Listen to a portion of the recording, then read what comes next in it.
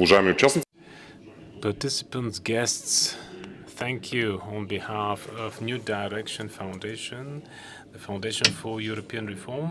Thank you for the fact that for the 6th year you managed to join us here in Sofia at the annual conference Western Balkans. For the 6th year, our foundation has been organizing this event in order to gather together politicians, activists from Europe and the region, so that we can discuss the challenges we are facing, so that the region joins the EU this year. Two of the vice presidents of New Directions are with us, Marko Ritre and Angel Jambaski.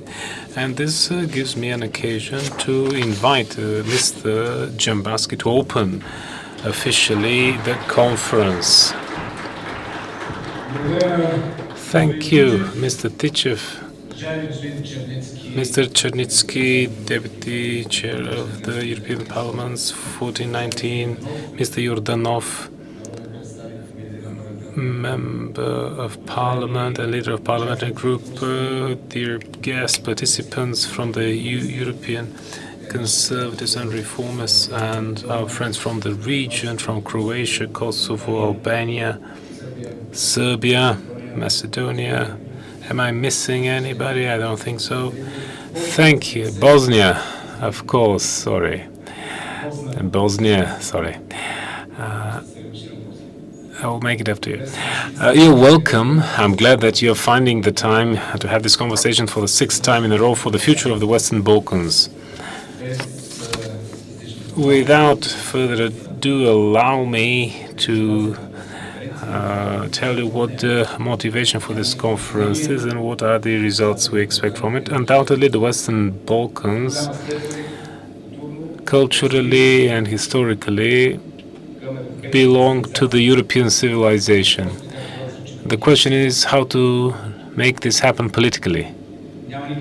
Undoubtedly, the Copenhagen criteria need to be observed. Without an exception, all of the candidate member states are striving to meet these criteria. There is a lot to ask for as regards the criteria observing the human rights and the rights to self-determination, and this is an obstacle for the Western Balkans to join the EU. And now is the time to urge the politicians in the two countries to not to stop the other countries, not to lose their time, because neither Kosovo, neither Montenegro need to lose political time because of the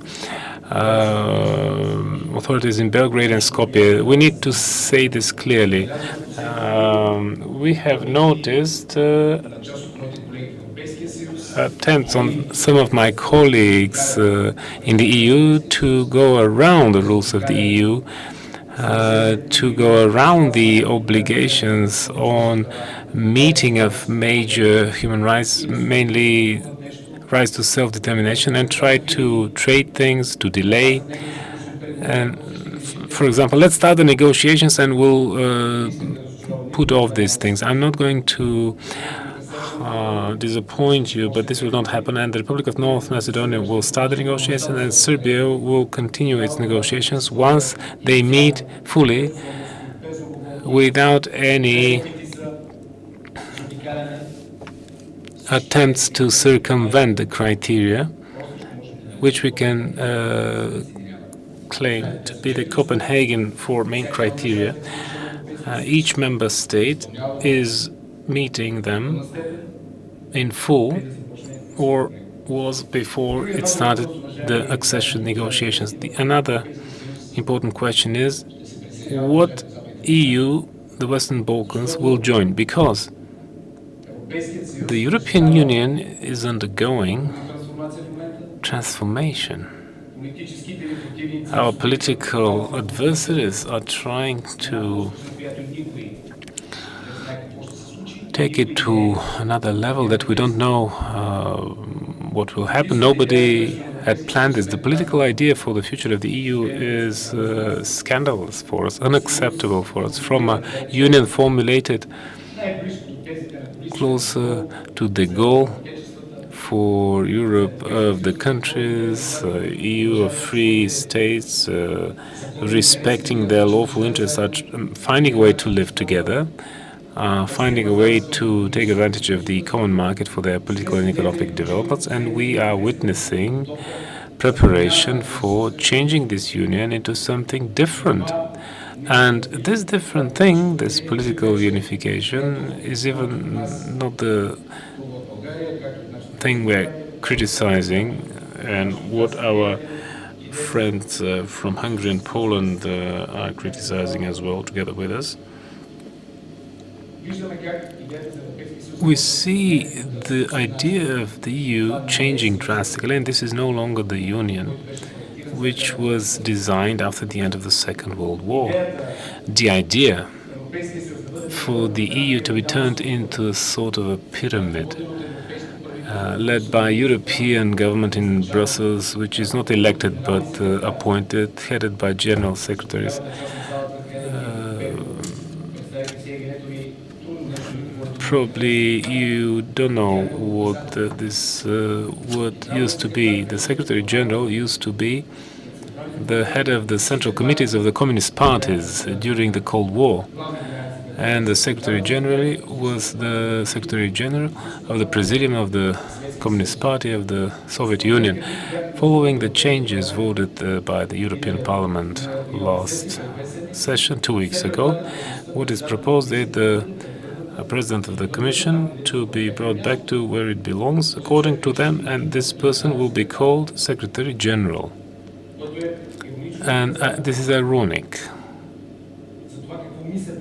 And this shows what these people think the future of the EU will be. They imagine a pyramid-like structure which will be headed by Brussels and have different levels: internal, ring, periphery, and this periphery is us, Central and Eastern European nations, countries from the waiting room where they see the Western Balkans. That's why the initiative against which our friends from Kosovo and Albania are the so-called Open Balkans, this is something like this, an attempt to redraw the idea of expansion, an attempt to rebuild the EU in a way which does not answer the interests of the nations and taxpayers of the EU. There would be people taking decisions, people who would implement the decisions taken in Brussels, and a union at which there would be people waiting forever. Western Balkans, Eastern Partnership, Black Sea Cooperation, all of these countries have envisaged such a plan, like half members of a half union. And what is proof of this is the misfortune called Schengen expansion. Today we're going to talk about the expansion of the Western Balkans, but there is one question, and this is the failure in the Schengen area. One of the major contracts of the EU, one of the motors of the EU, which is free movement, is the Schengen Treaty, thanks to which there is abolishment of customs checks, and members can quickly produce, trade among each other, and increase their welfare. This is the sense of the EU economically, the Schengen area.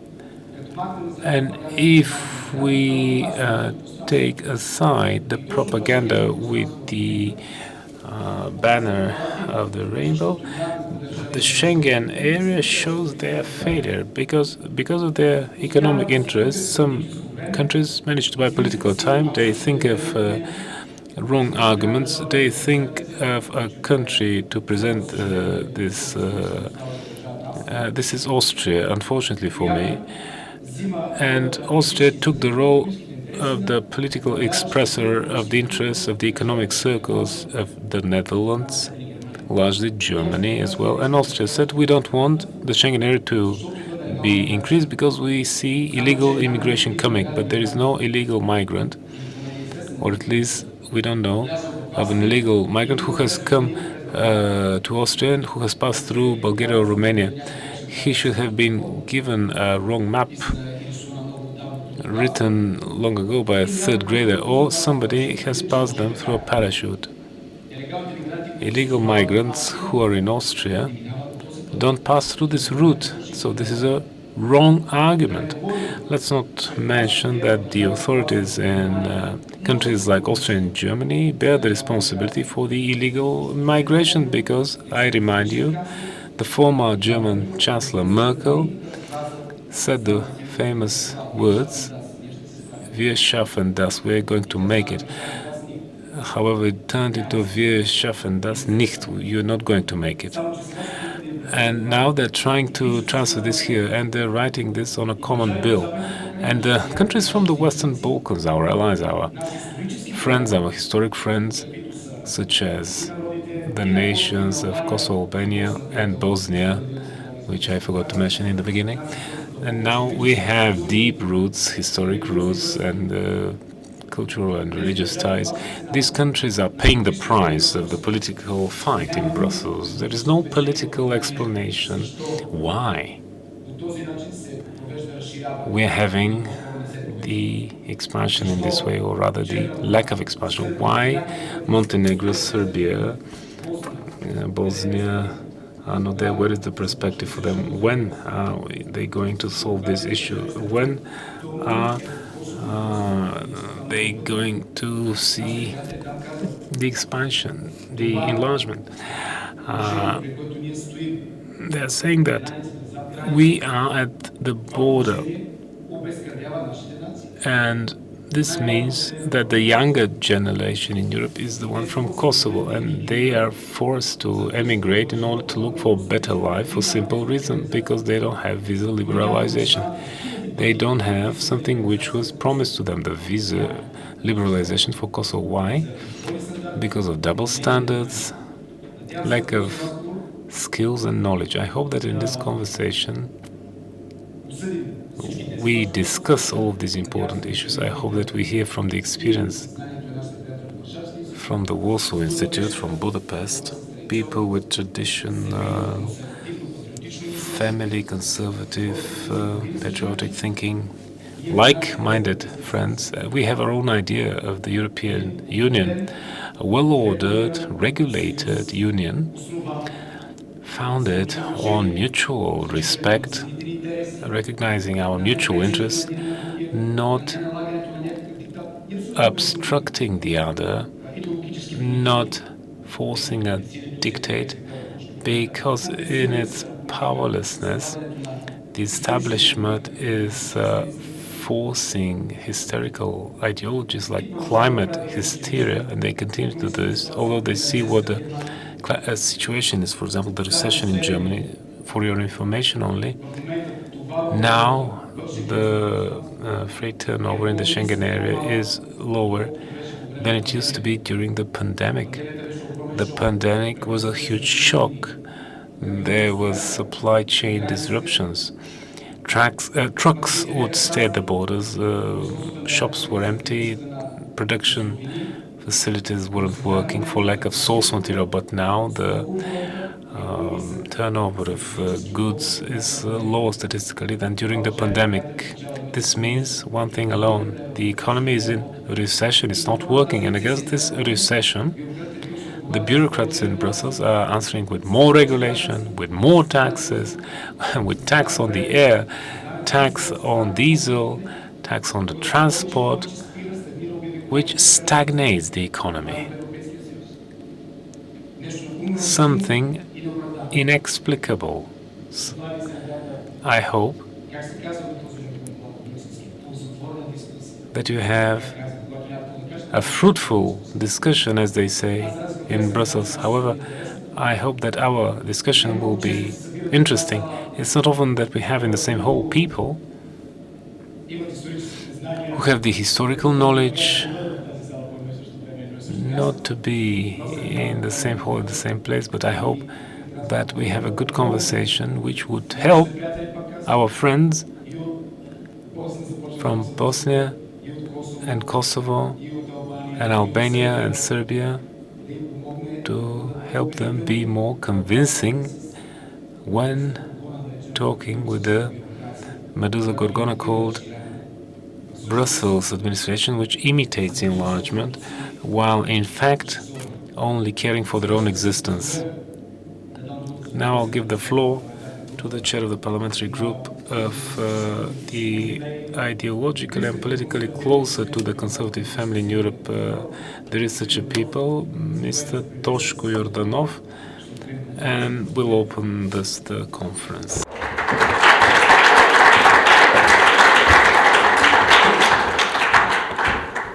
Благодаря на всички. За мен е чест да бъда сред вас. Thank you. I'm honored to be here at this lovely initiative, and I personally thank Mr. Jambaski. I guess you're not all interested in the domestic affairs in Bulgaria. We are a political party that have covered an interesting journey of development. We initially won the majority of votes, then we dropped out of parliament, then we returned. So we have a great potential, but this is not what matters. In Bulgaria and in Europe, we can see a very strange process of imposing the ideology of common sense. Those political concepts like conservatism, liberals, 100 years ago, they had another meaning. Perhaps the closest to conservatism is common sense, because this means freedom of economy.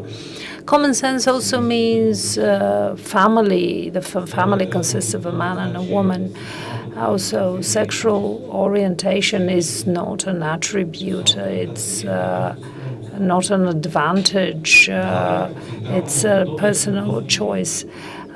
Imposing such views, on the one hand, is resentful to people in Bulgaria and the European Union, because it's against common sense. And the benefits from the membership in the European Union are much greater. Interestingly, common sense on the Balkans is higher than in other countries. Well, it could be because of historical, cultural reasons, but common sense is stronger and harder to manipulate, and this automatically makes us unwanted in the European Union as it is now. The Western Balkans, and in the Balkans in general, we have two issues. First of all, we haven't sorted out our own relations. We had very difficult history. We were instigated against each other by countries that are located far from the Balkans. And this is very convenient for bureaucrats in Brussels to find reasons against the membership of all nations from the Western Balkans. Bulgaria, for example, has issues with Schengen. We have met the criteria, but the Brussels bureaucrats do not respect this, and this is very demotivating for our nation. The situation is similar with the Western Balkans. The truth is that if we manage to cope with our own differences, and all the countries from the Western Balkans join the European Union, then the European Union will be very different. and it will have more weight. The common sense or conservatism is strong in countries that are former socialist countries. As a historian, I think this is because of our historical development. We have been through things that other countries have not been through them, and we have fought for our freedom during communism. France, Belgium, the UK, they look like socialist countries before the 80s, and forcing things on people is resented by people, and now with we're going to have elections in the European Union, and if we manage to explain how important the European elections are, I think we will have a different situation next year. So our party, there is such a people, logically will want to join the Conservatives. And this is, again, because of common sense. Unfortunately, we have to start meeting the criteria again in the European Union, because not all countries, and actually those countries that drafted the criteria, they don't meet the criteria. And the Moldova and Ukraine had an advantage for joining the European Union. And before the war, Ukraine was deemed the most corrupt countries. Why Ukraine and Moldova have advantage over Serbia, North Macedonia, Bosnia, and Bulgaria and Romania, they are not let into Schengen because of illegal migration. This is not a valid argument, as Mr. Dzhambazki said. So this double standard and this blatant violation of the rules breeds Euroscepticism, and it's used by the bureaucrats in Brussels in order to condemn people in that part of the world. And I think our role in the election is to fight against the Euroscepticism by explaining that the more conservatives there are in the European Union, the better it will be, and we can protect the borders together and not blame each other. The Italian border, the Greek border, they're much less protected than the Bulgarian border. And because they're blaming Bulgaria, Romania is in the same position. So the Euro elections are very important, and it's our responsibility to convince our people how important the elections are, so that we can change things from within. Because when there is strong conservatism, and again, this is common sense, in the form of common sense in the European Union, we will all live better. I will never accept artificial ideologies imposed on me, because I've been through it. Most people from Eastern Europe have been through this, because ideology crushed normal human life, because ideology told us how to think and silenced us. And now there are people who may not be right, they may be wrong, but they should not be announced enemies. They should be persuaded. And freedom, if we compare the freedom of the media, well, we cannot accept that every a diverging opinion is considered criminal, and this is not democratic. You have to provide evidence to fight against your political opponents, but if you don't do this and you try to silence people, that's not the right way. Well, to conclude, thank you very much for the invitation, and I hope that every one of us in our own political party, family, country will try to overcome the skepticism that has accumulated here in the Western Balkans and try to explain their fellow citizens how important it is for the Western Balkan countries to become members of the European Union and to bring in more common sense and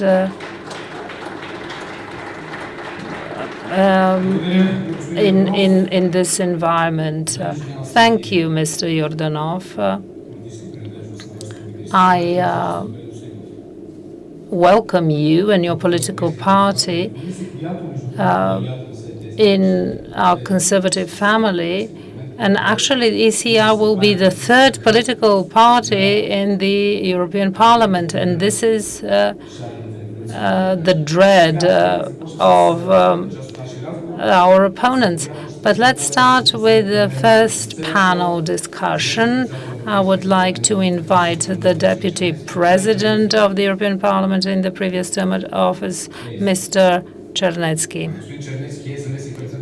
He's the Deputy President of the European Parliament representing the ECR. He's much respected member. Also, Madam Milena Milutinova, who is a renowned journalist. We also will have online my good friend and Ladislav Ilčić, who is now at another event that's very important for Croatia. He represents Croatian sovereignists, and also Maciej Duberski, who is an expert in public diplomacy, a member of the Warsaw Institute, and he's a regular participant in our events. Teodor Vodo, who is former Deputy Minister of Justice, Associate Professor, University of Paris, and Slaven Raguš, who is an MP from the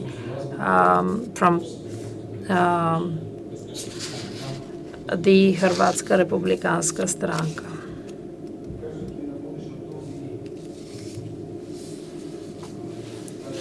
As the host of this conference, I'll start with Ladislav. Good morning, Ladislav.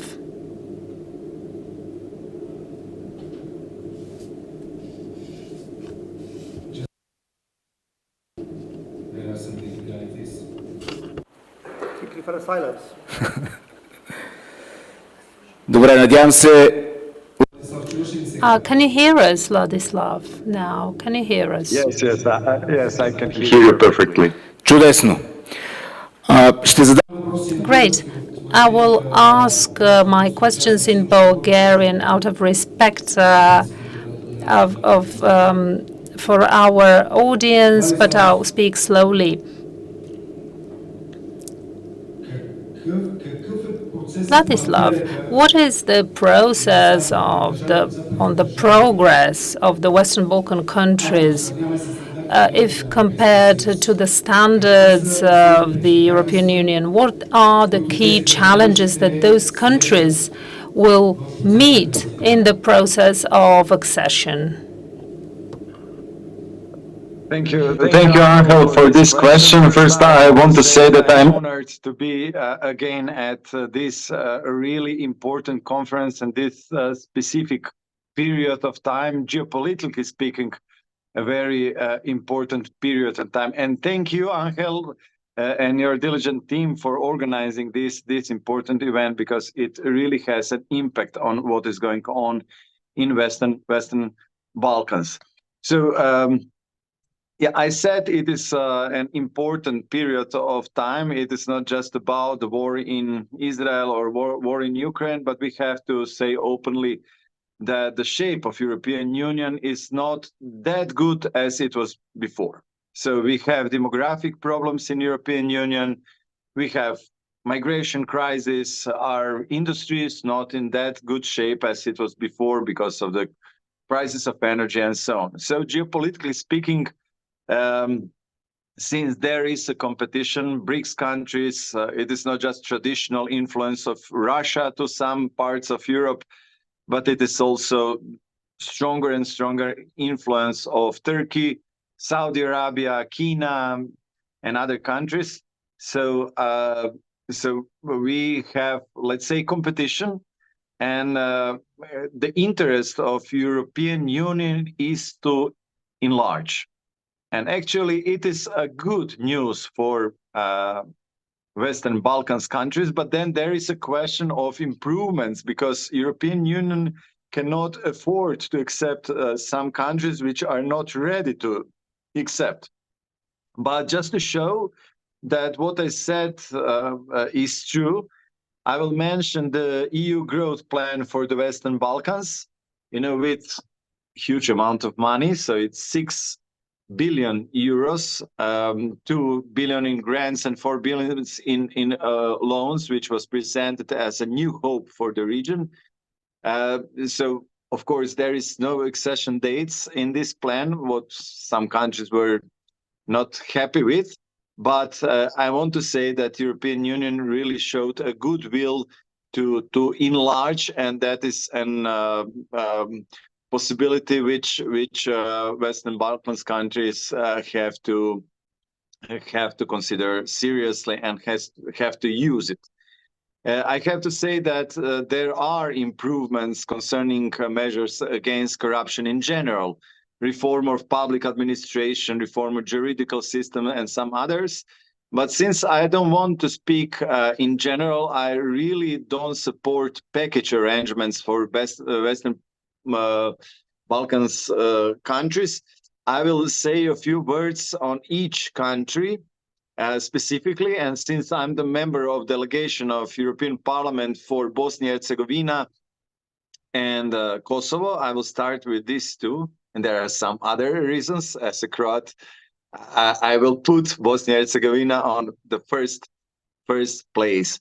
Yeah, so the new government are trying to do its best, and there are, as far as I know, there are 5 new laws concerning these 14 preconditional reforms.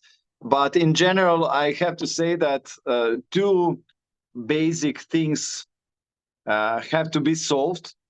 First thing is equality among nations. So as long as we have Željko Komšić as a so-called representative of Croats, and so Bosnia and Herzegovina cannot enter the European Union. And this is not just my position, this is official position of my home country, Croatia.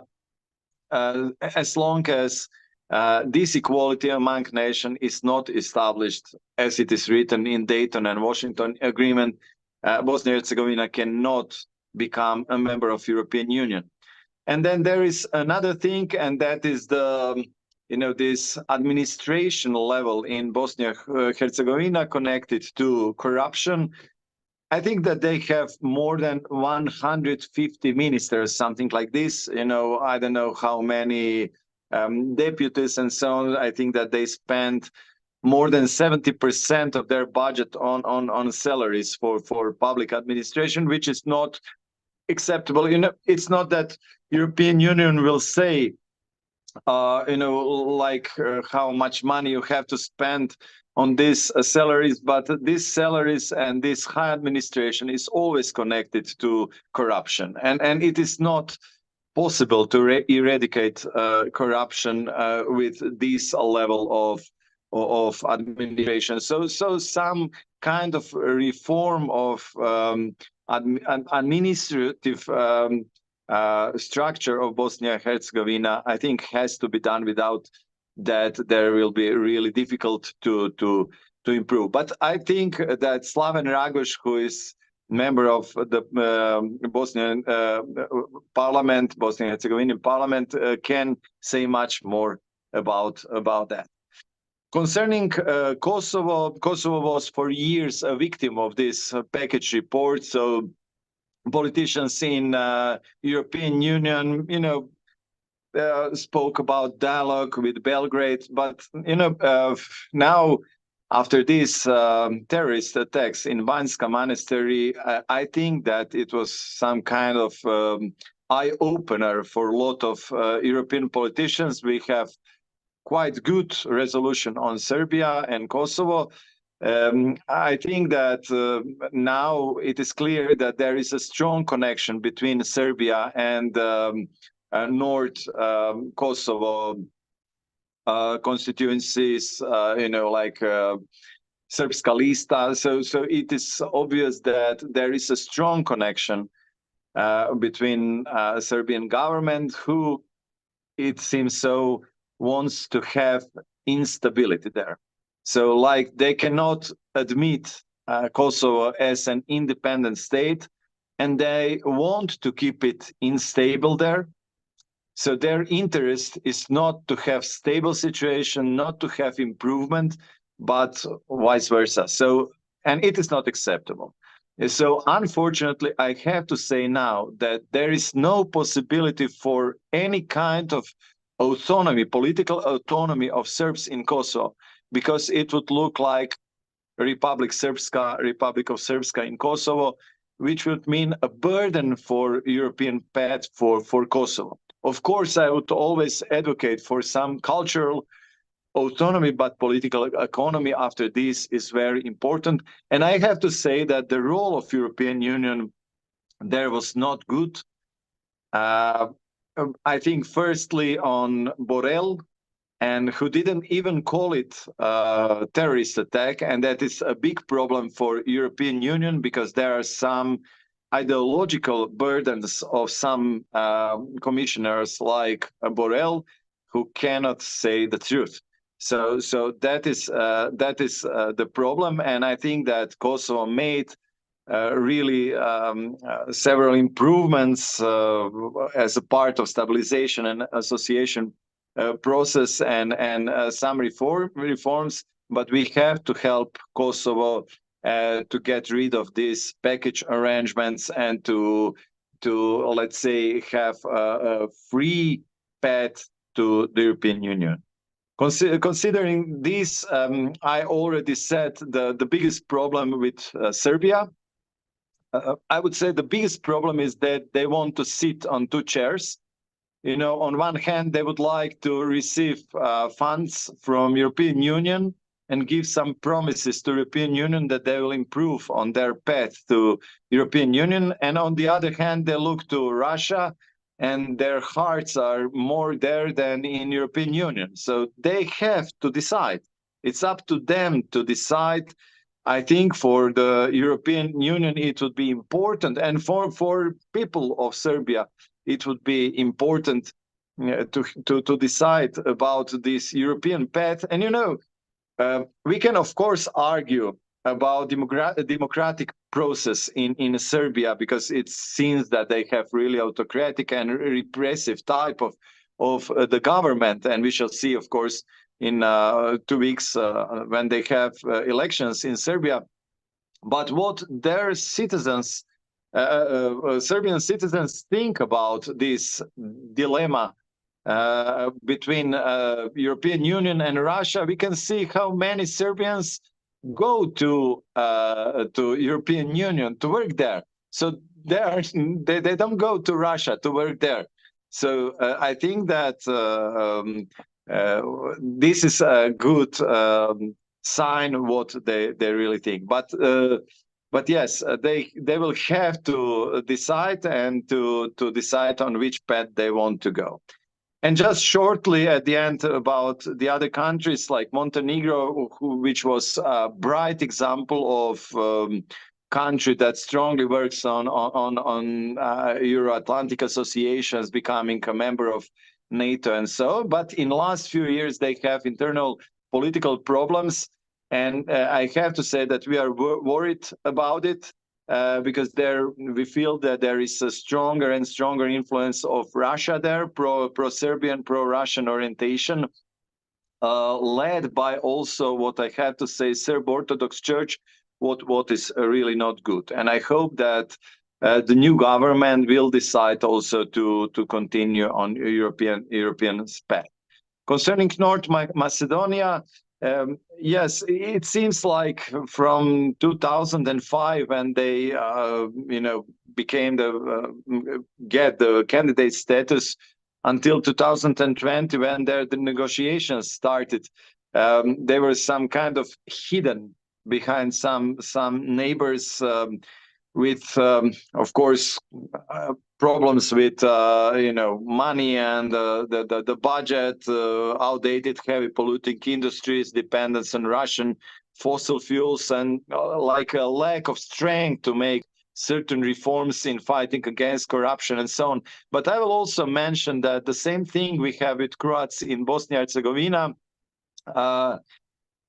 we have in North Macedonia. So concerning Bulgarian people living in North Macedonia, there has to be a just approach. We cannot, and of course, I understand that Bulgaria cannot support North Macedonia, ignoring this important problem. And finally, Albania, also have started negotiations in 2020 and making some serious improvements concerning rule of law and comprehensive justice reform to combat corruption and organized crimes, is making some serious moves of improvement. And I would say, I would mention also there are questions about their elections, if they were really just and good. And I will also mention one problem which is very important for Croatia, and this is plastic waste being dumped into Adriatic Sea, coming with south winds to Dubrovnik and our southern parts. So these things have to be solved. And finally, the last thing I would like to say is the one very important thing, and this is that all these countries are quite conservative and quite traditional concerning family values, and we need this in European Union. Now in European Union, all this, I will say crazy politics of the leftists concerning gender, concerning non-realistic green approach and so on, show bad results. Now, demographic problems are much because of the value system problem, and value systems which are prevailing in Western Balkans countries is something what we need in European Union. And I really fight hardly to stop any kind of soft pressure of certain lobbies like LGBT lobbies in the Western countries and in European Union to Western Balkan countries, because this is not an official request to improve European path. It is a soft pressure. We know in Croatia how it is, but you will have always my warm-hearted support in fighting to become you're members of the European Union, but with your value system, and you have the right to this value system. Thank you very much for your for the time you gave. Thank you, Ladislav. Long story short, I can only say that I fully agree with you in a lot of matters you already said. Сега, преди да продължим. Before we move on to the other participants, I'd like to welcome our friends from Moldova, Chisinau. Welcome, girls. Hello. And our group from Albania, Sofia Mariva. Thank you for the students. I don't see you with the headsets. I hope you can understand me. We move on to Richard. Well, there is a question for you. Is the EU committed to further enlargement, and how can it demonstrate this commitment to the region?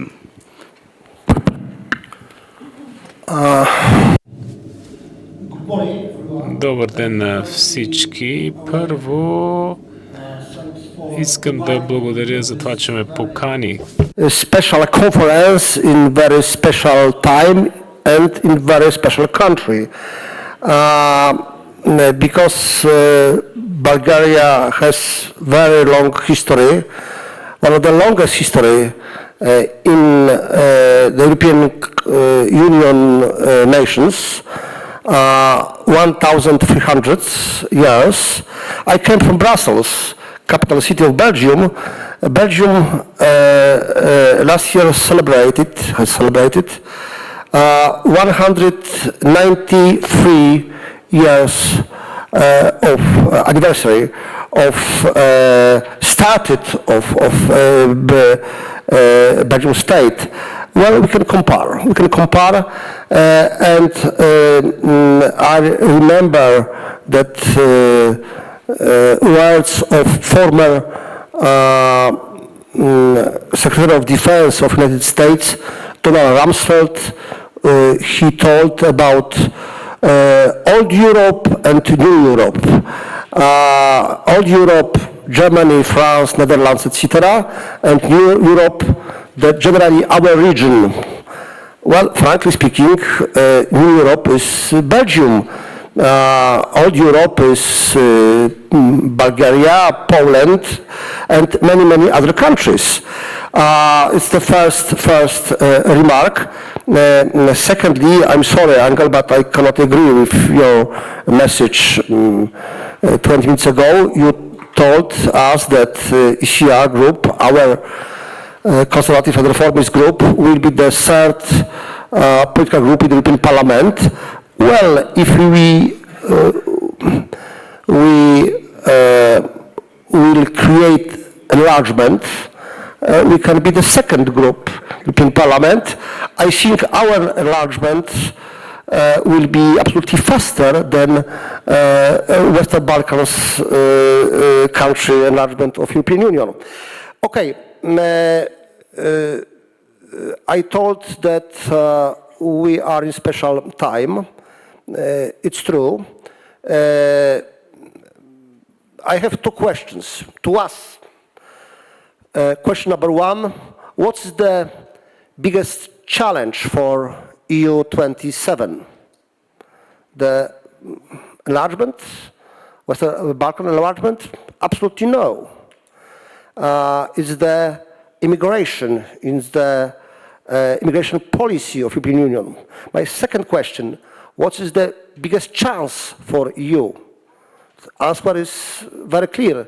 Enlargement, because it's not the gift for Montenegro, Serbia, Northern Macedonia, Albania, and other countries. Is the win-win situation. We need new countries. We need enlargement because after Brexit, we are in really difficult political but also economic situation.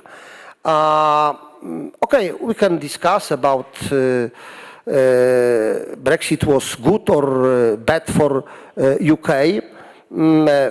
Frankly speaking, last report of International Monetary Fund, which was prepared with Goldman and Sachs, shows that for next 5 years, the economic growth of United Kingdom of Great Britain and Northern Ireland will be faster than economic growth of Germany.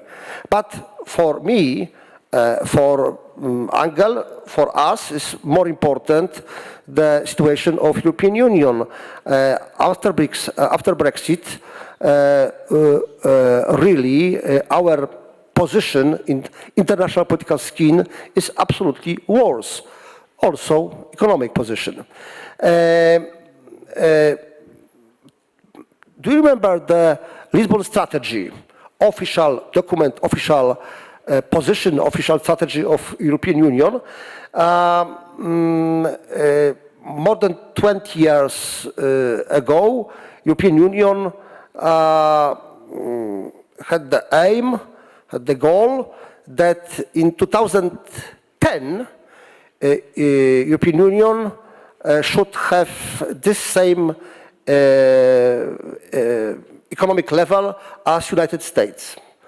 Okay, we can now laughing, but it's the good point for our discussion.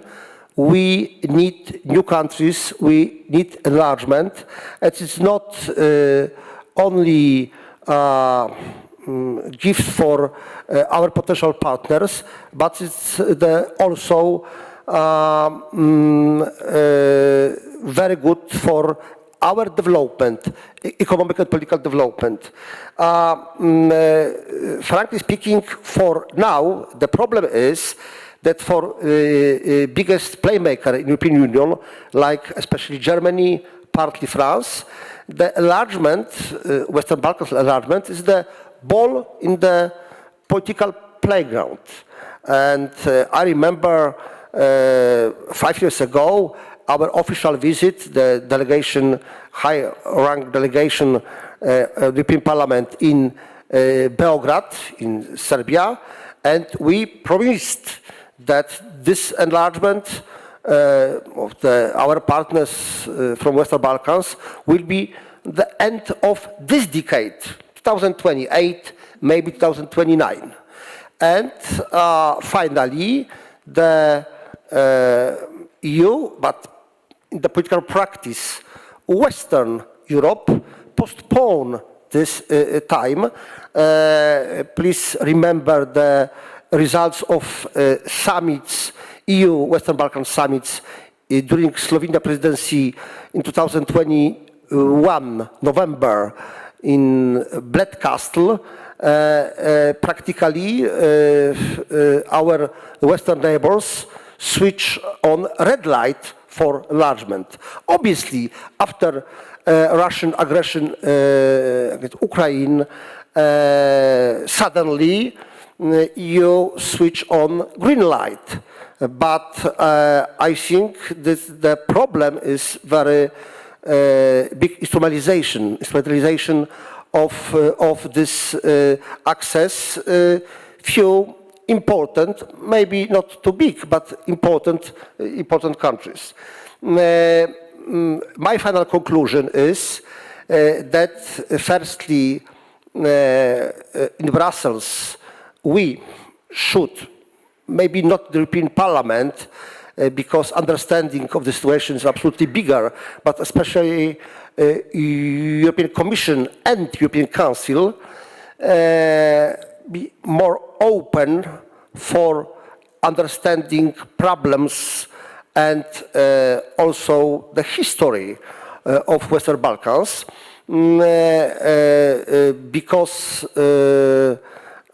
in my opinion, our you, not mine, not Angel, but you, biggest mistake is the arrogance to many countries, not only in Western Balkans, but also, for example, to some post-Soviet republic, for example, like Moldova.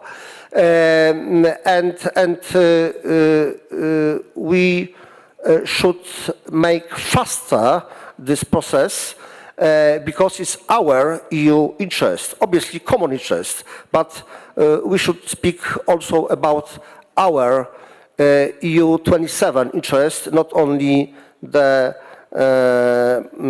gift for our partners. We are beneficiaries, both both sides. My country, Poland, is my last words, I promise you. Poland press and will press for enlargement, Western Balkans enlargement as soon as possible.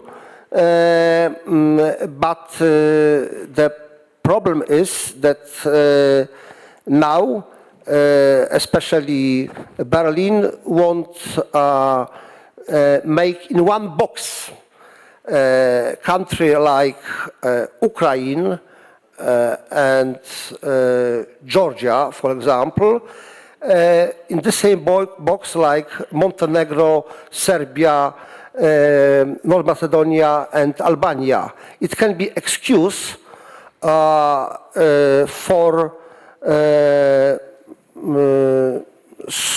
more slow this process. It's my and our fear. Thank you. Thank you, Richard. You mentioned Bled, if I remember correct, a number of wrong decisions concerning the Balkans were made in Bled back in times, especially during the Yugoslavia, but it's another fairy tale. Well, let's move further. И пак ще обърна на български, защото въпросът към Милена. I will switch to Bulgarian. Madam Milutinova, I said that you are a member of the Parliamentary Assembly of the Council of Europe and member of Parliament, but you are much more renowned as a journalist working on Western Balkans, human rights. Why? Because when we applied for this club of the privileged called the European Union, we were told that about human rights,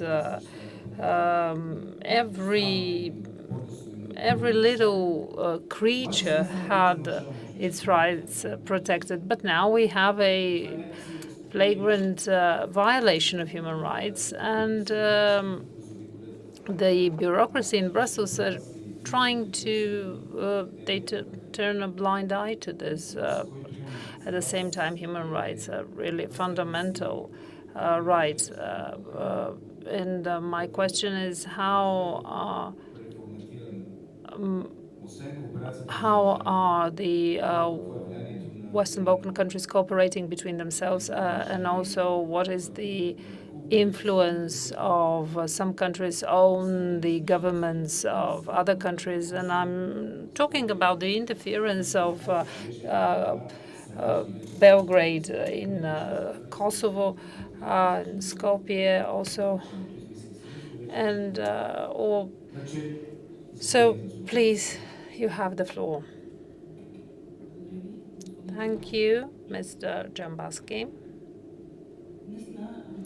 Indeed, human rights are a key issue, one of the main criteria that needs to be met for candidate countries. This is one of the Copenhagen criteria, which every country applying for the European Union has to meet. And it's not coincidental that in the negotiation framework of the Republic of North Macedonia, one of the preconditions is that the country has to include both Bulgarians and Croatians in the constitution of North Macedonia. Without this, Skopje cannot start negotiations for membership in the European Union. Well, it's thankfully this issue was recognized, was detected by the European Commission and institutions, and European will keep an eye on that from now on. Why am I saying that human rights are so important? Not only because it's one of the pillars of Europe, one of the principles upon which the European Union was built decades ago. This is human rights, and for me as a journalist who has has been working on those issues, and also former member of parliament, the period 2001-2005. I've always wondered how come that we are speaking about the fight for equality and human rights in the 21st century, so that large ethnic communities are equal to other ethnic communities in a country applying for membership in the European Union. This issue with human rights was acknowledged and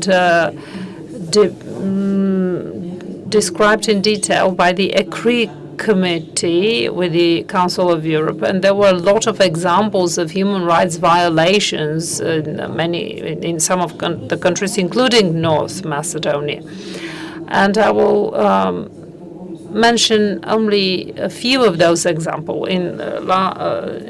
This year we had an arson of the Bulgarian club in Bitola, and the perpetrator got away with a conditional sentence only, and there was not an adequate sentence.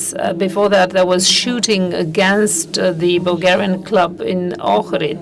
There was the secretary of the club, Christian Pendikov, was beaten up, and the police car did not want to come.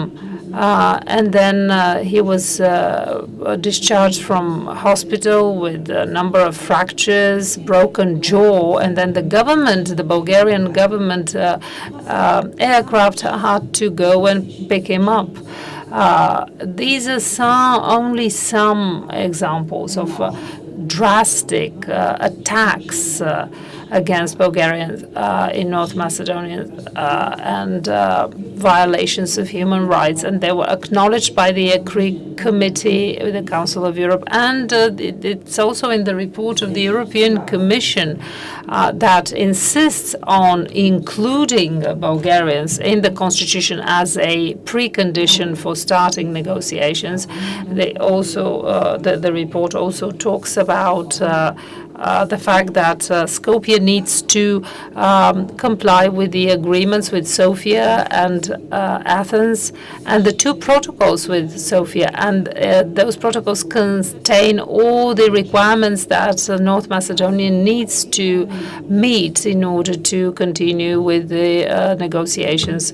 This is this includes the reinstation of victims of communism, opening of communist archives, the rewriting of textbooks in history based on historical facts, not on distorted information.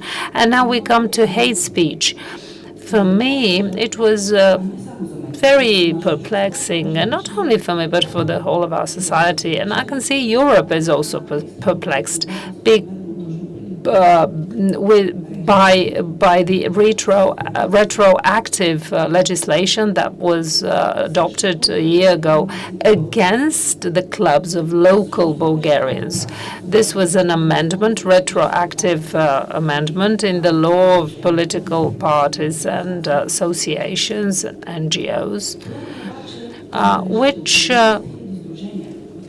said the following: out of 17,000 associations in the Republic of North Macedonia, it focused only on those two associations of Bulgarians, and they were registered in the central register.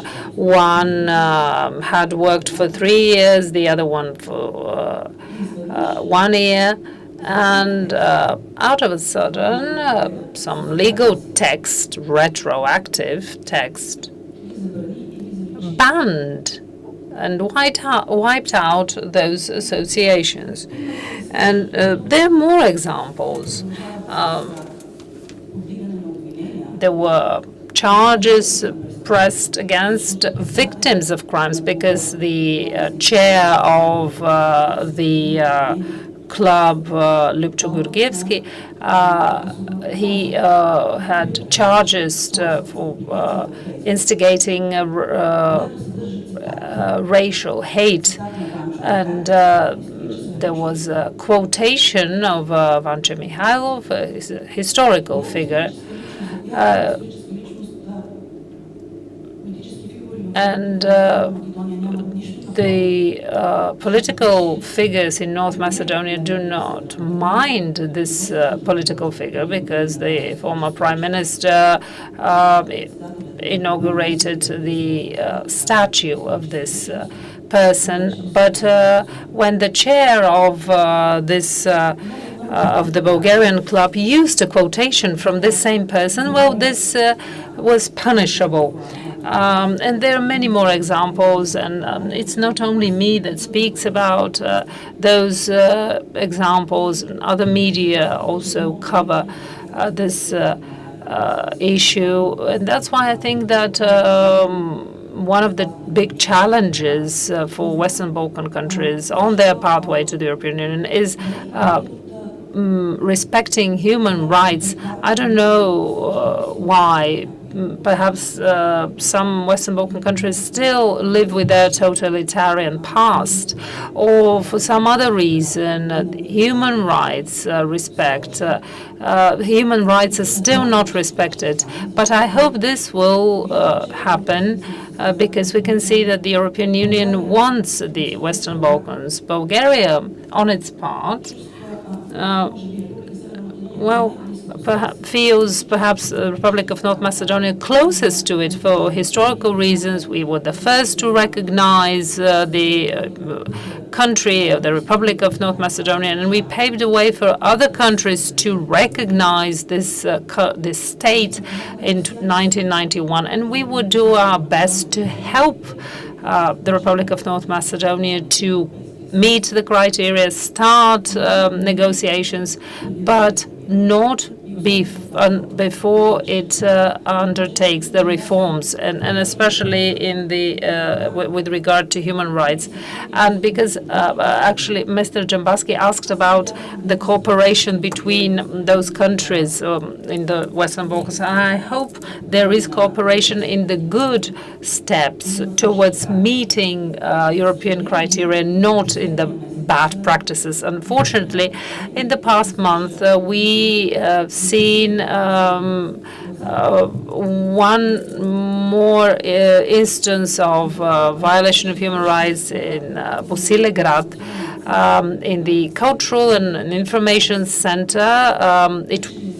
This center was searched, and a book that was written by the former consul of Bulgaria in Niš, this book was seized, and the preface was written by one of the members of the European Parliament from the European People's Party, Andrei Kovachev, and he was even a member of the management of the Parliament in the previous term of office. And this book was seized, and the author was not admitted to the launch of the book on the 8th of November, and the chair of the club, Ivan Nikolov, he was prosecuted.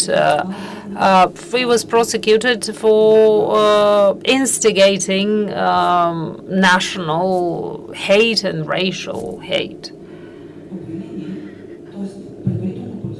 There is preliminary proceedings against him, and we hope there will be no charges against him, because if he is charged, he may be deprived of liberty for a period of between 2 and 10 years. And I'm sorry for being so specific, so concrete, but as a journalist, I speak with facts, with data. And I think that this issue is a key challenge for some of the countries from the Western Balkans, those that I mentioned. The European Union will decide on each country based on their own merits and their own progress, on the way the way each country individually meets the criteria. And I very much hope that the Republic of North Macedonia will include Bulgarians in the constitutions as soon as possible, so they're not separated from Albania and they not waste time in the accession process. So this is what I can say. Thank you, Milena. Картината и примерите, които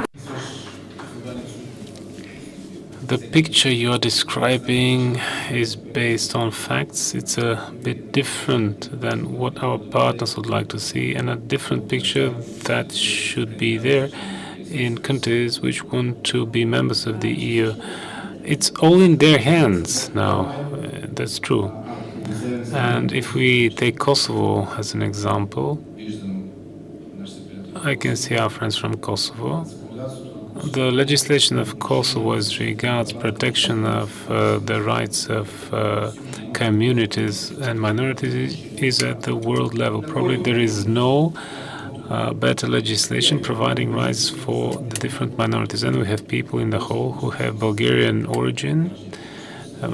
They are loyal citizens of Kosovo. We have the same example in Albania. Sofia This is there, Bulgarian from Albania. Albania recognized Bulgarians and included them in their constitutional laws, and the state didn't perish. It still exists. And if you see the geographic map and see our communities, western parts, Kosovo, Albania, and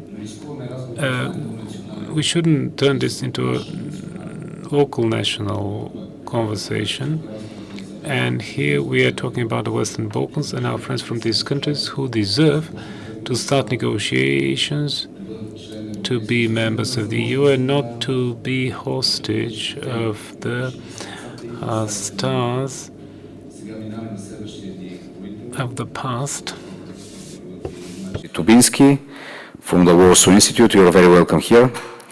Allow me to ask you such an important question. Let me find it first. Yes, it's here. How important is regional cooperation in the EU accession process, and what more can be done to enhance it? Thank you very much for your question. Thank you very much for having me here today. As you mentioned, I do not come from the Balkans, so I will not speak on behalf of any Balkan countries, but I do come from Poland, which is a country that made its accession during the biggest enlargement process in history. And Poland is an active participant of many regional cooperation procedures, such Visegrad Group or Three Seas Initiative.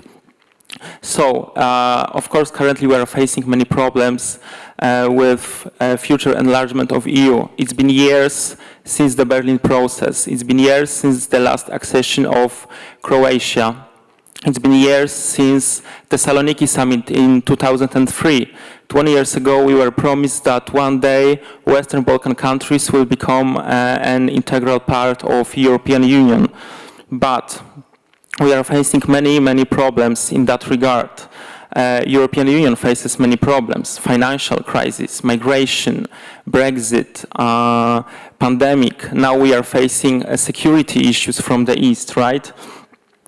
Which is a huge threat not only for the Western Balkans, but also for the whole CE region, because as we know, in many post-Soviet countries, we still have Russian influence. Even somewhere in the grassroots, there are people who are striving for anti-EU agenda among our countries. Another threat is that we are facing Chinese influence, right? There is a threat of infrastructure investments in favor of geopolitical power given to Beijing. Same with loans for investment. There are many more examples like Turkey or even possibly Saudi Arabia.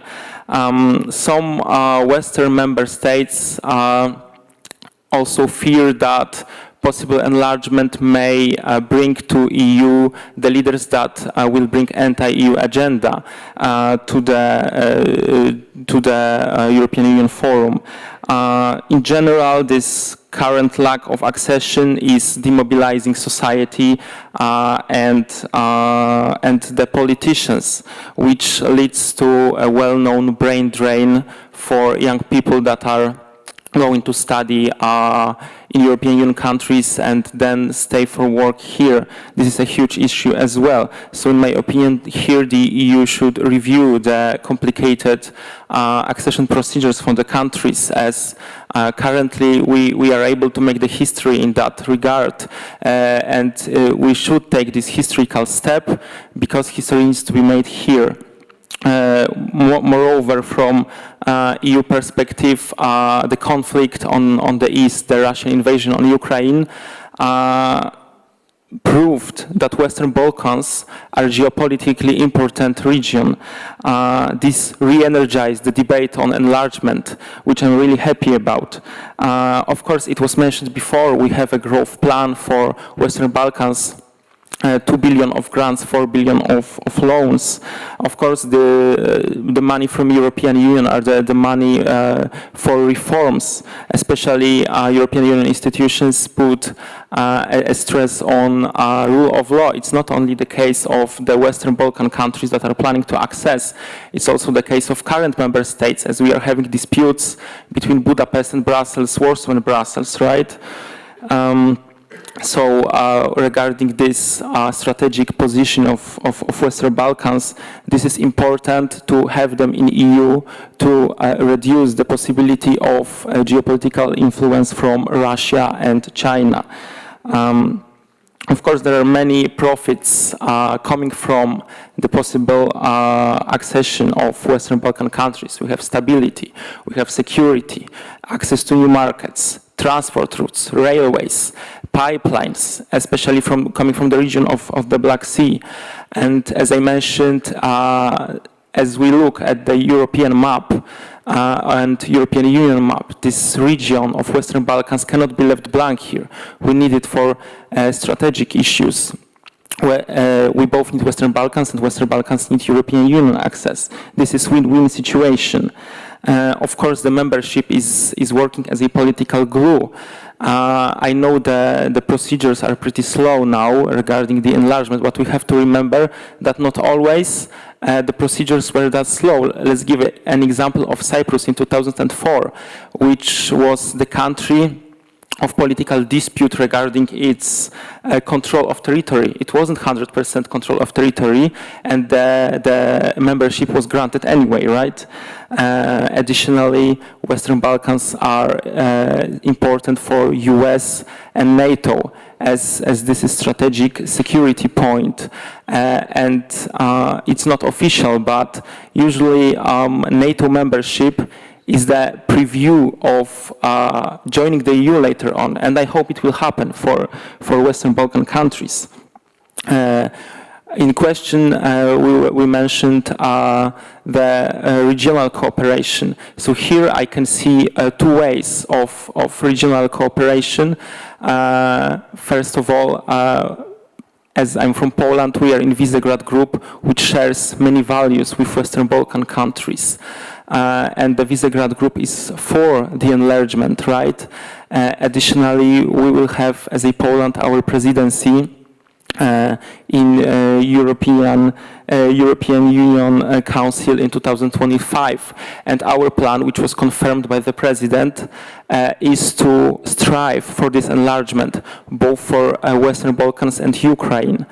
Additionally, we have a 3Cs initiative in our region, which is strategically important for accelerating the economies, not only for the participating countries, but the initiative can be used as a possibility for the Balkans to cooperate on infrastructure, energy, digitization, which will lead to being closer and closer to enlargement among European Union. And just to conclude, of course, we need closer cooperation in the region. We need this cohesion. We need this exchange of knowledge and integration between Balkans and the rest of CE, 3Cs initiative and Balkans. Of course, as I mentioned, war gave an opportunity to review those formalized procedures regarding enlargement, but the lack of progress in this matter may even lead to some reluctance, even some separatist tendencies. I hope that if it will get longer and longer, I hope there will not be a domino effect. So if one country will not be granted the membership, the other will not be granted as well. I hope it will work fine. So therefore, the priority both for countries of Western Balkans, the Central European Union countries, and the European Union as an institution, the main priority should be to move forward with this enlargement for Western Balkans, which will bring only profits to our region, especially in the tough times that are coming for the whole Europe. Thank you. Dziękuję bardzo, Maciej. Now, last but not least, of course, Teuta Vodu. Vodu, yes, former Deputy Minister of Justice and university professor. So, Mrs. Vodu, how are the rule of law and governance reform being addressed in the Western Balkans, and what the key areas are still that still require attention? Thank you very much for having me here. First of all, I'm very glad to be here in Sofia today, especially because I do believe that the relatively new member states, since we cannot call Bulgaria or Romania anymore new member states, but anyway, the key countries which have a very fresh memory of the accession process should take the lead. So this is why I am very glad to see the initiatives, especially from Bulgaria and Romania. And because we are discussing, and we will have on Monday the vote on the Schengen area for the two countries, it's important for the Balkan countries, for the Western Balkans, to see how the new member states, relatively new, are treated. So we do know that technically all the criteria are being fulfilled, and still we do see that there is a lot of skepticism and hesitation from the Netherlands and from Austria. So, and this is a big concern for the Western Balkan countries, because it shows that despite the fact that the rule of law is and should be definitely uncompromised, still it is considered as a very flawed concept and very difficult to define on how to accomplish it. So if we have to respond to which would be the key areas which there should be no compromise, no matter if we'll have the day after the post-Lisbon Treaty, of course it is the rule of law. It goes without saying that the fundamental rights are that one chapter which there should be no compromise or no post-accession agreements. So from my point of view, the fact that still today the EU insists very much on these key reforms, especially with the Western Balkans, it means that still it is one of the three main pillars of the EU. Now, to look a little bit more in practical terms, of course, each enlargement round, we have seen that it has changed the EU. So not only the EU has brought the change to the candidate countries, but the other way around. We saw it since the first enlargements, and then with the Eastern Bloc, and so on. And we would have a new treaty, and this is why there has been a lot of discussion on a post-Lisbon treaty as well. So it's important to see a new methodology and to reflect on the fact if it is still possible to welcome the new member states with the Lisbon Treaty. Since the countries from the Balkans, they have a lot of concerns related especially to the legacies of the past still, unfortunately.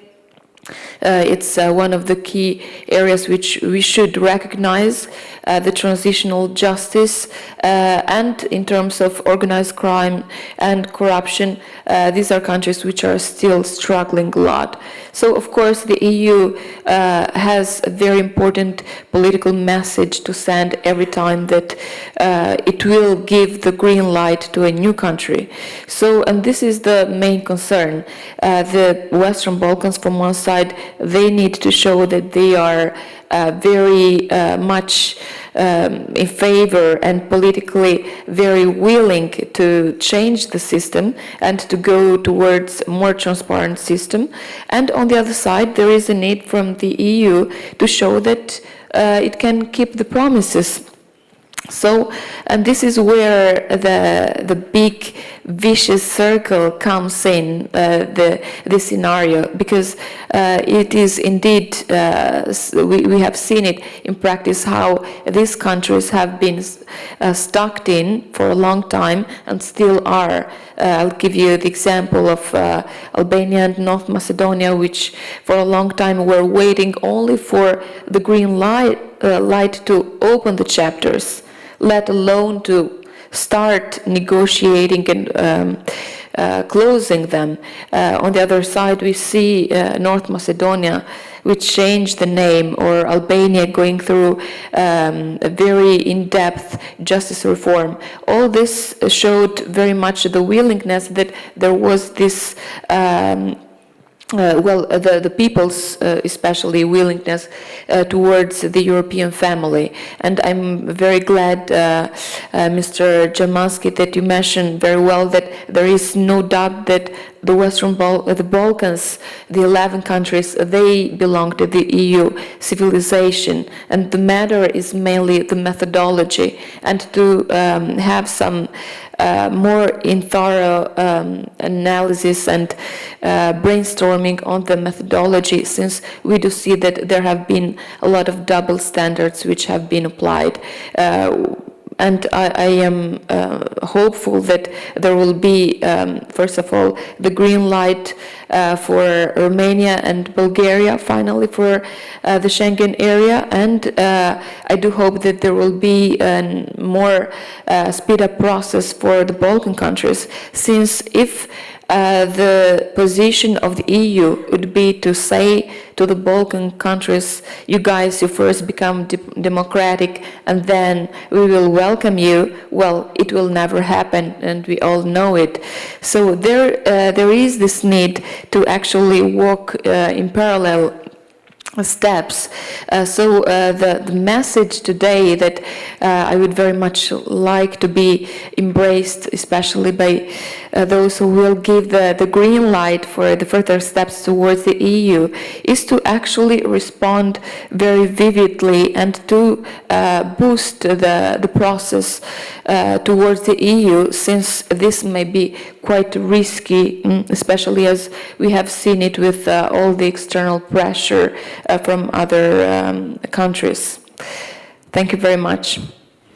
Thank you, Mrs. Volu, for this statement and literally good conclusion of this first panel. Now we end this panel. Dear guests, you will have opportunity to have Q&A session during the coffee break in the next room. So enjoy, you have 15 minutes and we'll start in 11:55 sharp. Take a break. Уважаеми, отиваме за кафе и цигари. So we now will have a coffee break. You can have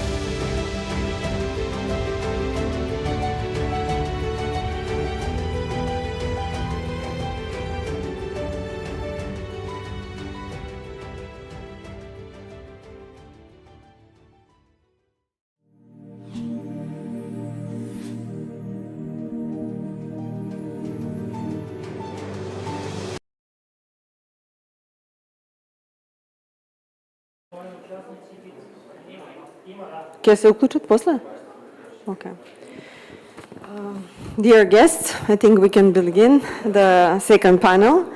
Thank you very much for joining us at the second panel at the Western Balkans Summit 2023 in Sofia, where we will address the topics of security, migration, and foreign interference. And I'm very glad to have with me several distinguished guests today. I'm Elena Mangova, Europe Regional Advisor and the International Republican Institute. And here with us today are Mr. Marko Milanović-Litre, Member of Parliament from Croatian Conservative Party and Vice President of New Direction. Croatian Sovereignist Party. Yes, thank you. Alexandar Arabajic, President and co-creator of Academy of European Careers based in Warsaw. Mr. Richard Turchani, Program Director for Central European Institute for Asian Studies, who will join us remotely. Mr. Ruslan Stefanov, Director of the Economic Program at the Center for Study of Democracy from Sofia, Bulgaria, and Mr. Stefan Vladisavljevic, Program Coordinator at the Foundation BFPE for Responsible Society, who will also join us remotely from Belgrade, and Mr. Meno Dimov, former Minister of Environment and Waters, founder of the Conservative Institute in Bulgaria. Nearly 1 million people are projected to leave the Western Balkan countries in the next decades. They are motivated for this because of corruption, weak institutions, and political uncertainty and political polarization. The governments in the region are working their way towards European integration. We heard even in the previous panel there is noted investment in reforms, in laws, but also measures to strengthen institutions and prepare them for European Union. However, this process is troubled by fatigue in the European Union and among European member states, but also by the lack of the distrust in the capacity in the will of the countries and domestic governments to reform. So in reality, these governments do lack and have a need of support to increase their capacities to reform. At the same time, the Balkan Barometer of Public Opinion 2023 notes a worrisome 71% of young people of the Western Balkan countries that consider moving abroad. As these young people migrate to the West, the Western Balkan countries are losing its human capital, but also this is a significant portion of its pro-European populace. At the same time, the European Union countries are the main beneficiaries of these migration flows. They get healthcare workers, construction workers, transport workers, and other needed labor force. So in such context, the scope and the impact of foreign malign influence, which undermines the reforms for Europeanization of the region, are an important topic we should be looking at. And the strongest forces in this context are the Russian and the Chinese actors. But I will begin the panel with Mr. Milanović-Litre. Your political engagement is largely dedicated to the idea of fostering responsible governance, that it should go hand in hand with supporting national identity, culture, and traditions. What are your views about how these migration trends impact cultural identity, but also security in the Western Balkans? Thank you, Lina. First of all, I would like to thank Angel for arranging this summit again. I was here 2 years ago, and I would like to thank his team for doing everything that is humanly possible to get everything in order here. As you said, I consider myself a national conservative. I understand the benefits of cooperation, and I think it should be on a national level, not on the federal level of the European Union. To start in the terms of migrations, as we all know, the Western Balkans countries are quite known for their migration primarily for work and going outside of their own countries to find a better solution for their everyday lives. During my grandfather, he used to work in Germany, but he was the only one in the family that went to Germany to work. He would always come back to Croatia in order to spend time with his family. Right now we have problems where whole families are leaving in order to pursue a better life. And there's one really interesting thing that's going on, or that was going on during the times of my grandfather. My father at the time, in his class in primary school, out of 30 classmates, I believe 28 of them were born in the 9th month, because he would always the fathers would come back to Croatia during Christmas time, during the holidays. And migration had a big impact, but most of the migration that we did was legal. We have to understand the differences between legal and illegal migrations, because the European Union at this current point seems to forget the difference. We had the Marrakesh Agreement, which is a big problem, where they try to blur these lines between legal and illegal migration. In the sense of the Western Balkans, we know the situation that was done in 2015, or the situation that was the result, and we have that surge again with illegal migrants coming through the Western Balkans route. We see a suspension of the Schengen area. Croatia joined the Schengen area at the beginning of the year, and we can say that it's not functional anymore. Slovenia closed their borders towards Croatia because of illegal migrants that are coming through Bosnia and Herzegovina. The route that was taken through Serbia towards Hungary closed their borders. They didn't want illegal migrants running around their country without any checks or balances, or just to know who is in their country. And the biggest influence that that closure of the border between Hungary and Serbia was an influx of illegal migrants into Bosnia and Herzegovina. And from Bosnia and Herzegovina, the quickest route to their destination countries is through Croatia. So Croatia is a transit nation for most of them. Their goal is Germany, Sweden, or Finland, or Ireland, or some of the other countries which have much more welfare check system in place for illegal and legal migrants. And coming back to that, we see a quite, I would say, terrible situation that we have in terms of the European Union governing these processes, because we all know that the reason why illegal migration is on a such high level from outside of the European countries is because of the policies that Grandma Merkel tried to impose on other countries through the European Union. And Merkel, who in 2010 said that multiculturalism is dead, in 2015, we saw those thoughts, because the influx of illegal migrants at that time was terrible. And now we have situations where in this year, in parts of Croatia, which is the quickest route to Slovenia, is in fact raised by 210% in terms of last year's illegal migrants. We also have problem with NGOs who are de facto becoming human traffickers. They're waiting for the illegal migrants on the borders and escorting them into Croatia or into the European Union. So we have to question, what does the Schengen mean today, and does it have a purpose? Because we see the borders are closing between Poland and Germany, between Slovenia and Croatia, between Croatia and Hungary. And our accession to the Schengen area seems to be fruitless. It seems to disappear.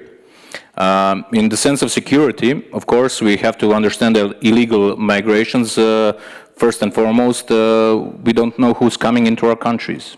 There is no check at the border. There is no insurance that these people are not terrorists. I believe that most of them are not. But if we let through 3 terrorists and they do 3 terrorist attacks in Europe, I would say that's a problem. And in the long run, the situation that we're seeing in terms of policies, I would say that from my perspective, legal migration is much more dangerous for cultural cohesion, for national identity. We can see the effects of it in Sweden. We can see the effects of it in the Netherlands with the last elections, even in Ireland now. So obviously, and I think that these were the words of Swedish Prime Minister Andersson in 2020, I believe, that integration in Sweden has failed. The country that is most prominent in terms of rights, in terms of migration, that country has failed. If we look at United Kingdom and the effects that legal migration had on their social network or their institutions, there have been studies in which I believe it was, I might be wrong on the years, but I believe it was from 95 to 2011, where 159 billion pounds were taken out of the system, and they did not have, so in other words, they did not produce, it was not an economical thing, because most of the people that, the so-called progressives that are for migration, and they usually come up with economical situations like, oh, they're working for us, they're making our lives better. We have the fact that this is not true. They do not produce more than they take, because most of them are staying at home, they are doing nothing, and taking advantage of the welfare state that is currently in place. It's the same in Sweden now. We have a government that is quite strong on migrations, and we have our partners from the Swedish Democrats who are from the ECR party, who are trying to push the narrative and trying to implement rules in order to stop legal migration if they do not produce enough, if there is no benefits for that national country. I don't want to go on too long.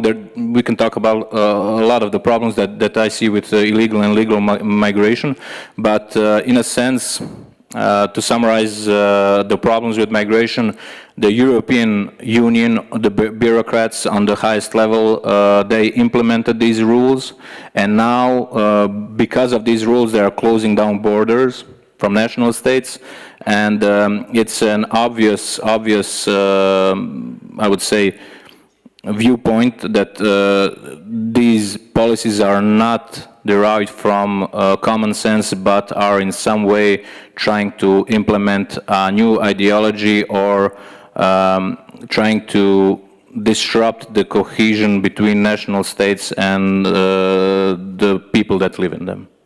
Thank you. Thank you very much. Mr. Dimov, I'll turn it to you now. As in the similar direction, if the European Union wants the strong and safe Europe, it cannot keep the Western Balkans wait too long in the waiting room. So in a way, for the European Union countries to protect their borders and their security, they need to protect the Western Balkans. What do you think is being done and should be done to increase security in the Western Balkans and to counter the negative effects of migration? Благодаря. На практика... Thank you. Well, if there is a vulnerable place in Europe, it's natural that all external attack will go through this vulnerable part, the least protected part of Europe. And of course, if the Western Balkans are not part of the European Union, this is where the most serious attacks will be. Migration is one of the key issues for the security of Europe. But for me, there are two lines of threat, two main lines of threat. The first is the threat of migration, the threat of Russia, China, Islam fundamentalism, and so on. For me, this is the small threat. The big threat is Europe. Europe, liberal, green, socialist threat. There's no empire that was conquered by the barbarian unless it was in a serious crisis. No civilization could disappear unless it broke out the roots that created it. And that's why when we discussed in the first panel about the accession of the Western Balkans, we said that they belong to this civilization, but we have to answer first the question, what civilization that we are part of? Is this the European civilization or not? My answer is no, it's not the European civilization. I'll try to prove it, and demonstrating that this is not the European civilization, I'll try to show that that going through the EPP, going through the Greens, the Socialists, who of those people, in the name of an idea, they are destroying the European civilization. What are the fundamentals of this civilization? First, the ancient Greek notion of democracy. There's no other civilization that has a similar understanding. No, none. Does Europe have at the moment democratic governance? No. We are moving away from it. Let's recall that this idea of the European Union was questioned at 3 referenda, France and the Netherlands and Ireland. All 3 countries voted against. Democracy means the right of the sovereign, the people, to rule. But the European politicians, they circumvented the referenda. They did not adopt an European constitution, but they adopted the Lisbon Treaty, which substituted the constitution, and it created that European Union that was rejected at the referenda. This is not democracy. This is circumventing. Well, in the last 4 terms of office of the European Union, the Parliament of the European Union were they characterized by democracy. The polarized left and rights, they ruled together against their voters. Is that democracy? To offer various things at the elections and then create a screen or just a facade that is very clear and understandable, including with its attitude to the Western Balkans. The second fundament, this is the Roman law. And we're talking about the rule of law all the time, and I have to explain here with a clear message to the European conservatives and reformers. If you're playing a football game on the field of the pitch of your opponent, you will lose. So you have to act in the most true way.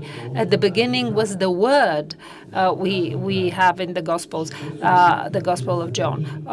And we are actually playing with the enemy, and the enemy is trying to ban the freedom of thought. And without thought, there's no human. So can we call them opponents? Was Stalin an opponent or Hitler? We had to fight against them in order to win back our lives. Let's go back to Roman law. We are talking about rule of law. All the examples given by Milena were related to the rule of law.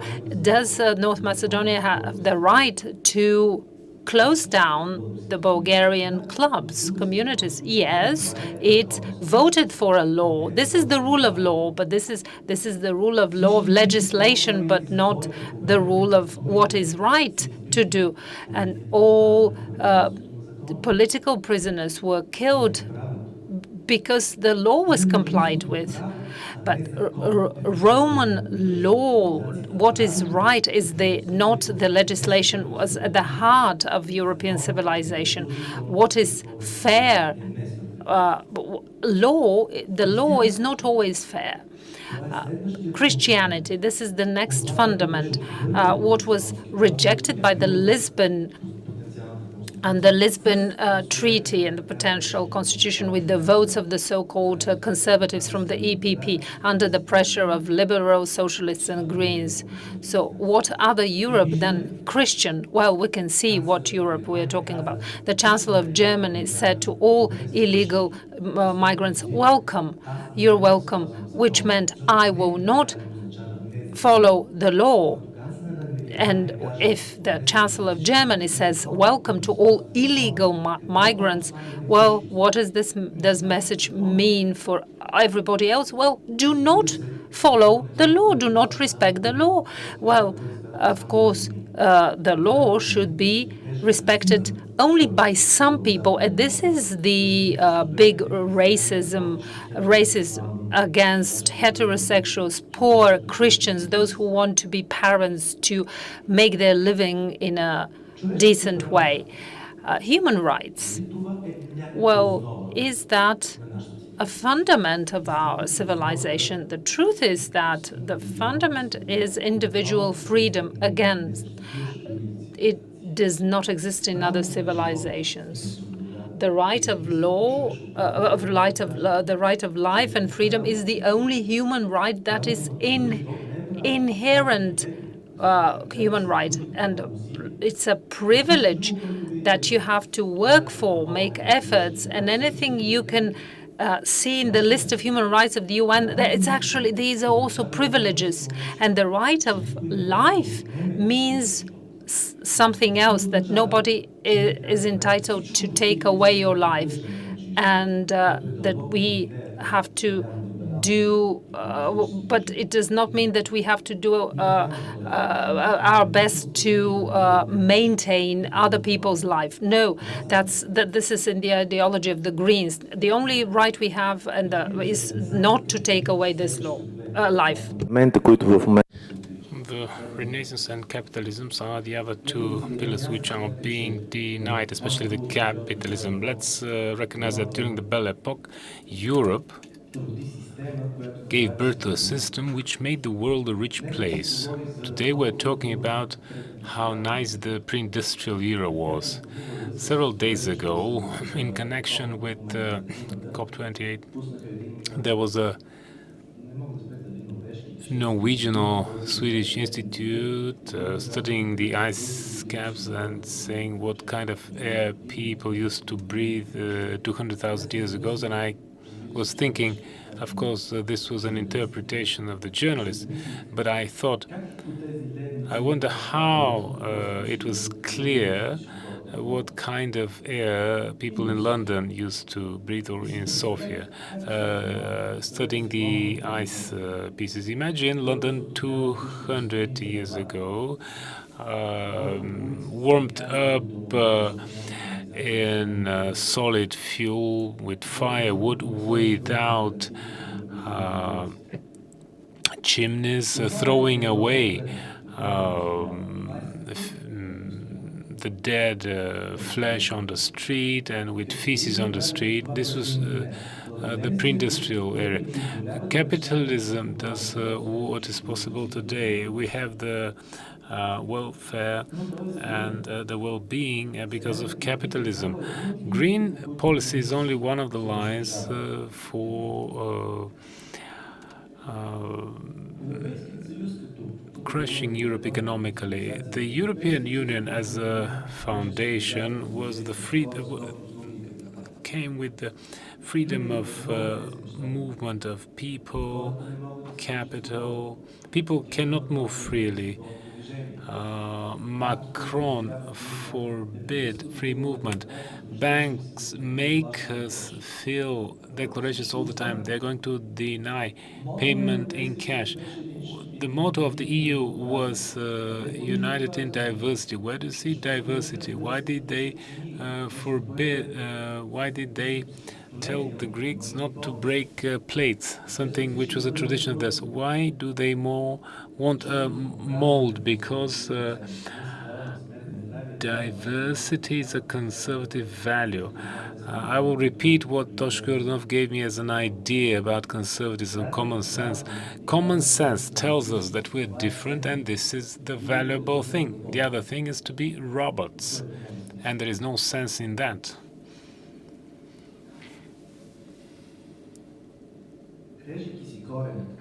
Cutting the roots of civilization and ruining our foundations that we have lived because of, we are losing our moral advantage, irrespective of how strong economically a union is. If it loses its moral advantage that we used to have for 200 years, it will lose everything. So we should fight for the moral supremacy of Europe, not to be ashamed of it, and to go back to the foundations our civilization was built upon. The Western Balkans are an integral part of this. The other part of the Balkans are also an undoubted part of this, and France, Germany, and other countries also have a contribution. Thank you.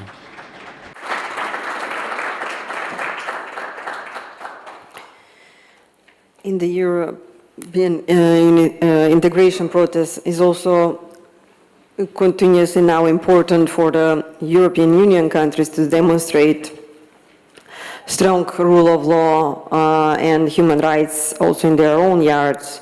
But we also have on this panel, we should turn to the topic of foreign malign influences, and we have experts here specifically on Russia and China. They work in different routes, through different routes. Russian malign interference in particular takes advantage of the weaknesses and shortcomings of political institutions and corrupt political actors, thus destabilizing internal security and distancing these countries from the European and NATO integration. On the other hand, China's strategy is focused on investing in large infrastructure projects financed with corrosive capital and non-transparent concessional loans extended at damaging high interest rates. Mr. Arabajic, first I will turn to the topic of Russia and foreign malign influence. So the conflict has long troubled the Western Balkan countries, damaging the and backsliding lives of numerous generations. So preserving inter-ethnic relations, preserving peace and continuously investing in security is always needed. Ensuring NATO membership has been key for Montenegro, North Macedonia, Albania, and previously Croatia from the region. But the war in Ukraine has again shaken the sense of security. What are all the implications of the Russian aggression in Ukraine for the Western Balkans? Thank you, Mrs. Moderator. It's a pleasure for me to be on this conference. I want to thank organizers, Warsaw Institute for invitation, EDYN, and of course, last but not least, New Direction Foundation. Yes, today I'm as a representative of one of countries which is stalwart ally in NATO. It's Poland, which is also a hub for military and humanitarian supply for Republic of Ukraine, which is bravely fighting with the Russian aggression. And it's the shield and sword of the West at the moment. War in Ukraine is at the now we have 23rd, the end of the year. I was preparing some another papers for my students. I thought, okay, I will see what's going on in ChatGPT. I have written there war in Ukraine. Okay, it started to download some information, and there was information that, sorry, ChatGPT at the moment is downloading information only till January 2022. let's see, one of the newest things which we use for education, for work, it's artificial intelligence. We are happy that there is knowledge in our society, in civilization, but even this is the moment when the world have changed. The aggression, Russian aggression on Ukraine, 24th of February 2022, made this part of Europe, center-eastern part of Europe, one of the most fragile places in the world. It's the same problem in the world as the Middle East at the moment, the Indochina region, and that's also very important for the security of whole security architecture in the region, are also Western Balkans. I can use this maybe small antique thing, Achilles heel of the security architecture of the region. And that's why it's important that both European Union and NATO, because at the moment, remember that NATO is not only a military alliance. When you read about NATO, it's most important, it's mainly a political and military alliance founded on values, Western values, Roman law, Greek philosophy, and Judeo-Christian values. That's why we have to be strong together. And it's important that Western Balkans, countries of Western Balkans, which are not in NATO, and in the European Union, because of their heritage of being part of truly European culture and history, have to join the European Union and NATO. But on the other hand, we have to show that the Western countries, also Poland as one of the leaders of the region, should show the road to European Union, to NATO, because at the moment it looks like that everybody wants, okay, Serbia, let's go, let's be in the European Union, it's very nice, but it's only small talks, there are no concretes. But on the other hand, as I told before, NATO is, for example, for me it's the most important thing, because I'm from a country which is on a border with a big invasion and war, is built on political and military alliance. That's why also Western Balkans country should, for example, know that there is rule of law, that we are a bigger family, united in diversity, but on the other hand, as I told, Judeo-Christian values, which founded Europe.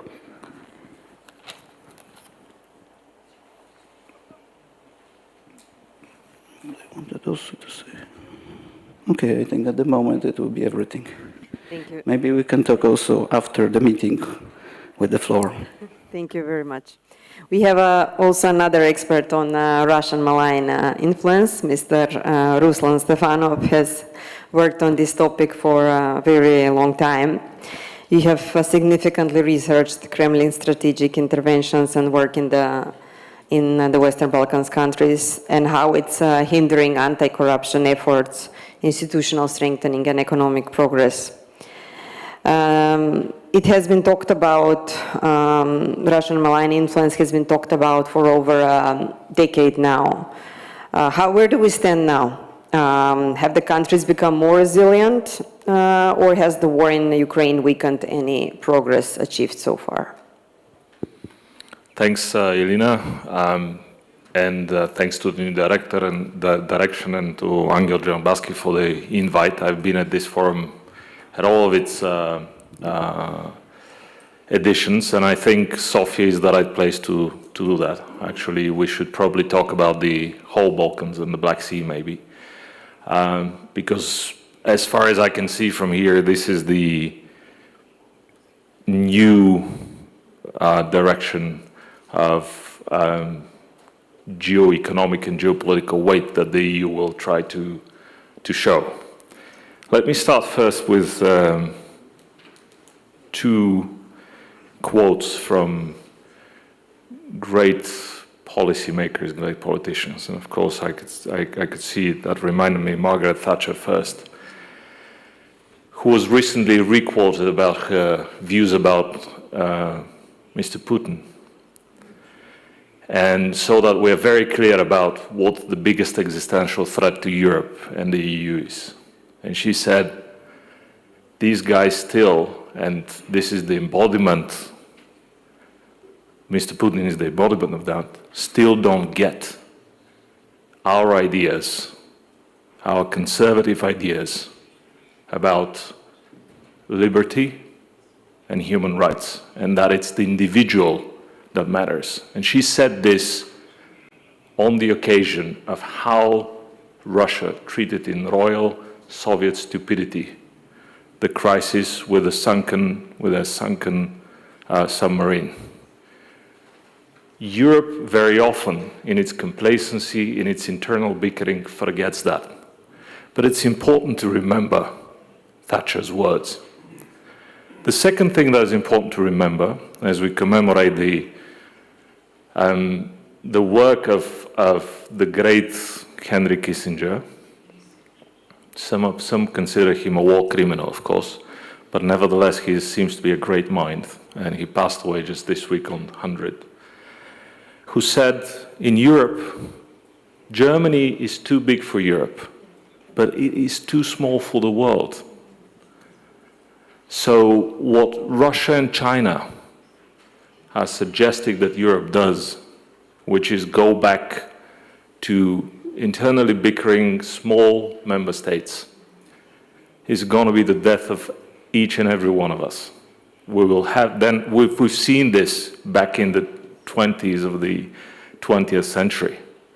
That means we will be at the mercy of regional powers like Russia and Turkey.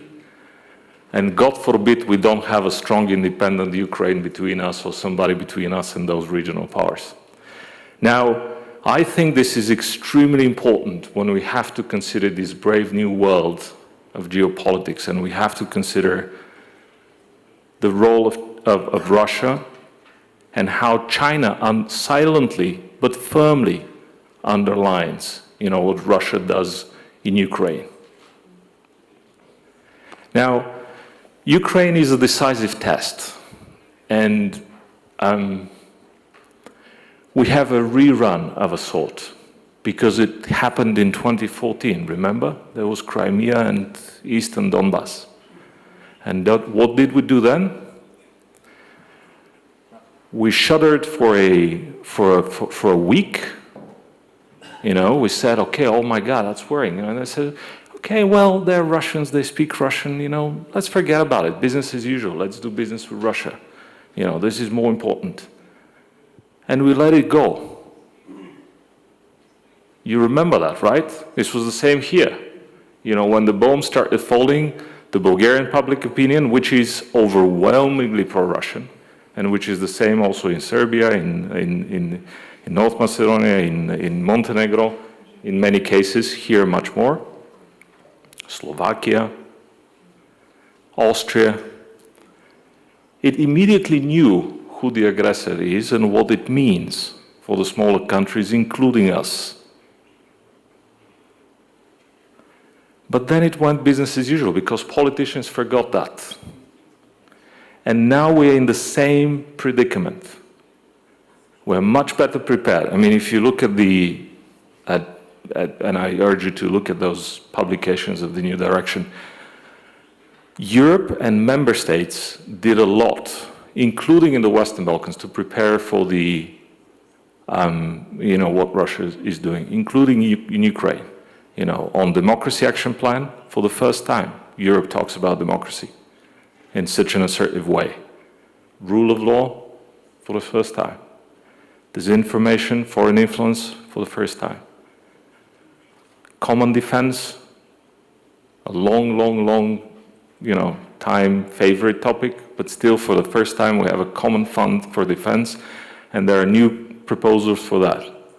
So all of this is happening also in nation states. But what I can see now, looking at the sanctions enforcement and actually the sanctions evasion is that we're going into the same complacency that we did previously.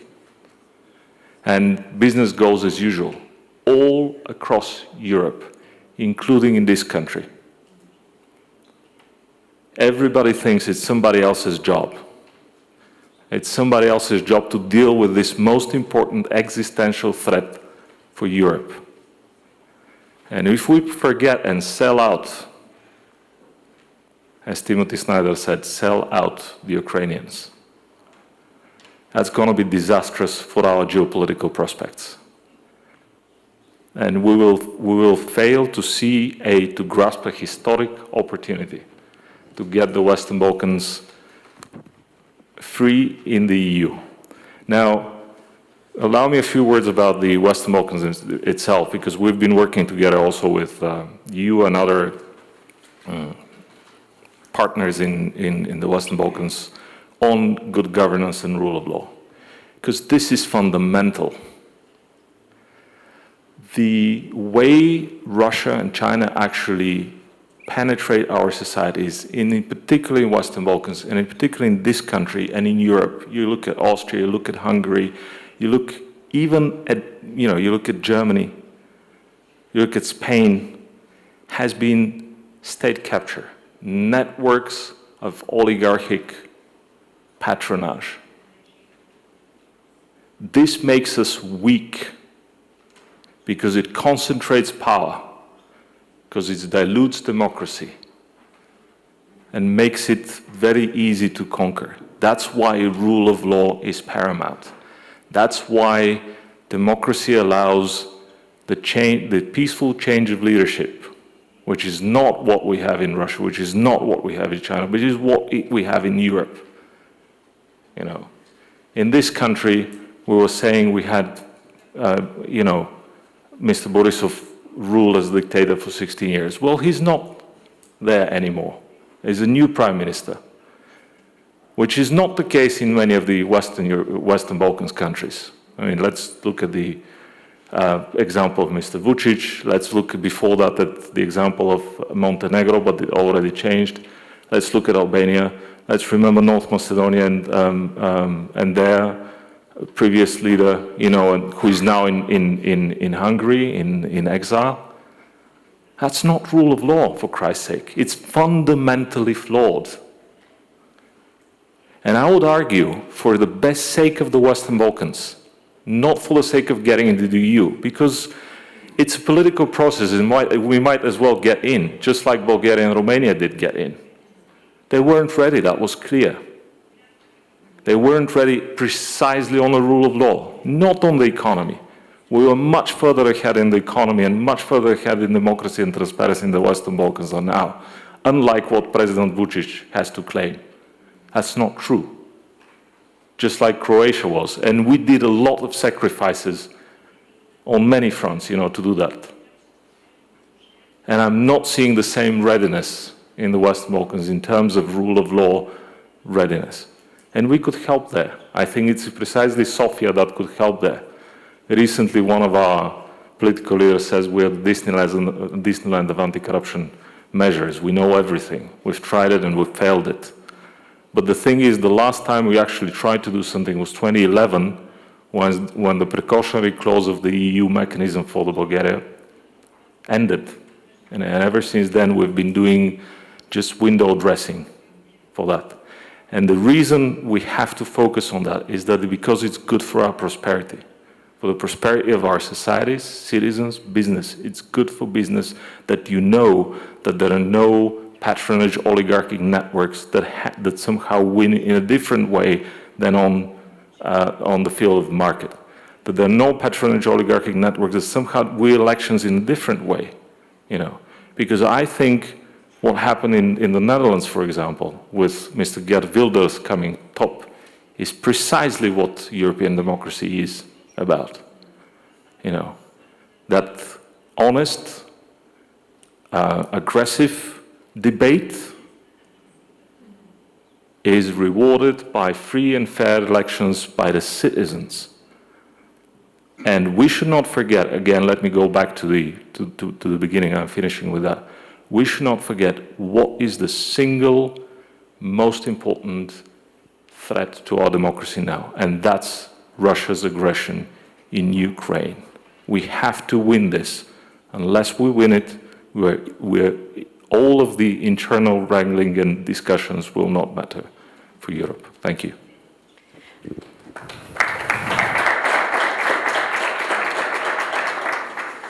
Thank you very much, Mr. Stefanov. You closed with a very positive message about the need for Bulgaria to be a stronger supporter and driver of the Euro integration process of the Western Balkan countries, such as in many regards are seen Croatia, Slovenia, and the Visegrad countries.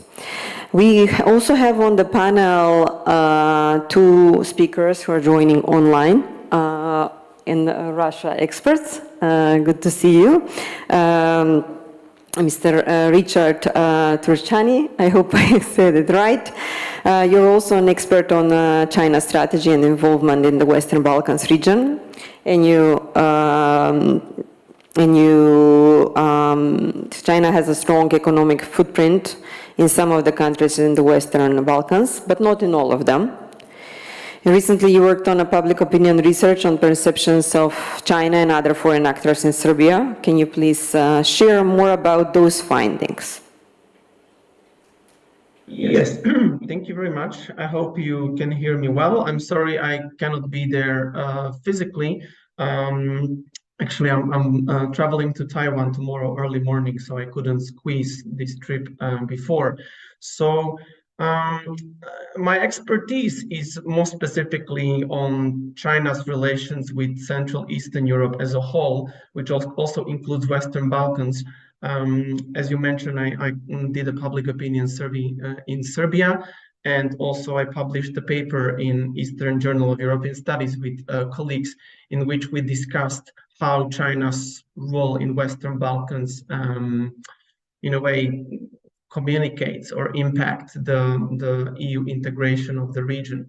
So I'll try to make some broader points from these perspectives, and I understand that Stefan, the next speaker, he will probably talk more about more concrete issues which are happening within Western Balkans, within individual countries, because obviously, the situation is different in each of these countries. The countries are different.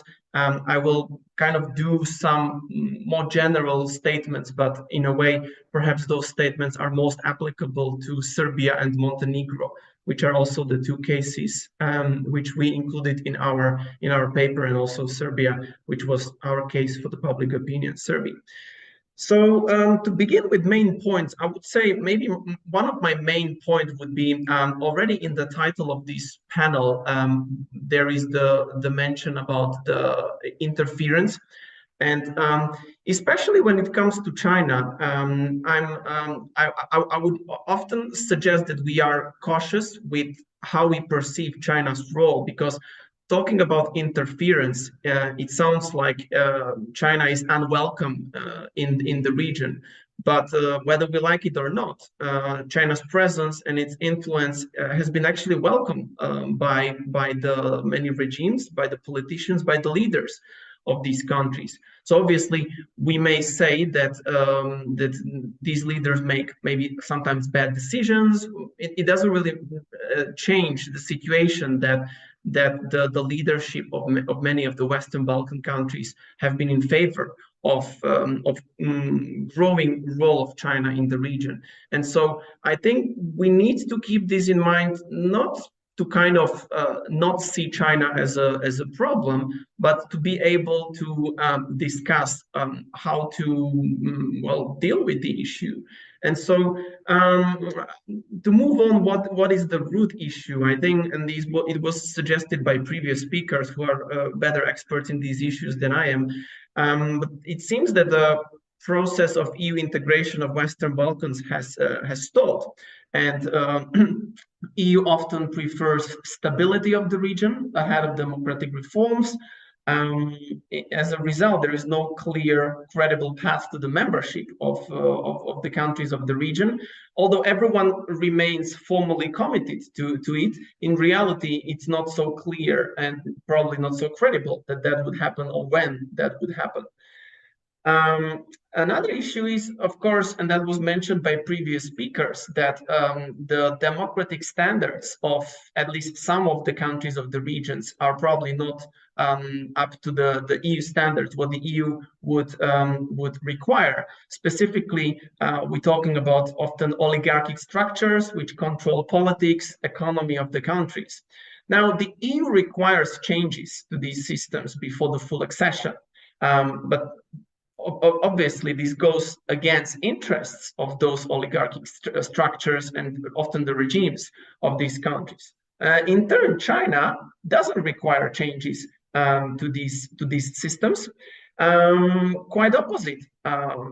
China is willing to engage in partnership, in collaboration with the regimes, and in a way, it strengthens their role. And so, for the politicians in these positions, then they would be often in favor of dealing with China. Because on one hand, they would have misgivings about the EU, about the slow process, lack of credible path to the membership, not even mentioning the sometimes very problematic views of the US and NATO, such as in case of Serbia. And these politicians and regimes would use China as a signal to make a point to the West that they have alternatives. Now, I don't think that China is a real alternative for the region. It is questionable. Obviously, China's economic role, influence has increased, but China is still very far geographically. China's economy recently has run into troubles. Its outward investments, global investments, has significantly decreased. It remains questionable how this process will continue. China's loans, which has been a preferred way to engage countries, especially in Global South, but also Western Balkans, has significantly decreased. And so, yes, China is a major trading partner, mainly because of the imports from China in the region. China obviously is manufacturing powerhouse for the entire planet.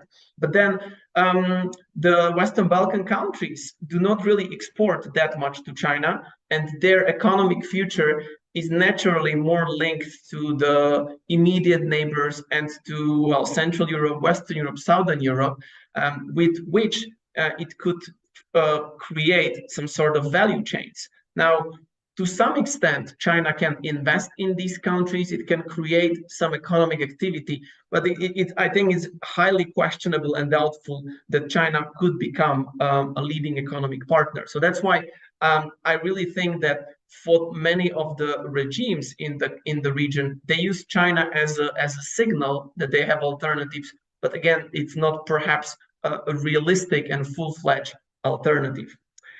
So to sum up my argument, China is not the reason why the EU integration of the region has stalled.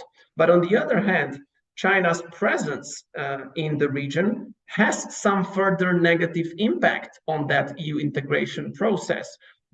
For instance, because, environmental problems with environmental laws, opening of coal power plants, as I already mentioned, strengthening of the oligarchic non-democratic structures, issues with rule of law, corruption, that issue, which is an issue in Montenegro, in Serbia.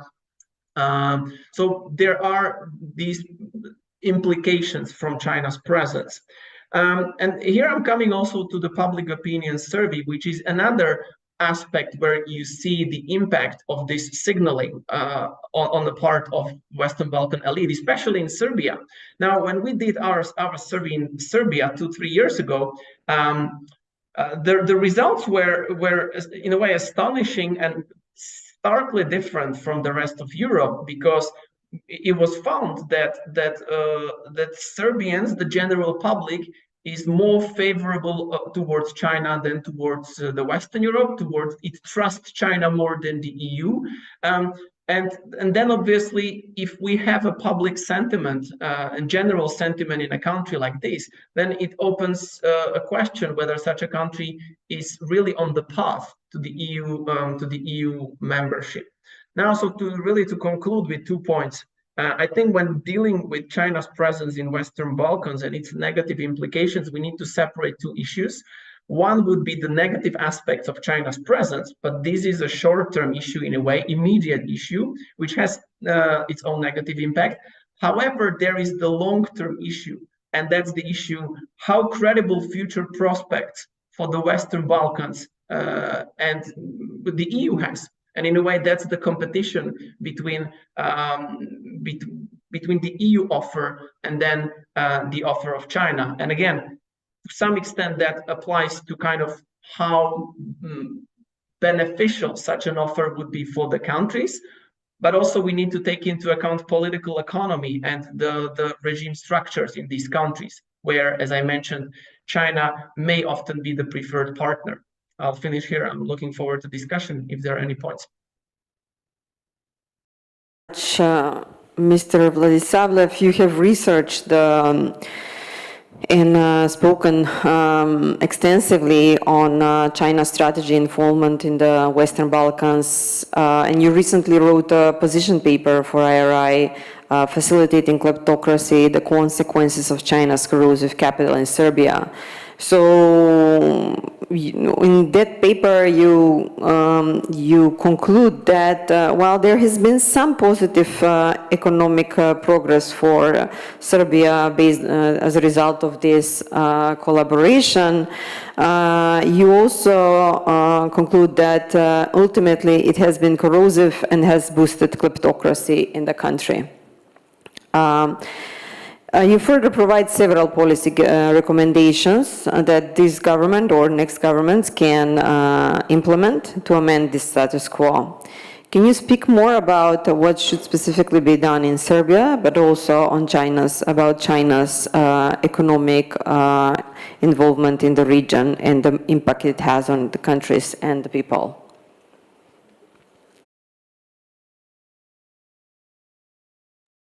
Well, first of all, thank you for having me, and it's been a pleasure to listen to the previous speakers.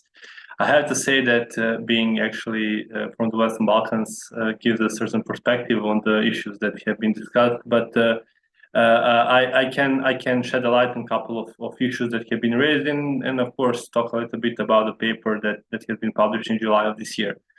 First of all, regarding the Chinese presence in the Western Balkans, and this has been touched upon a little bit, there is no template that can be used to look at the Chinese presence in the whole Western Balkan 6. You have Kosovo as an actor that doesn't have any diplomatic or official relationship with China, and although there is some limited economic impact, it is not really something that has been seen as relevant in the wider scheme of things when it comes to the Chinese regional interference in the economic sense. Countries like Albania and North Macedonia, although do have Chinese presence up to a certain point, can be best described as the countries with a very limited impact, and it is something that is also to be seen through the perspective of dedication to the European integration of those countries, either proclaimed or the real one, but having in mind that those countries are also part of the NATO alliance. It is more likely for them to align with the transatlantic partners than with China, both in economic and in a political spectrum. Then you have the very interesting case of Bosnia and Herzegovina, in which, although with all things considered, people would think that the Republika Srpska has much better relationship with China than Federation of Bosnia. It's actually quite non-discriminatory approach of Beijing to the cooperation with Bosnia, with infrastructural projects and cooperation being developed with both sides, with both entities in Bosnia and Herzegovina. And if there is one country that flies a little bit under the radar when it comes to the Chinese presence in the region, it has to be Bosnia. I have to say that needs to be Bosnia. With Montenegro, things have been best described as ups and downs with the cooperation with China. But to highlight the point that was previously made, what happened in Montenegro happened on the premise of demand-driven cooperation. So it's not that anyone from Beijing came to Podgorica and said that you have to build this highway. It's that Chinese were asked by the government, previous government in Montenegro, to fulfill a decades-long dream of Montenegro to have a highway that will connect the seaside and the border of Serbia, or to be more precise, north and south of the country.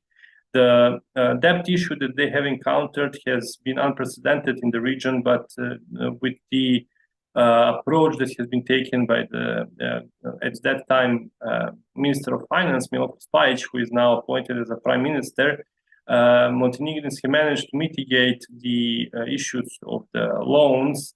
And what has been interesting development is that they have actually continued to develop cooperation with China. And with the arrival of the new ambassador, you have a completely new and more proactive approach with the Chinese in Podgorica, and of course the rest of Montenegro. So you cannot say that some bad experiences from the recent past have furthered the distance between two countries. And then, of course, you come to Serbia, and Serbia is actually a poster child of Chinese influence, not only in the Western Balkans, but in the whole Southeastern Europe. It can be up to a certain point compared with Hungary, but having in mind the developments and that Hungary, although with its own issues internally, it still has a little bit of the checks and balances coming from the European Union, which are limiting developments, facilitating Hungary-Sino partnership. While in Serbia, pretty much everything goes and everything flies. Whatever Serbian government wants to develop with the Chinese partners, it is very easily put into the realization. And what has been seen over the past 2 years is that China has become a #1 investor in Serbia when it comes to the provision of the FDIs. So there is no individual country that invests more than China. When you combine EU's 27, you come to the number, for example, in 2022, you come to the number of 1.44 billion, while Chinese have only in 2022 invested 1.37 billion euros, which brings China almost to the level of the European Union when it comes to the level of foreign direct investment. And when you have a government in Serbia, like we have current government and probably the main part of the next government as well, you have a government that puts economic development as a first and the highest value of their governing system, which means that everything is second to the economic growth, to the attraction of the foreign direct investment, and to the general sentiment about the well-being of the Serbian economy that has been pushed by the Serbian government. And that is where we come to the topic of kleptocracy, and that is where we come to the topic of corrosive capital. First and foremost, when it comes to the kleptocracy, the most evident example is the promotion of China as fully beneficial and positive partner for Serbia. Basically, you're disregarding any type of the negative aspects that have been imminent or that can come down the road out of the cooperation with China, because in the short term, Chinese companies have facilitated opening of the new workplaces. They have saved a couple of old industrial complexes, and with push by the Serbian government, have participated heavily in the infrastructural development based on the loan agreements. And that is another aspect of the kleptocratic practices, is that we still do not have that public discourse that clearly divides foreign direct investments and the loan agreements between two countries. When it comes to the corrosive capital aspect of that, corrosive capital, and this is something that has to be really highlighted. There is no a capital that is corrosive in its immediate sense. So you have to have combination of the willingness of the government to facilitate the corrosive capital, and you have the aspect of the country coming with a certain goals and objectives in your country, which means that if there is a Chinese capital coming in Serbia, which is fostering transparency rules, competition practices, standard procedures, nurtures the rule of law, goes in line with the standards and procedures that are Serbia agreed as a candidate country to the European Union, then you cannot call the Chinese capital corrosive. But if you have a capital that lacks transparency, that disregards the market rules, that at some point affects in different ways environmental standards in Serbia, then you have to call it corrosive capital. And then the question is, why a candidate country, European Union candidate country, develops such type of cooperation with China? Well, the first answer goes very much in line with what has been said previously regarding the trust in the European Union. But I have to add one thing. It's not China as China that has been, a reason why the country has become so popular. There is a dominant sense of anti-Western narratives in Serbia. And that void of trust towards Western partners have for years and years been fulfilled by Russia. And Russia has been an unprecedented partner when it comes to the popularity among Serbian people. With the outbreak of the Russian aggression, with the new wave of the Russian aggression in 2022, even Serbian government figured out that it's not really a smart move to promote partnership with Russia up to highest levels that has been reached previously. So that is where China stepped in. China has become now more and more present in the narratives pushed by the Serbian relevant stakeholders. And the position paper that you have referred to also mentions the fact that there is a certain type of consensus among both ruling parties and the opposition parties that based on the popularity of China is not really an actor that you should attack or that you should criticize. Another reason behind it is that there is really no competences within the Serbian society to understand the Chinese presence and all of the aspects of the Chinese presence, both on the national, regional, and the global level. But one thing that can be solved, and this goes in line with the corrosive capital aspects, for example, each and every contract that Chinese, and this is pretty much a template in other countries as well, but when you have a country that pushes national interests, it is how you can sell it to the Serbians. Each and every contract, for example, in case of any disputes, contract for the infrastructural projects, so loans, in case of any disputes, so if there is a deadline that has been breached, if the quality of the work is not sufficient, if there is any crime or corruption connected, any type of the dispute needs to be resolved in front of the Chinese courts. So what is the Serbian interest in all of that, except to get the highway or the motorway or the bridge in the end? The second issue and the second problem is that Serbia has connected itself with the Chinese through the loan agreements to the 2040. I'm going back to the political parties. So basically, if Serbia doesn't sign any more agreements ever again, we will still have to repay the existing ones up to 2040, which means that if you want to become a ruling party in the next 15 years, you will have to deal with the Chinese.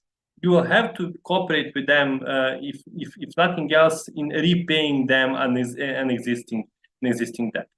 And to bring it to the closure, what has been mentioned by the previous speakers, so I didn't really want to repeat it, but it is very important to highlight it.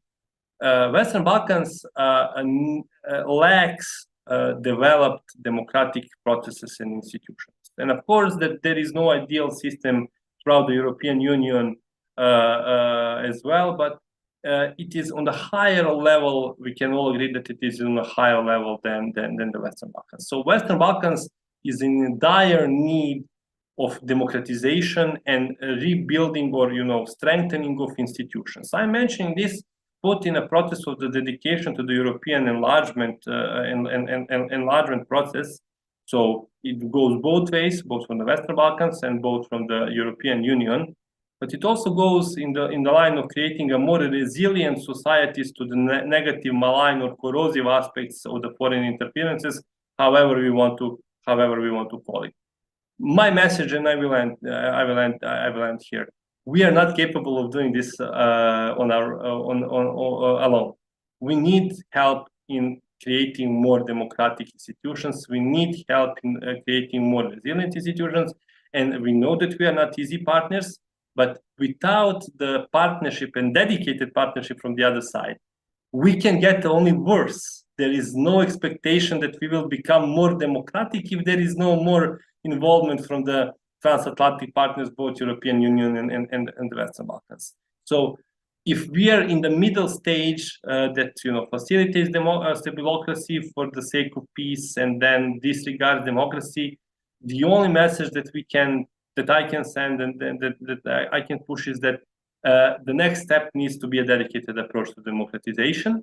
And down the line, so in the decades or a couple of decades, we can hope for a more trustworthy democratic institutions throughout the region, which will be more resilient to the negative aspects of the foreign interferences. Either we are talking about Russian ones or Chinese ones or whoever comes third. And I will stop here.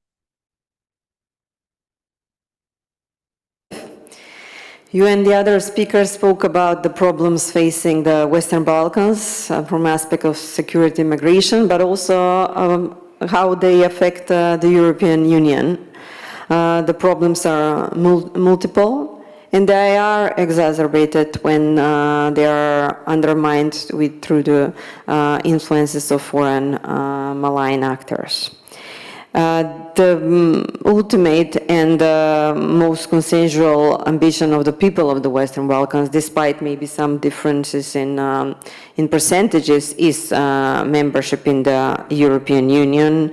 And these countries do naturally and geographically belong to Europe. It is in the interest of Europe and the Western Balkans to have a strong and stable Europe and Western Balkans. So thank you very much for all the speakers today, for sharing your expertise and sharing your messages and recommendations.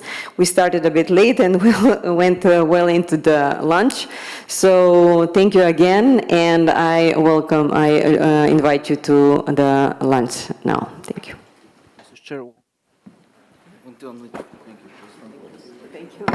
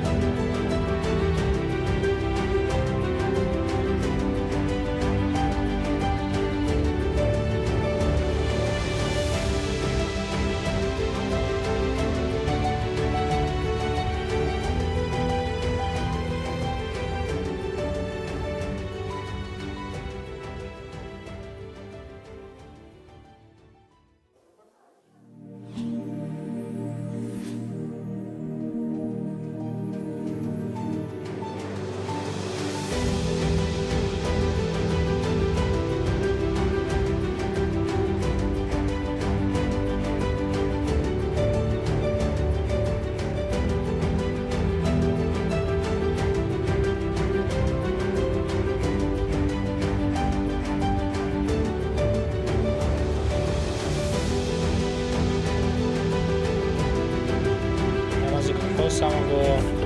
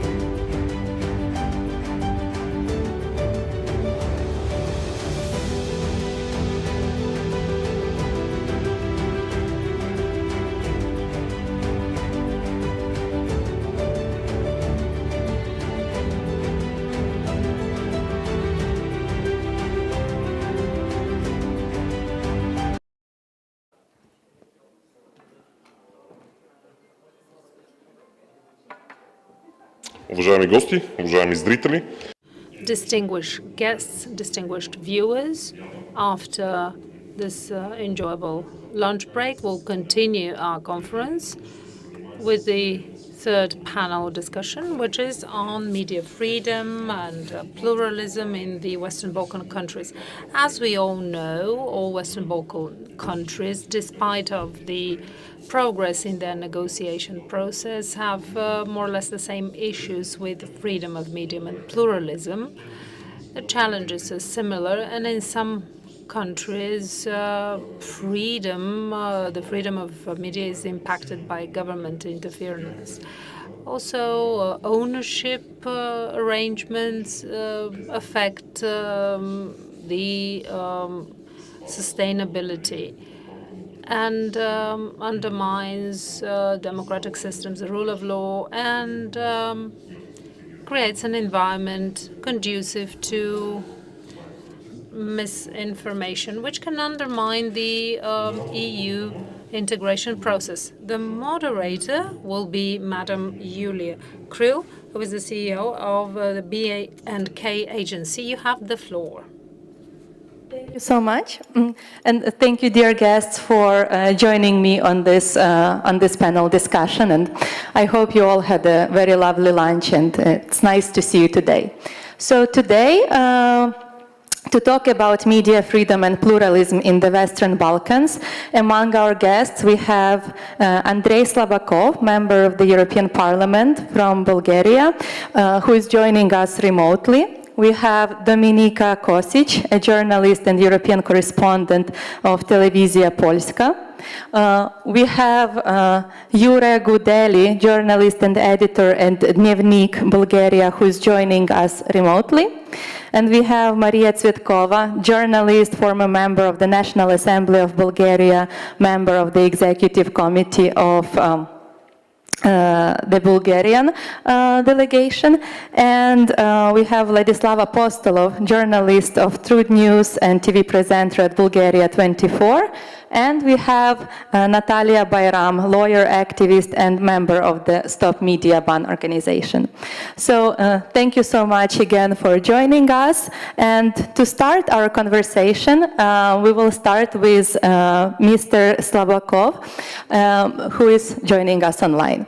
So, dear Mr. Slabakov, to start the discussion, could you share some thoughts about how do you perceive the current state of media freedom in the Western Balkan regions?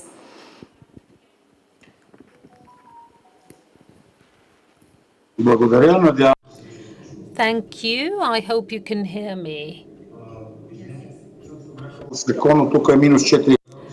I'm sorry for my outfit. It's -4 degrees here, but it seems very cold. Media freedom is something that there's an ongoing discussion about at the European Parliament. There are a lot of issues in the Western Balkans, and they're largely political, mainly related to North Macedonia, where anti-Bulgarianness is an official state policy, and also in Serbia. Those two countries always have those issues. And whenever they have some issues, they say that Bulgaria is a fascist state, and they say horrible things about Bulgaria. So there is an issue with media freedom, not only in the Western Balkans, but across Europe. The latest thing I heard from Serbia was that they could not recognize the Bulgarian minority because Bulgaria does not recognize the Serbian minority. But there is no Serbian minority in Bulgaria. If you look at the territories from Bulgaria that were detached from Bulgaria and given to Serbia, you will understand that there is Bulgarian minority in Serbia. And the same is true of North Macedonia. And this all happened in 1946, if I'm not mistaken. So this is not media freedom. Those countries, they use the anti-Bulgarian rhetoric for their own political interests. We live in a very malicious and malign environment of disinformation, fake news, and propaganda. Perhaps this is one of the darkest periods in human history because we are flooded by lies. I'm one of the rapporteurs of a report talking about the dark periods in our history, in the history of Europe, and the main rapporteur is a Cypriot communist. And again, we talk about media freedom and historical facts. And he tried to say that the crimes committed by the nationalist, socialist, fascist regime in the name of communist idea have to be condemned. And I told him that when we talk about ideas, we should remove the word regime or add the word communist regime. And he said that Marxism is studied at universities and it's a kind of philosophy. And I told him that if Hitler Germany had won, you would all have had to study Mein Kampf, and communists would have been banned. So this is a distortion of facts. There's an atrocious manipulation, I think. I will give you an example with the Netherlands, Holland, which is called the Netherlands now. And I will give an example of a conversation. What is the Netherlands famous for? Well, prostitution, drugs, black market of human organs, pedophiles, and illegal trafficking of migrants from different countries, because there are some hubs there that provide money for all this. Also in Austria, Germany, and France. From those territories, there are financial flows. And if those flows are disrupted, there will be no more illegal migrations, because Bulgarians and Romanians are kind of subcontractors that can only traffic a few people from one point to another. But what did I not tell you in this about in this manipulation? What I mentioned about the Netherlands is true to a large extent, but I didn't tell you that they are great seafarers, great artists, football players, and I didn't tell you about Erasmus of Rotterdam. So when I tell you just the semi-truth, well, this semi-truth turns into a lie. And this is a big problem for the media. They just take over an idea and they think they've told the truth. But the facts cannot be interpreted. News should be objective, unbiased, and not interpretative. And this is the big issue with the freedom of speech. Another big issue is the abuse of the freedom of speech. Anyone who says something, no matter what it is, I think should bear responsibility for what they have said. Sometimes there are words that can really lead to criminal liability because they can spread panic and fear. So this is the definition of terrorism. And I will finish off with a quote, and I think you are aware of it.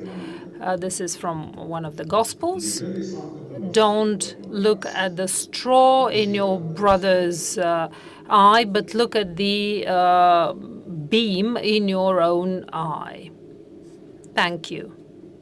Thank you so much, Mr. Slovakov.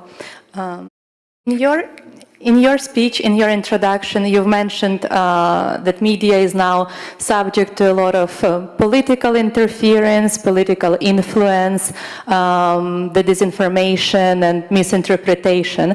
And so I would like to address the journalists here on the panel first to talk a little bit about which challenges you're facing as a journalist working in the Western Balkans, working being correspondents between EU and the region. And so how, from your experience, you're being treated as a journalist. So we can start with Dominika. Thank you. Hello, my name is Dominika Husić. I am correspondent of Polish Public Television. I'm based in Brussels since 2005, but before I was covering Balkans issues. I'm also half Serbian, so I know this region very well. I'm very happy to be in Sofia, by the way. Let me start from something different. Very general question. How do we understand freedom of media? What means freedom of media? It is freedom to express our opinion, our comments, and to report a situation without any pressure from different factors. But freedom in media doesn't exist without pluralism. And it is very important. I know that it is obvious, but it is especially important now. And instead of complaining how big problems are with freedom of media and pluralism of media in Western Balkans, let me complain about Western Europe, because sometimes there is a tradition, there is a way of behavior that some Western politicians are looking on the Western Balkans like second category of the citizens, that we are better because we are from Western Europe and we have moral right to teach you something because we are upgrading to comparing with you. This freedom of media in Western Europe is not much better than in Western Balkans. There are some examples from recent years. I guess that you remember what happened in New Year's Eve in Germany in 2015, but it was massive.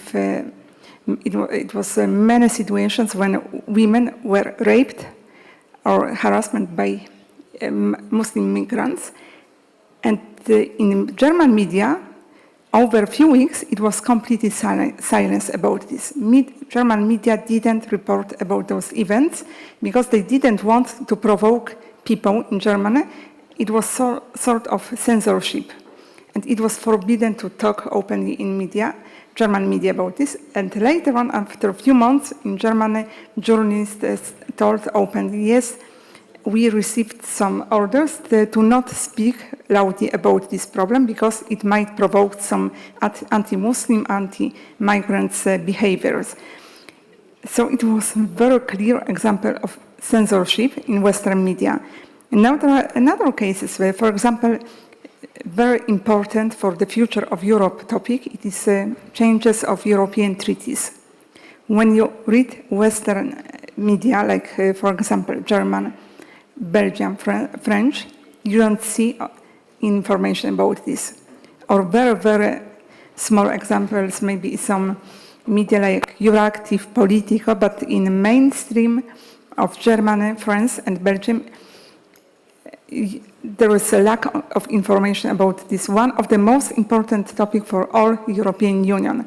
In contrary to Poland, because in Poland we are focusing on this very much, maybe sometimes too much, but in Poland you can read about this. The same about Green Revolution, Fit for 55, and also negative consequences of this. In Western media there is another silence because the owners of media don't want to talk about this, and the journalists have to listen. So instead of teaching Western Balkans, sometimes Western European countries should teach themselves. It is my first remark. And of course, when you compare the situation of the freedom of media, of freedom of journalists, there is a recent report of Helsinki Human Rights Foundation, and they mentioned not only countries from Eastern Europe, of Western Balkans like Albania, Serbia, Northern Macedonia, but also France, Italy, Germany, Poland, Belgium, as a country in which there is a problem with freedom of media and the freedom of journalists. In many countries, journalists were targets of attacks during manifestation, not only from the side of the people who were manifesting, like in the France, in Paris during Yellow Jacket manifestation, but also policemen, because French policemen were observing situation and they were also attacking journalists, even if they were, if they had the information there from press. So it was many cases, and it is in the recent report for the last year of Helsinki Foundation. But it is not only one situation. So my general remark is that we have in Europe problem with freedom of media. We have the problem with censorship, but it is not only specification of Western Balkans. I know the situation, of course, in Western Balkans, in Serbia especially, in North Macedonia, in Croatia, and of course there are information that there is problem with pluralism.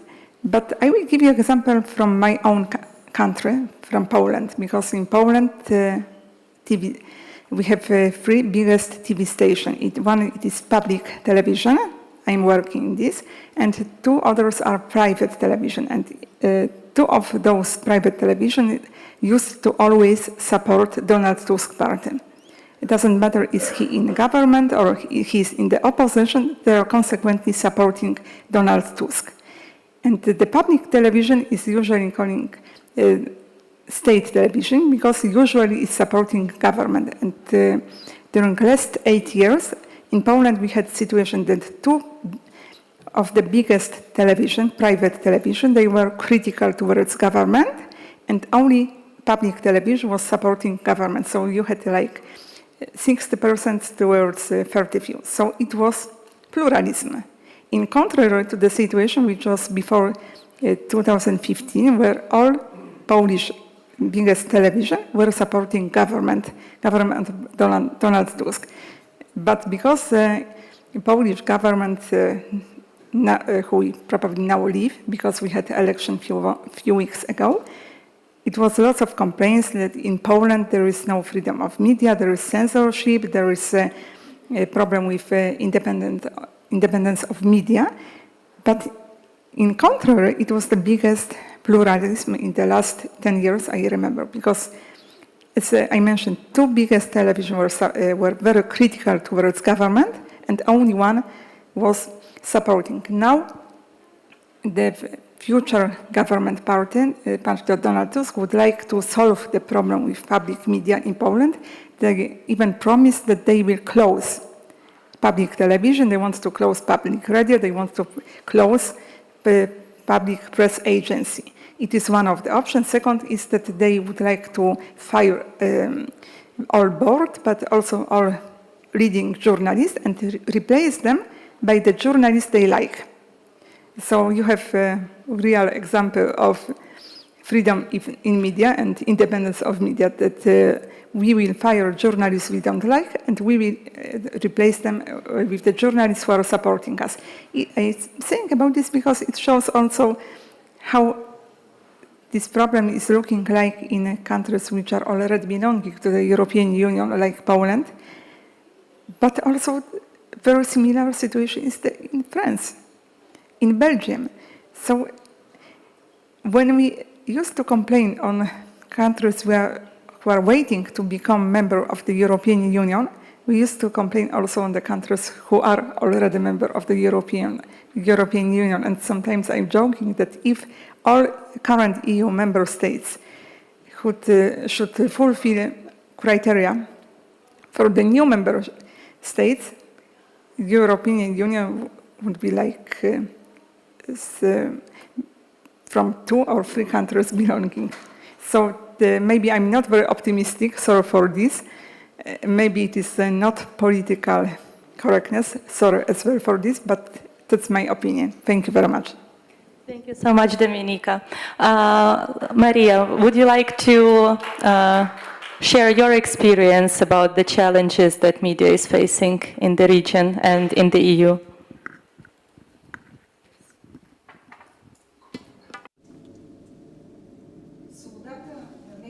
Media freedom is a powerful weapon of democracy, but it needs to be used in the right way, because otherwise we are risking to have the media be carrier of hate speech. And unfortunately, we're seeing this in some of the Western Balkan countries like the Republic of North Macedonia, where unfortunately we are seeing a ferocious anti-Bulgarian propaganda through the media. Unfortunately, this is not something incidental. This is not some exception. This is something which is happening on a daily basis. The government of the Republic of North Macedonia is having this anti-Bulgarian policy through the media. It is drawing divisive lines between the Republic of North Macedonia and Bulgaria. And what's more, it instigates hatred. Unfortunately, this hatred is focused at the citizens of the Republic of North Macedonia who self-identify as Bulgarians, who don't hide their Bulgarian roots and explicit Bulgarian self-consciousness. Media freedom, therefore, in my opinion, is something quite different. It could be a powerful tool for democracy, but also could be a conduit of hate speech. That's why I'm going to give you a few examples. Let me start by saying what happened at schools in North Macedonia, because this process starts in the schools. The textbooks say that Bulgarians are fascists, occupiers, Tartars. These qualifications are regularly used by Macedonian media. And what can a child do in North Macedonia? The children are being brought up in this line of thinking. What they hear at school, they hear from the media, and this is how there is hatred instigated against Bulgarians, against Macedonian, against Bulgarian Macedonians and Bulgarian politicians. In the beginning of this conference, in the first panel, Mirela Milutinova, the journalist, gave a few bright examples. I'm going to repeat some of them because they are emblematic. And the more we talk about this, the greater example for media freedom we would have in the Western Balkans. In the beginning of this year, Cristian Pendikov from Ohrid. Ohrid is the previous Bulgarian capital that is today on the territory of the Republic of North Macedonia. So Cristian from Ohrid was beaten up severely. He had a broken jaw, broken ribs, because of his explicit Bulgarian self-consciousness. But what was the reaction of the media in the same day? At the Macedonian media, we saw an attack against Bulgaria. This was an occasion for yet another hate speech against Bulgarians in the Macedonian media. And instead of dealing with the perpetrator of this crime, the media started attacking Bulgaria.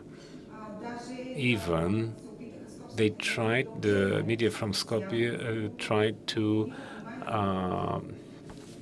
say that he was involved in crimes and lies and manipulations. And this is not the freedom of media we can expect the way it should be.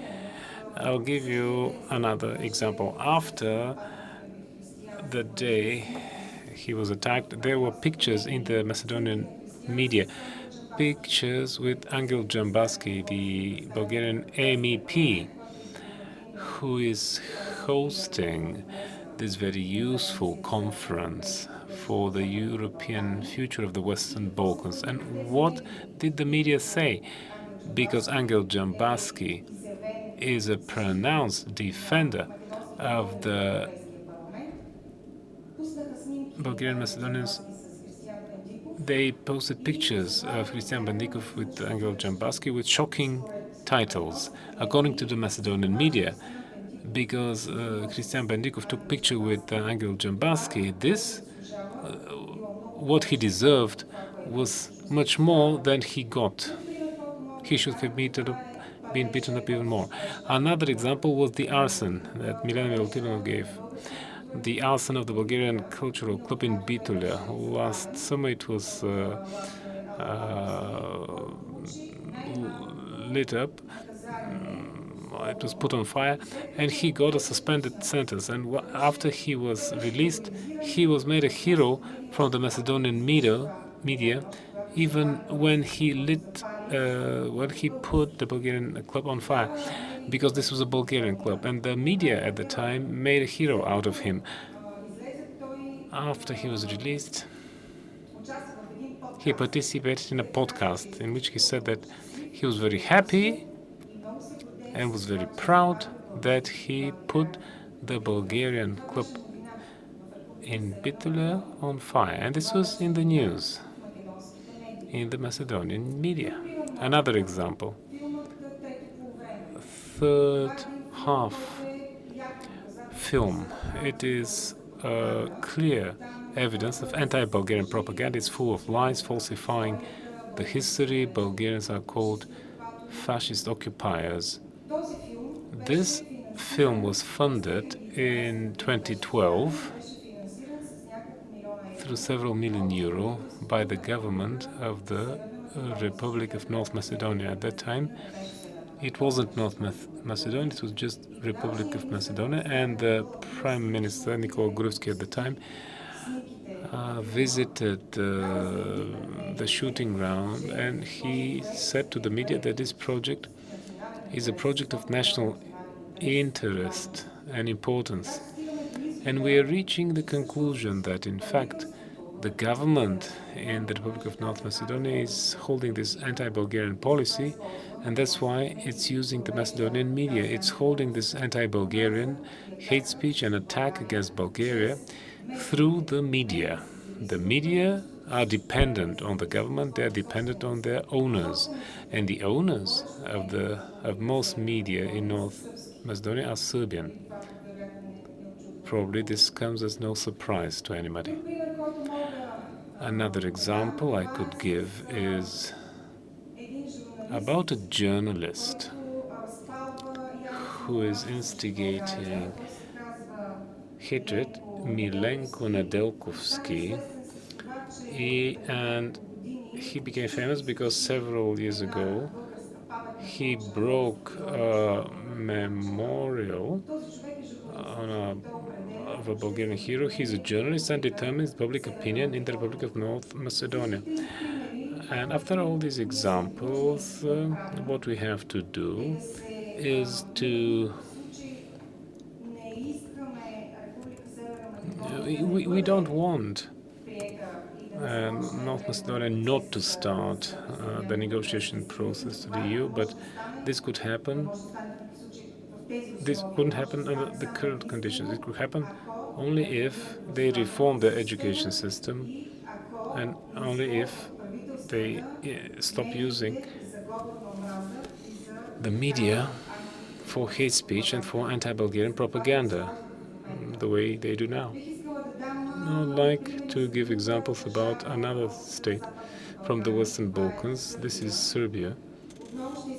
I'm going to use the example by Milena Milutinova. The first panel about human rights is very closely related to what we are talking about now, because they have to do with the media, the public opinion which is formed by the media, and we're talking about the media freedom and pluralism, something missing in the Republic of North Macedonia when we are talking about attacks against Bulgarians or Bulgarian organizations. The media are not there. The media are missing when there are attacks against Bulgarians. We see the same text as if coordinated from higher above. Truth, unfortunately, is missing. But let me go back to the example with the Republic of Serbia.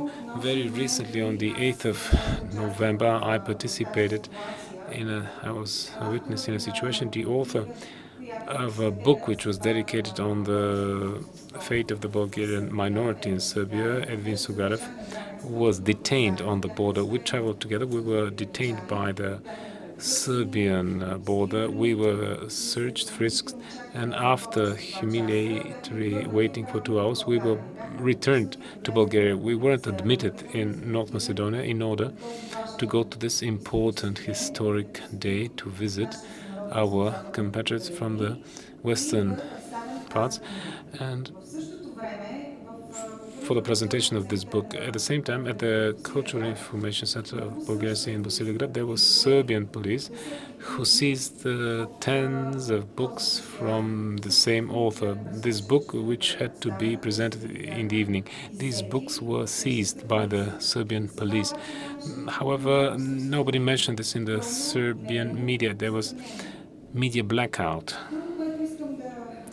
Another thing I would like to add about the Serbian media is that a Bulgarian minority in Serbia has the right to its own newspaper. There is one newspaper, it's called the New Fraternity, but it needs to be Bulgarian, but it's not. In practice, they have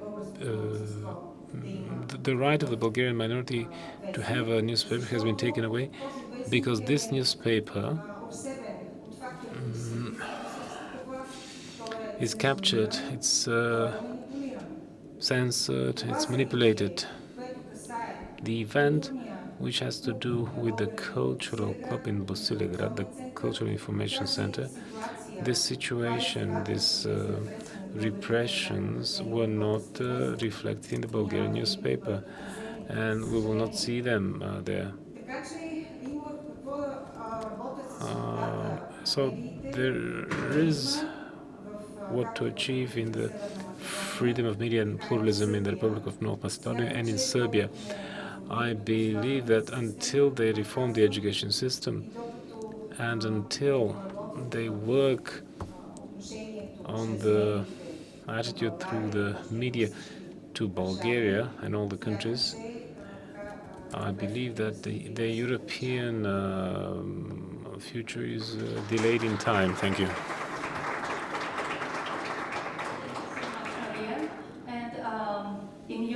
Statement, I heard very, very interesting cases of the situation in the region, and two important things that you mentioned are the kind of media blackout and also the fact that the truth is missing. So I would like to turn to Vladislav with the thoughts on Maria's comments, and how do you think and how in your experience could we tackle this political influence on the media and also the censorship, self-censorship and disinformation that comes from that? Здравейте, и Доминика и Мария. Good afternoon.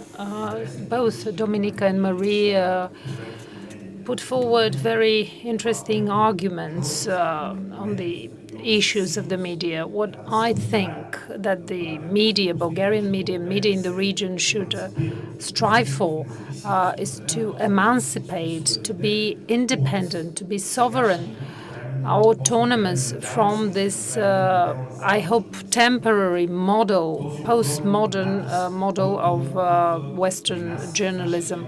This pressure that comes to our region, to our country, through the soft power of prestige, the idea that Western media, the English-speaking media, is so credible, so prestigious, so influential, so they cannot be wrong. They cannot be captured by some collective fury and spread misinformation and disinformation compared to our media that have a lot of issues to overcome. But I'm confident that to a large extent many of the big issues of today, despite all those issues, there is much more freedom in the Bulgarian media, in the regional media, freedom for criticism against what many people think is a quasi-religious authoritarian regime under the guise of equity and diversity. It's very difficult to find mainstream media in Western Europe and North America and the English-speaking world that can that criticize in detail those dogmas that are coming deus ex machina, dogmas on diversity. Bulgarian media, the media from the region, they find it easier to criticize. They criticize. Dominika gave examples of the situation in Cologne, the crimes, and I remember Der Spiegel and Klaus Alotti, who went to the US years ago to write on the election campaign, and he wrote total nonsense about the supporters of Trump. Those he described them as racists. Low-down people, and it turned out later that he was making things up. But this became clear when other citizens disclosed his manipulations and lies. So in the media themselves, they did not have the means to expose this person. So if it hadn't been for those ordinary citizens to expose him and show that he was lying, if it hadn't been for those ordinary citizens who are very often despised and frowned upon by the so-called prestigious media, if it hadn't been the case, this person would have continued writing in Der Spiegel about those racists, those racists who do not vote for the party that he likes. And after, of course, the credibility of the media after this situation, after this exposure, should not remain on the same level. But there is this awe of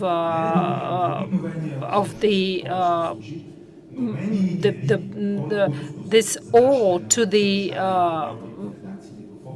the Western media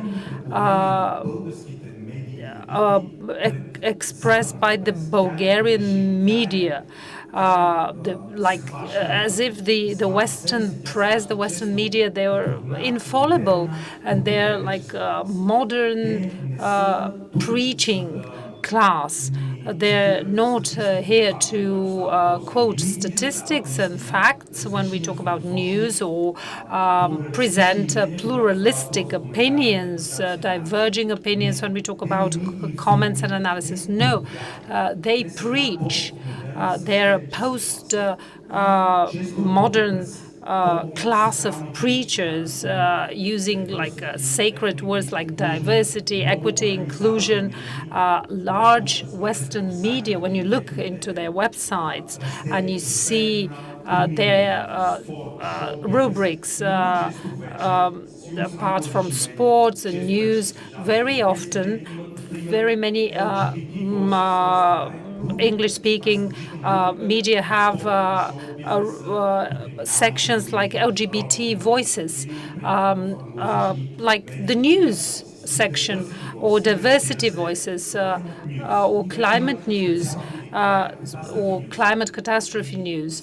So more and more in the Western media, we can see open disinformation. We can see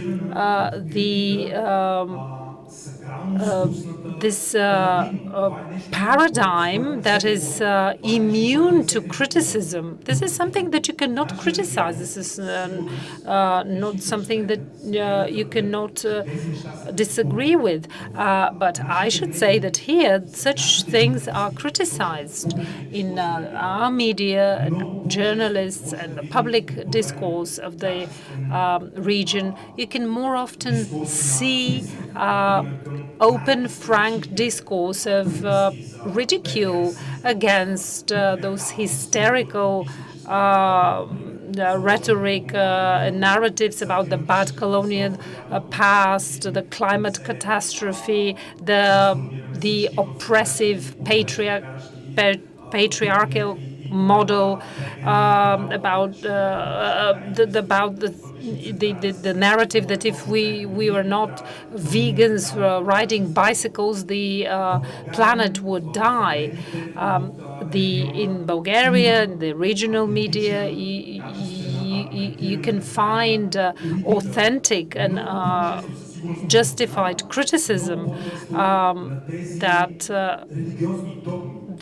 against those religious dogmas imposed by the Western media that are imposed in a way that is that has less and less to do with reality, and we have to underscore that a critical part of those media, they behave like preachers, and the other thing that is related to this primitive expression of awe to the prestige of the Western media is the way in which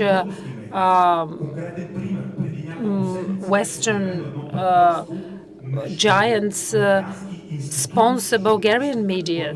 For example, a while ago, we heard about an American Institute for Journalism that was funded by the the Department of State of the U.S.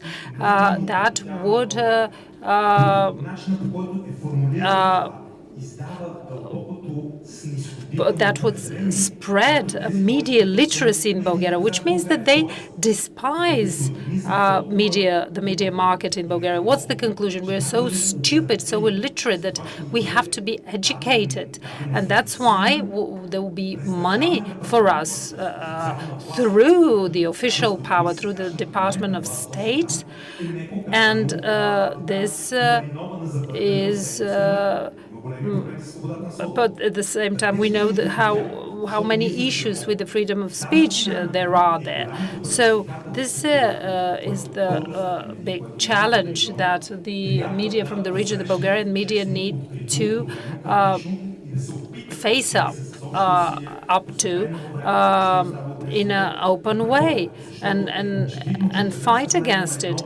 Because on the one hand, there is some condescending, derisive attitude on the part of the large media and organizations to our information landscape as something very primitive.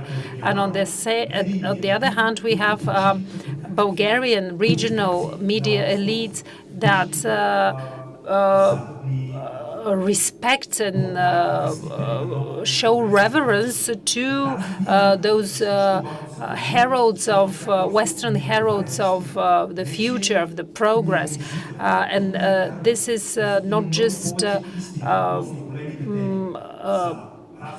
humiliating, but it's not true, because we know about this gender fixation, about climate hysteria, and we know the untruths told there. There are many more truths that are told here in this region. And when the truth is on our side, I think we can see victory as well.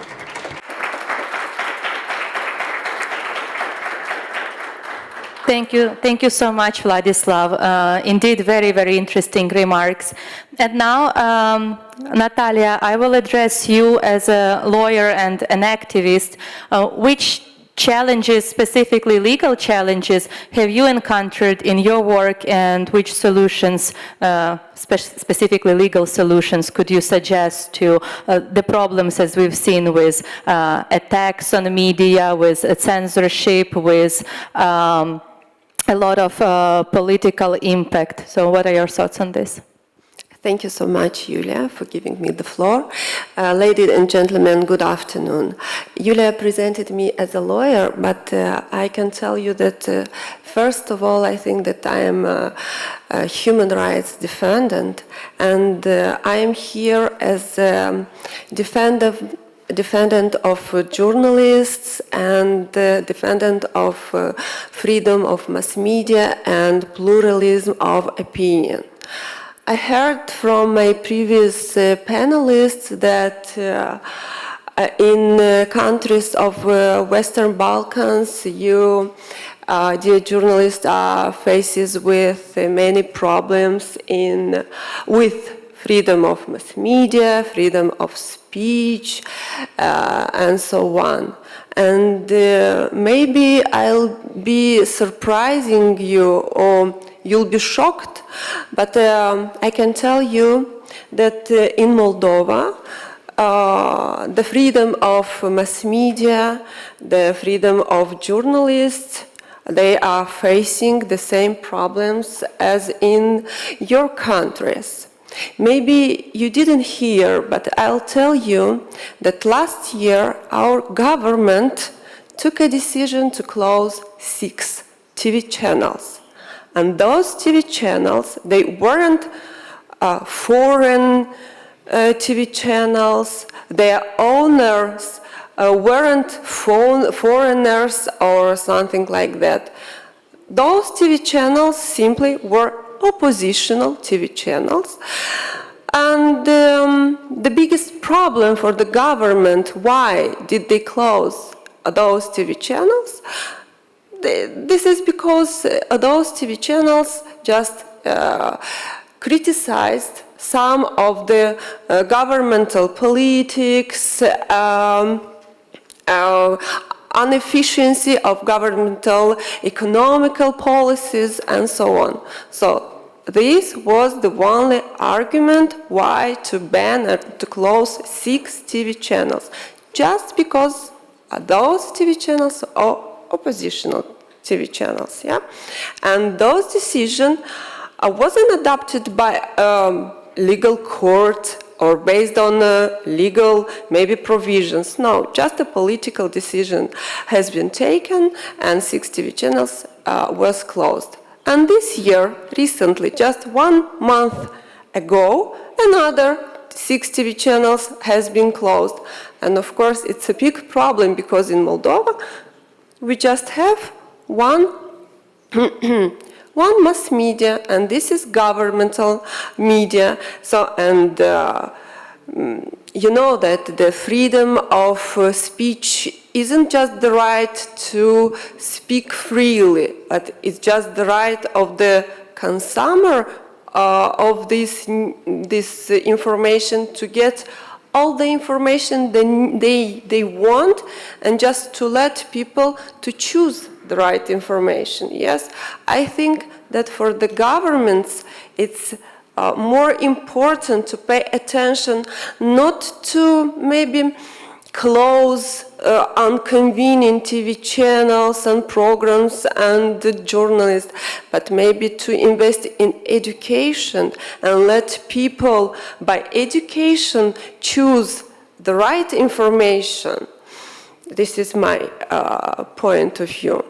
And unfortunately, in Moldova, and as I can see in your countries, there are no effective legal mechanism that allow to protect journalists from being threatened. There are not efficient legal mechanism, mass media against this arbitrary banning or closing.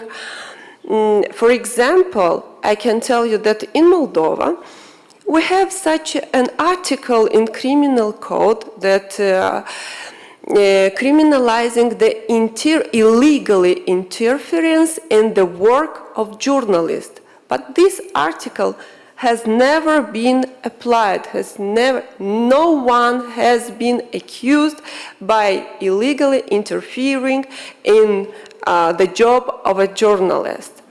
I think that European Union should support and encourage our countries that are on their way to become members of the European Union to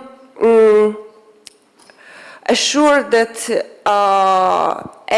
each of those countries will adopt such a legal framework that will have a concrete guarantees for journalists, for pluralism of opinion, for freedom of speech. Because how governments tolerate unfavorable or critical voices is often an indicator how this government will respect human rights in general. I think that the most important value and of the European Union should be, and it is, a pluralism of opinion and a pluralism of media. Thank you so much, Natalia. And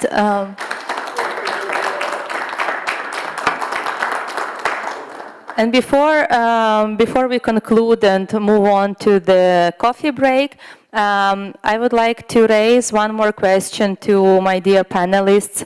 And as some of the countries in the Western Balkans, and including Moldova, are still on their path to joining EU, and this event has been also organized in partial support of the EU Parliament, how do you see the European institutions playing a role as a safeguard of the media, of the right to free speech, to right to the right to free press?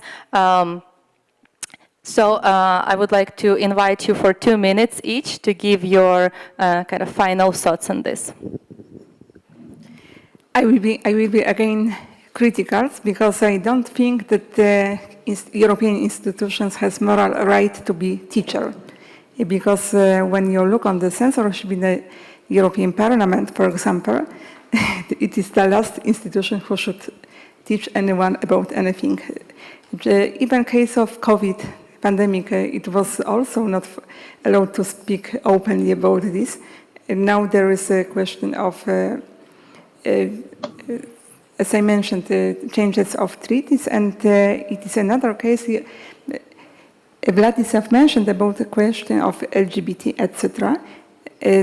Now, a few days ago, I received invitation for the workshops for the journalists how to describe European campaign election considering LGBT rights. And it's funny because it seems that it is the main topic in this election. Of course, we shouldn't go to the other point. We should, of course, not respect people who are not heterosexual orientation. Of course, we should respect everybody. Doesn't matter which orientation they have, but it shouldn't be like ideology.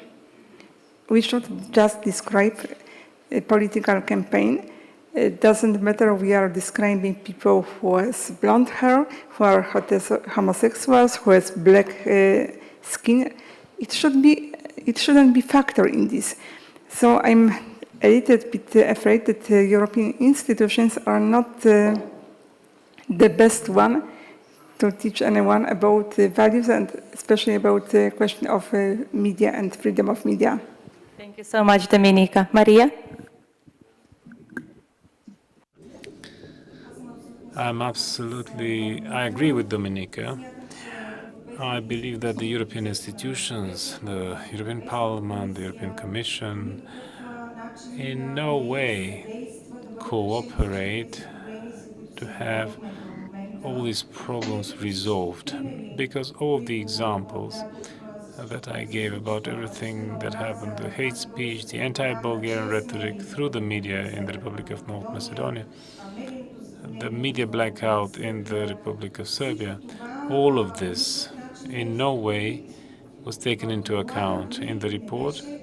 The report didn't even mention all that I told you, the attack against Christian Pendikov, about the arsony on the club. There was a joint committee, EU and the Republic of North Macedonia, which was held in the European Parliament, and there, what's more, there were MPs from the Republic of North Macedonia. Madam Peshevska, I will quote her, allowed herself to say there is a reason to have arsony on Bulgarian clubs, and the president didn't criticize her. There was no reaction. And there are examples of attacks, of breaching human rights in North Macedonia, including hate speech in North Macedonian media. We just saw that the European Commission, the European Parliament was inactive. There was no reaction. Thank you so much. Natalia? Yes, I trust in effectiveness of European institutions, and I think that for Moldova it's now the most optimal moment because we are a candidate state to become a member of the European Union, and just the European institution and European Union has to put more pressure on our government in order to let them to respect those European values and European standards. And that's all. Thank you. Okay, Vladislav. Принципната ми позиция е, че My general position is that bureaucrats should stay away from freedom of speech and the work of journalists, and journalists should not work as bureaucrats, but especially when we talk about today's bureaucrats, the critical majority of bureaucrats in Brussels, they have no business to regulate and determine the way the media speak, and not only the media but also ordinary citizens. I just want to recall the crazy administrative war that is the European Commission is waging against Elon Musk and his platform, because he let more freedom of speech, and Vera Jourova, they jumped to their feet and said that if he does not comply with the strict regulations for freedom of speech of the European Commission, he will be fined, banned. This is crazy. So I think that today's political class cannot bear the responsibility and even think about what can and cannot be published in the media, and what freedom of speech means and hate speech means. And let's recall this shameful masochistic resolution that was supported. Actually, the few members of the European Parliament that did not support this resolution. They're the organizers of this event, and this was on the death of the U.S. criminal George Floyd. But this is a masochistic, shameful resolution that we are actually apologizing for the color of the white color of our skin, only because some criminal on the streets of Minneapolis was killed during his arrest. This is a resolution that condemns the history of our continent And this means that today's political class, it should be admitted that this class has no capacity to and no right to speak about the freedom of speech. Something. I wanted just on the end to tell one thing, because very often journalists who are critical towards the European Union, political leading by the European institutions, are accusing that they are working for Russia. That if you are critical towards the European Union institutions and the current policy, it means that you are supporting Putin. It is bullshit. Sorry for the word. And it is not true. We shouldn't also allow to treat us on this way. The same is, of course, with the politicians, because you can be in the same time critical towards Russia and critical towards the European Union, and of course even towards Ukraine or Israel. There is no saint cause, as we call in Poland, and we shouldn't allow for this. Sorry. Thank you, Vlad, and thank you, Dominika. But in fact, before we end, we actually have one more speaker who is joining us online, and it's Jure. So, Jure, I apologize for calling you so late, but I still have to learn more about technology. So, would you like to share your thoughts on what we've discussed today about the situation in the region, and also kind of the role of the EU as a safeguard or not of the media freedom? Well, first of all, thank you very much for having me. I hope the connection is good. I am sending you kind regards from Mostar, from Bosnia and Herzegovina. I think the discussion was very competent and actually very interesting. I would like just to say a few words about Bosnia and Herzegovina, because in Bosnia and Herzegovina things are even more complicated when we are talking about these topics. For instance, I would say that there is a rather good freedom of speech, freedom of media in Bosnia and Herzegovina, but the problem is that how much influential are the journalists and are the media. So it's a matter of the public trust in the media, which is declining globally and even so in Bosnia and Herzegovina. But I will just explain a few things about Bosnia and Herzegovina. So as far as Bosnia and Herzegovina is concerned, the fragmentation of the media scene is pretty big. It's actually large because we have three political societies in Bosnia and Herzegovina, three political publics. So we have Croat, Serb, and Bosniak publics, which are often in conflict with each other. In addition, within each of these three publics, we have different media streams, different currents. So everywhere there is position, there is opposition, and so on. So when you look at things that way, it can be said that in Bosnia and Herzegovina, we have fairly plural media scene. At the first glance, it can be misleading. It can actually be very deceiving. So large media houses are mainly controlled by the large political parties.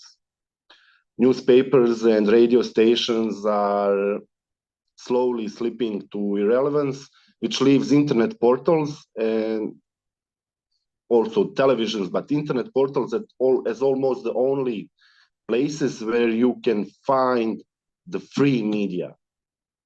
So, but even then, there is a whole range of different media in the internet portal sector. Unfortunately, almost all major portals have fallen under political influence.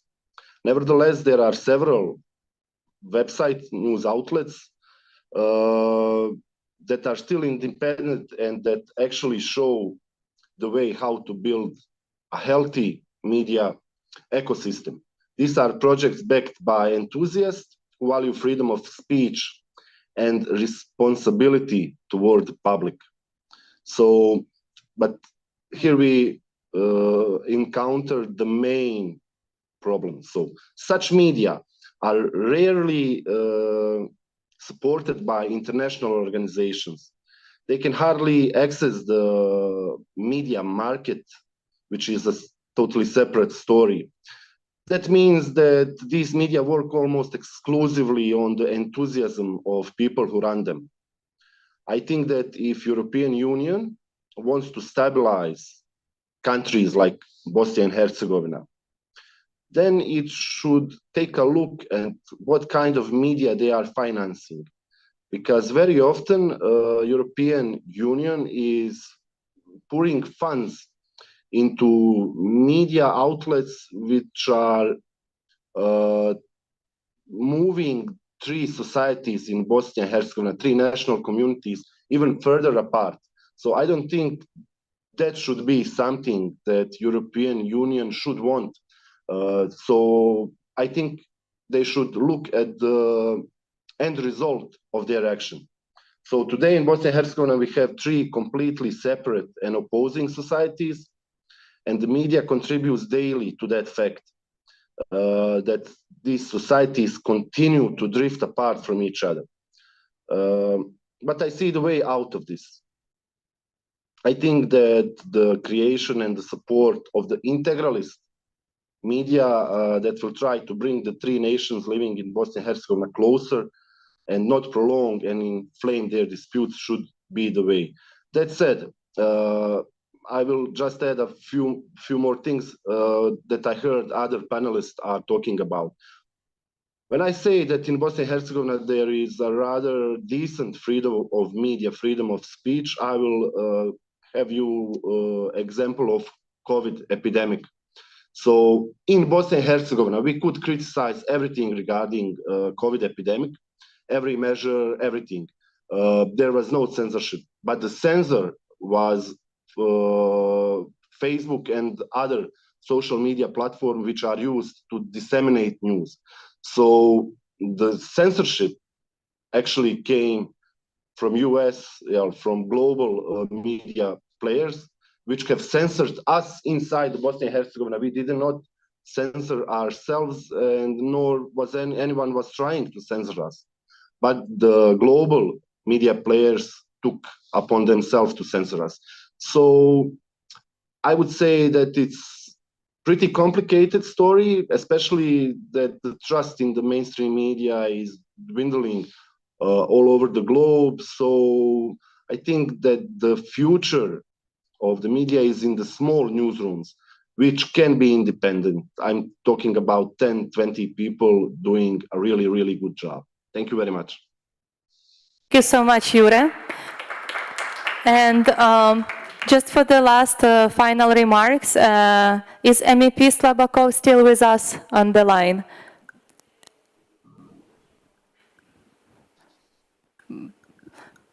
Probably not. But thank you so much then to MEP for joining us. Thank you so much, Jure, for joining us online. And thank you so much to my dear panelists for coming and sharing your thoughts and giving so many insights into the media landscape in the region. It's been truly, truly interesting to hear about it. And so with that, thank you, our dear audience, for joining us today. And I guess we are free for another few minutes of coffee break. Thank you.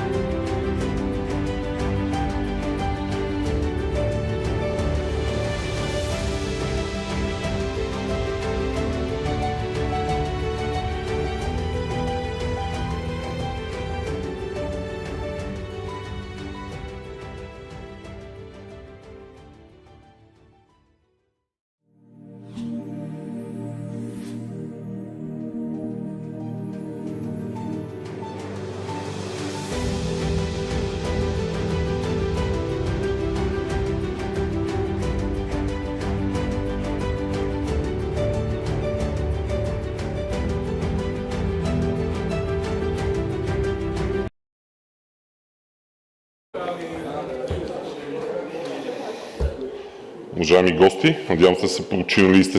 I hope you manage to recover some of your energy and you're ready for the final session. Before that, we'll have a wild card for our conference. The chair of Fratelli d'Italia and the Italian Monarchy Union, Fabio Recor, who is going to give us his viewpoint on the Western Balkans and the enlargement of the EU.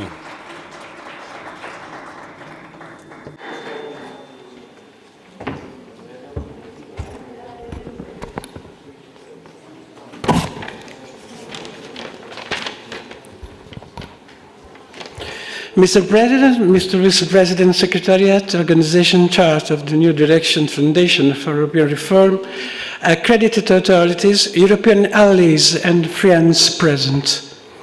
The recent war alliance between Russia and Ukraine and the continent, between Israel and Palestinians in the Middle East, invite us to emerge from the torpor and bureaucratic and financial laziness that has characterized the European Union up to now and act in a political way, cultural and economic. Being anthropologically Greco-Roman on the acts of the Norman paternal side and the Norman on the maternal side, I hope for the return of the personal English cousins and entry of their non-vision cousins for the Atlantic and Scandinavian completion. In the Balkans, the subjects of today's interesting geopolitical focus, Albania, Bosnia and Herzegovina, North Macedonia, Moldova, Montenegro, Serbia, Ukraine, Georgia, Kosovo could and should organically complete the identify card as soon as possible European Union, making the residual parochialism on our eastern fronts vanish with the tensions and fires more or less fueled and staged by double agents who hate Europe and the West with a capital W. Cutting viruses residual liberal neo-post-communists, liberalists and anarchists, two sides of the same monetary coin, through the universally organic doctrine, updating the works of Otmar Span, and oriented by our boreal compass, the culture identity. Our Europe cannot yet be forced to recite the script on the internal stage of the theater of the world as a clitoral subcontinent of Asia, or as a mere transatlantic branch of Wall Street, with unlimited marketed possibilities attached to the detriment of European sovereignty. What to do? Lenin's questions arise again. Our response will be qualitative, acceleration, and power, and only then quantitative. Our foundation have been and will always be the nations and the states which will amplify themselves with their different qualities in the federal summary. Cut the superfluous and anachronistic parliamentary set of Strasbourg, Federal Capital Brussels, European Commission, Council of the European Union, European Parliament single set. Luxembourg, Court of Justice of the European Union, Court of the Union, European Union, General Secretariat of the European Parliament. Lean and essential bureaucracy, a friend of our Europeans. Create a European defense system which gradually detaches itself from NATO, OTAN, without conflict with USA, and maintaining cooperation and alliance with the Atlantic Quadrant, which, in the diagonal from top to the top, south, east, northwest, is also ours.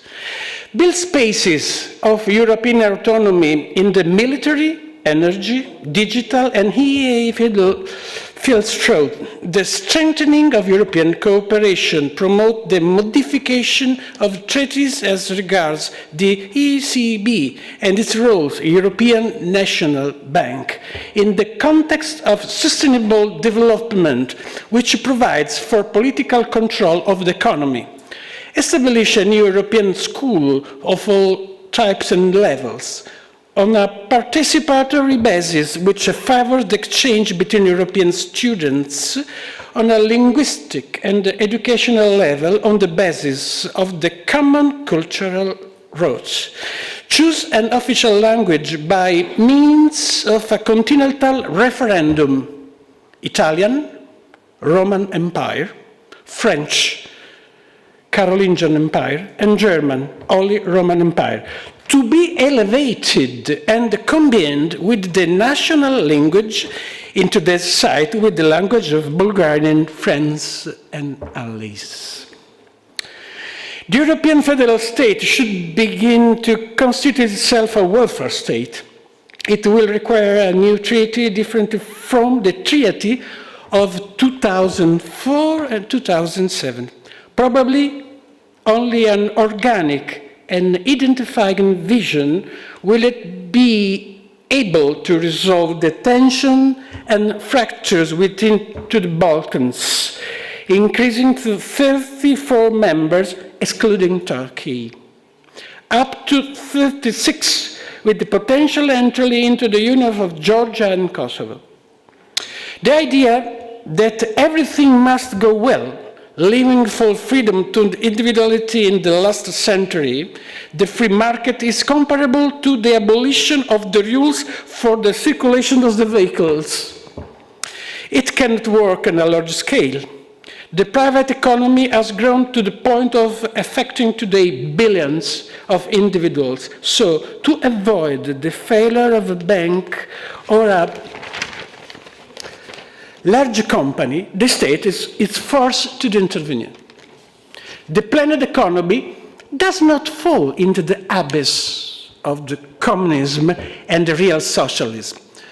On the contrary, the planning of the economy foresees the consistency and direction of plurality of economic forms and systems: the private economy, the market economy, the economy that provides for the collective needs, the economy of the classes will coexist of owners, of trades. There will be a social, state and municipal economy. There will also be space for capitalist enterprise. Whoever possessed by doctrinal obstinacy intended to deprive himself of even just of these multiple organizational forms will prove very foolish. The state should therefore act the mood of education in order not to educate minors and teach adults individualism and collectivism for the well-being of Europe and the West. I underline with the capital W. Because of civilization and culture, the multipolarism highlighted in the world by the BRICS, Brazil, Russia, India, China and South Africa, has demonstrated their global desire to bring the confrontation wars to the European Union, the United States of America, and the United Kingdom, not only in political, cultural, economic, psychological, social, military, but in a not only cosmic way through the colonization of the moon, the solar system space, and the extraterrestrial post-colonial similitude of the African continent. In light of today's personal report here in Sofia, the completion of the Union of the United States of Europe with a powerful federal and organic architecture, but with solid national institutional foundation, the need for a qualitative and quantitative acceleration to be applied immediately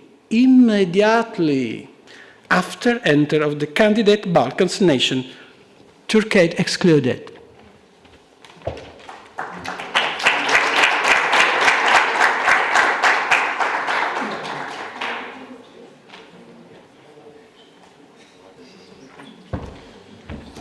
този много интересен доклад и във връзка. After this interesting report, we have time for the last keynote speaker. This should have been the Emilia Redzepi, the Deputy Prime Minister for Minorities and Human Rights in Kosovo, but due to the bad weather in Germany, her flight was cancelled this morning, and unfortunately she couldn't make it. I'm sorry, because she is always a very valuable guest at our events. However, on her behalf, let me hear her boss of the political cabinet will present a report.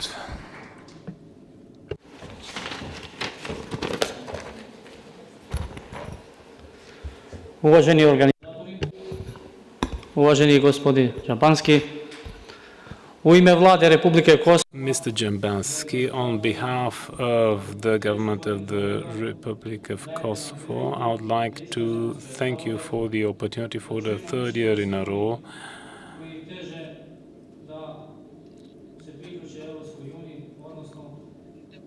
to be a part of the organization of this event for the accession of the Western Balkans.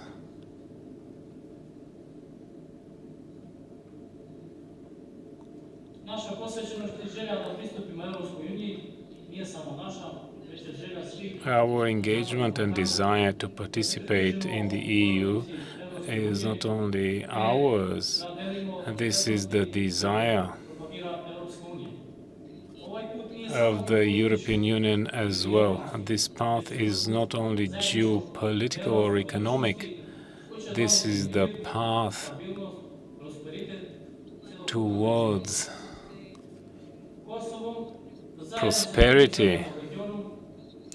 Kosovo and the other countries in the region is holding reforms and efforts in order to meet the standards of the activities held by the European Union. The reforms in justice are needed. This means to have independent judges and independent courts. We should have transparency and reduction of corruption,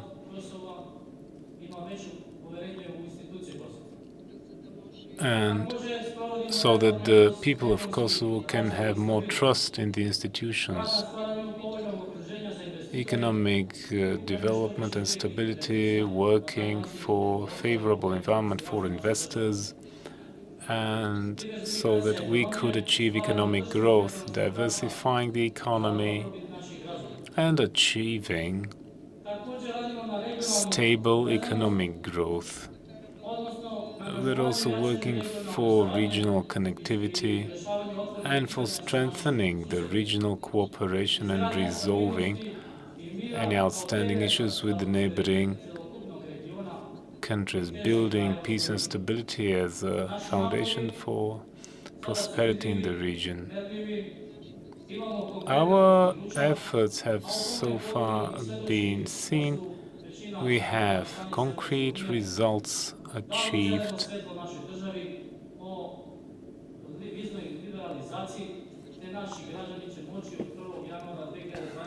As of 1st of January 24, we have the green light for liberalization of the visa regime. I believe that this is a large step for our country and a success for our government. It has been a 10-year goal since the beginning of the independence. Our desire for joining the EU is not just ours. This is the vision for connection to the common European goals for stability and progress.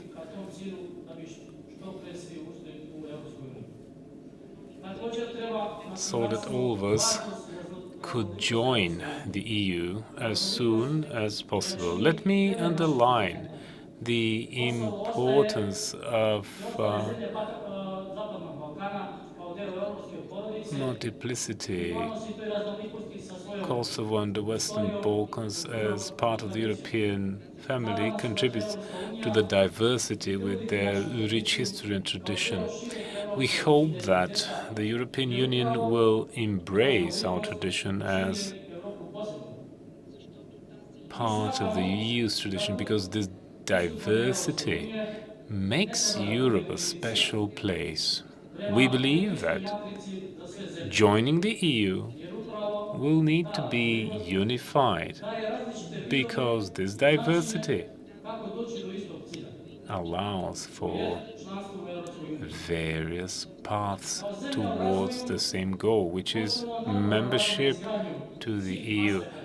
As a land in development, Kosovo is striving to build all aspects.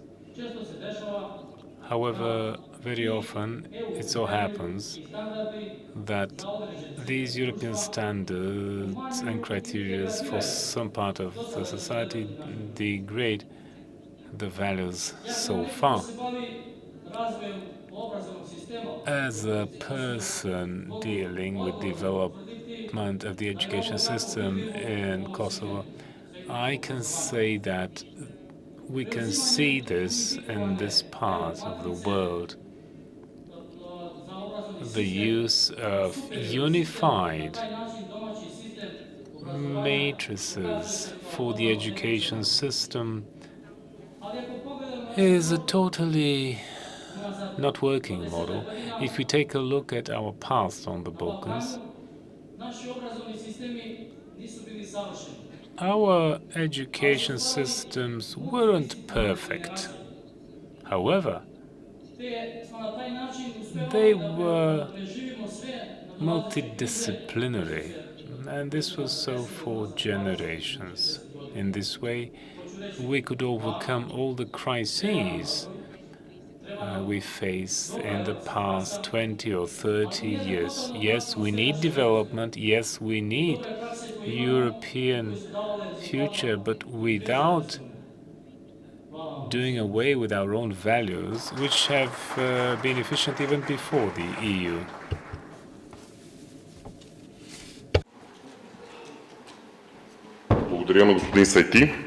Thank you, Mr. Saiti. And now we'll start the last panel. And I've always liked the last panel most of all. It's called Roundtable on the young political leaders from the region. We always try to gather young politicians, activists that are active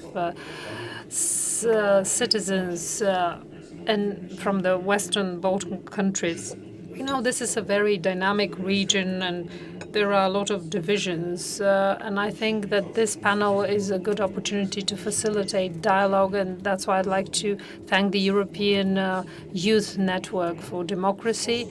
And I'd like to give the floor to Enrik Keco, who is the deputy chair of the European Network for Young Democrats.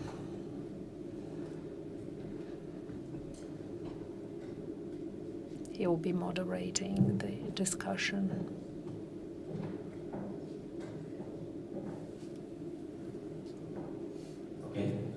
Hello everyone, Enrik Keco, Vice President of European Democratic Youth Network. In fact, when I was preparing to moderate this panel, I was kind of preparing my speech, but I will start somehow different. It was very surprising to listen to all the panels before and to see their perspective from our country. All of us are representatives from Western Balkan countries. And was very interesting to listen their perspective for the issues and problems that we are facing each day in our lives.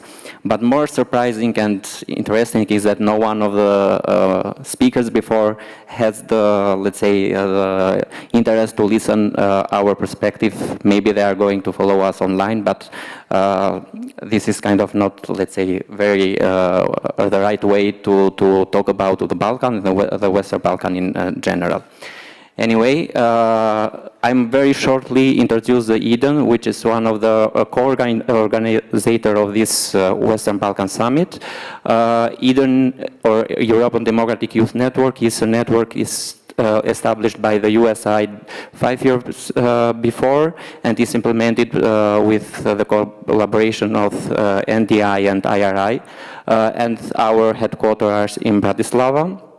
We are in 23 countries in Central and Western Europe, and we have more than 500 members, youth members from 18 to 32, that are somehow the heroes of democracy. Our members are with different background. We have members of parliaments, we have members of boards, local institutions, we have youth policy advisor, youth policy decision makers. So we have from different backgrounds. We have also very heroes from Ukraine chapter that are in the front line of the war.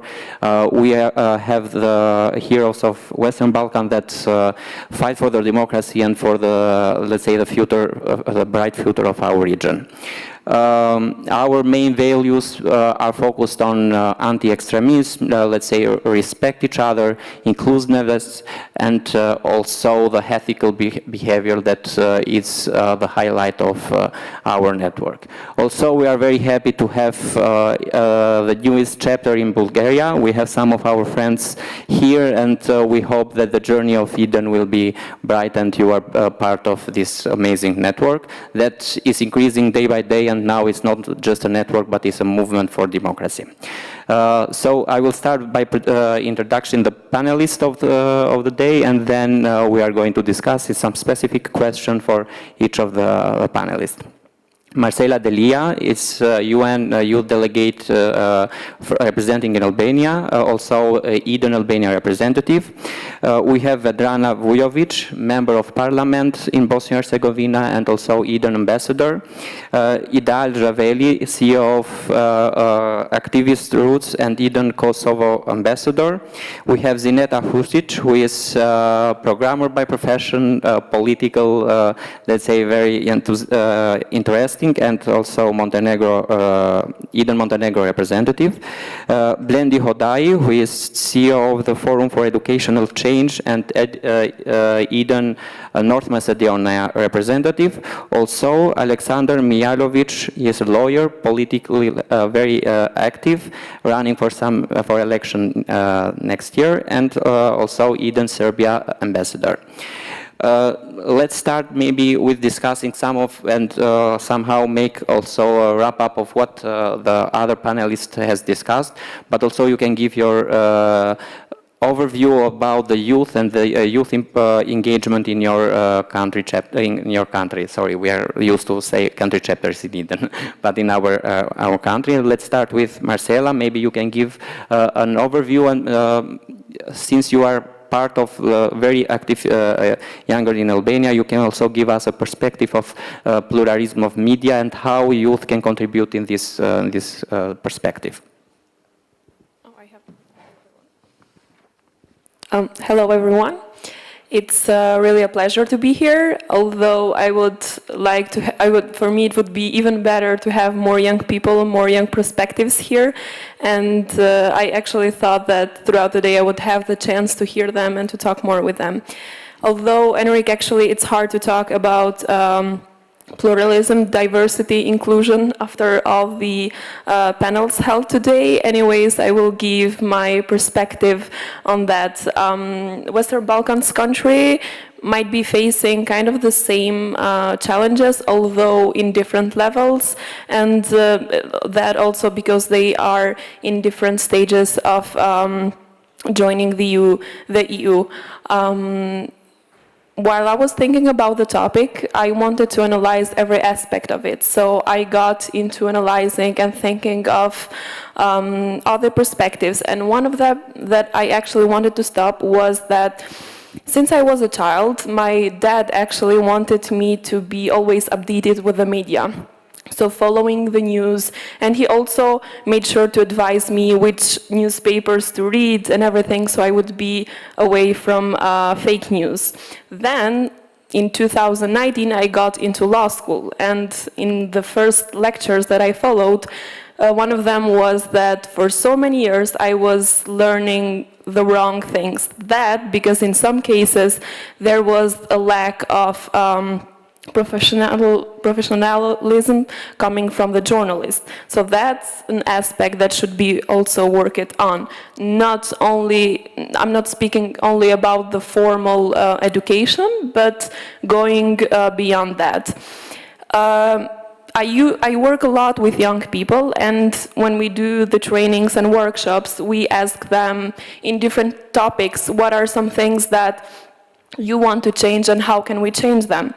And in every case, we get this response that, oh, more funding, oh, a better law enforcement, eliminate corruption, and so on and so on. And then we ask them, no, right, sure, that we should do, but what can we do with the tools and capacities we have? And then they get to think of more creative ways on what should be done. So even in this case, there are so many things that we can do to improve media freedom and diversity. But one thing that I think it's the most important is that getting to include the young people more in this process, giving them more voice, hear them more, talk with them more, and give them the pen and the tools and capacities to let's say, to drive forward this process. So I would actually like to invite all Western Balkan countries to give young people the possibility to drive forward the process for a brighter future for all the Western Balkan countries. Thank you. Thank you. Thank you, Marsela. It was a very good overview, and your experience in Albania with the civil society and the youth activism is amazing. So congratulations not to you, but all the panelists that we have a very high contribution in the youth activism. To follow the questions that we have today, Vedrana, if you could please share with us, as a member of parliament, your perspective in Bosnia and Herzegovina, youth engagement, but especially the role of the youth in the EU process, with the focus of migration, security, and the foreign influencers. Thank you, Enrik. Hello, everyone. Well, it's a very tough question, to be honest. But thinking about young people in Bosnia and Herzegovina and in the Western Balkans in general, I truly believe that the main focus needs to be on the education to cover all the security, migration, also any kinds of challenges that we are facing on everyday basis, even on local or on state level or on a regional level. So education is definitely number one. Number two, in the context of media and understanding media content, even in traditional way, also on social media, is critical thinking. And there is also part of the educational system, both formal and informal. So I completely agree with Marsela how important it is to get more, to invest more into young people, not just in young people when it comes to politics, election and stuff, etc., but also to find a way to engage them during the early age, because if we are looking outside and we are looking, our kids are like members of our community, they are already online, they know better. Even the 5-year-old kid today is online on YouTube consuming any of these kinds of content. So there is definitely one of the ways about being like this observer. Also, trying to find a way to engage young people and civil society in general into the decision-making process. In context of Bosnia and Herzegovina, it's very hard to do that because the decision-making process is connected and reserved primarily for the political parties. And to be honest, not everyone needs to be in political party. It doesn't have to be. There is so much great people in technology, in business, in civil society. But we all need to raise awareness about how to be active citizen. There is something that you also are coming back to the education, because you need to learn that during your during period of growing up, during your formal education, preschool, high school, whatever, university, how you how you are becoming active citizen. Also, migration and security. These are the aspects when you're taking care of yourself, like individual. You need to learn more about how to work actually taking care of the security aspect. It's not just like a physical security, but also security of your existential, like your work, like your maybe property, and in general, the security of your future. And you definitely can do that by investing in yourself. Of course, you need to have support and you need to have opportunities, because I truly believe that when you have a bunch of young people, especially in Bosnia, that doesn't have opportunities, because we are a deeply divided country, deeply divided society, and if someone lives, for example, in Sarajevo, doesn't have the same opportunities as someone living in Mostar or Banja Luka or some different city or municipality. And I think there is actually the same or similar in the whole Western Balkans, because we are all countries on everyday struggling on everyday basis with the same problems, challenges. But to be honest, especially in the context of young people, even though we are coming from the different political, different countries, different maybe political affiliation, different backgrounds in education, in religion, in language, on an everyday basis, we are struggling with the everyday problems. We have same problems, but also the most important thing, even lots of things are, we have lots of challenges and differences between us. We definitely have more in common how to resolve all these things. And these things are definitely EU full-time membership, EU standards, EU values, and that is definitely number one, and how we all can not just become part of the EU, but also to become have its values in our own countries, so we can be representatives and to be a relevant political factor in the region, but also in the EU eventually. Thank you, Vedrana. It's a fact that young people in Western Balkans are facing a lot of challenges, a lot of problems. Some of them are in each of our countries, and it's not only Bosnia that the youth are not very included in the decision-making process, but I think all our countries has the same issues. And since we're talking about issues and challenges, maybe for a perspective from Kosovo can be how the young people can oversee those challenges, which can be some of the projects or initiatives that we can help the youth in this perspective, since you also are the CEO of one organization that is related to the project that you are implementing and related with the youth people. Thank you, Enrik, and hi everyone. It's my pleasure to be part of this panel, and also is the only panel today that have 6 countries of Western Balkan. This is the way how we are planning through our project to have diversity and flexibility to find opportunities together with youth, to be active citizens. Our organizations which are based on activism and citizen engagement is looking forward together with the youth to find these ways through initiatives, not only national initiatives, but also regional and local initiatives, because together with different organizations with Berlin process, but also from collaboration with Western Balkan countries, we are looking how the youth can be together, because we should know that the youth is the present and the future of this region. We are looking at different challenges of the youth, but if we want to find the same one in Western Balkan, is migration. Young people are going out of our countries, and we are looking, and we should looking through our projects to find opportunities from entrepreneurships through organization, through being active, and to be part of different initiatives and projects to follow up activities to stay in their countries and to have productive productive work to do inside their countries and together with others. Our region is always like looking indifferent, but it's not. It's something is not different with Europe, which is active citizenship. We are working on that. Also, here from Marsela and others, we are together to look how to be active citizens in different fields, not only in our fields or entrepreneurship field.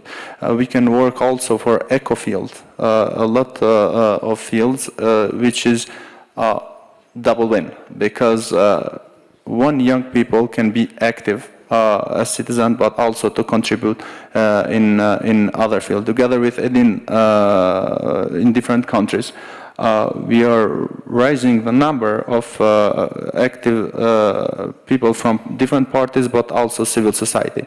Because civil society in Western Balkans is very, very important, because through their project, but also through their activities, can find how to make possible flexibility and diversity to be available all the time, even in political parties, and to sit together, civil society and political parties, to find the best opportunity what to do with the young people, or together with young people. We have a lot of youth exchange programs, which are also from European Union departments and agencies. And we have to use our young people, not use like a thing, but to try together with young people how to get all the benefits, or mostly the benefits, from this program and projects. One of it is, for example, Erasmus, which most of us youth, but also Western Balkan, together with RICO and RCC Regional Corporation Council, can find opportunities to be together and to look how to make this region much better for the youth. Because I'm in the end, and I'm going back how I start. Don't forget that the youth is present in the future. Common future that we must have is the future EU with EU values. Not only to be part of EU, but also EU values. And it's important for us to raise capacities of everybody and to accept European Union values to be part of us, and us to be part of it. So hope we will work all the days, all the years, and hope it will be as soon as possible to be part of the European Union, because it's along the path which is much better for every country, but also for our region. Yeah, working in parallel of the stakeholders in Western Balkan, it will be a step forward to the EU integration.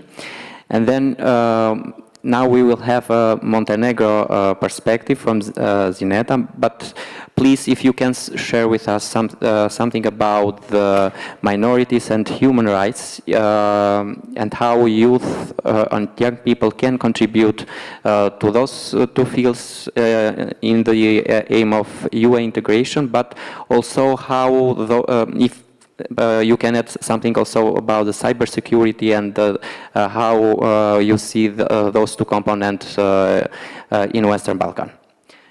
I add cybersecurity for your background, so maybe it's an issue that we are facing each day now.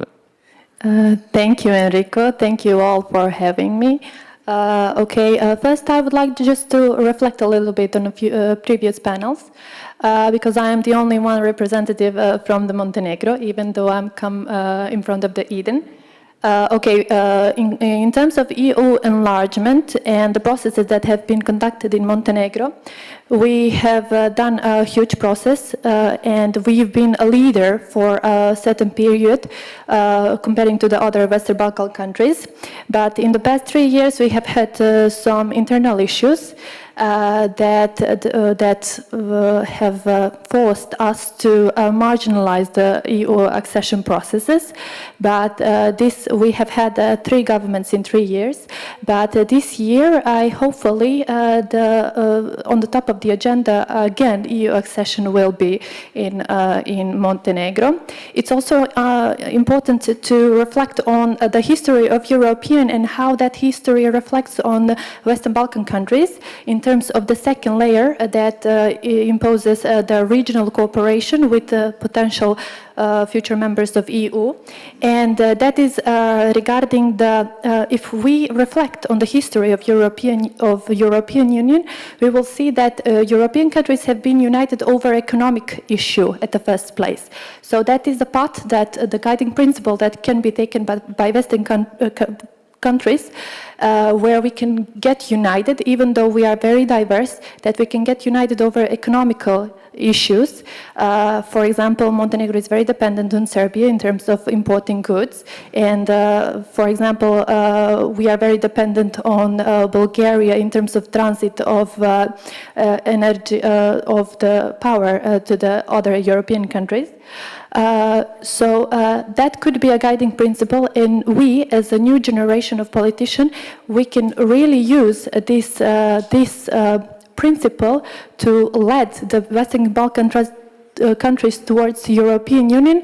Firstly, it's in our best interest to join European Union as a package, but not exclusively. If some country didn't do homework to put European processes high in agenda, then Montenegro, unfortunately, will again took place as a leading country for European enlargement. The second panel was about security, migration, and foreign influences. Okay, it's important to understand that now in the government we have a political party that is somehow indirectly putting a pro-Russian agenda in Montenegrin internal affairs.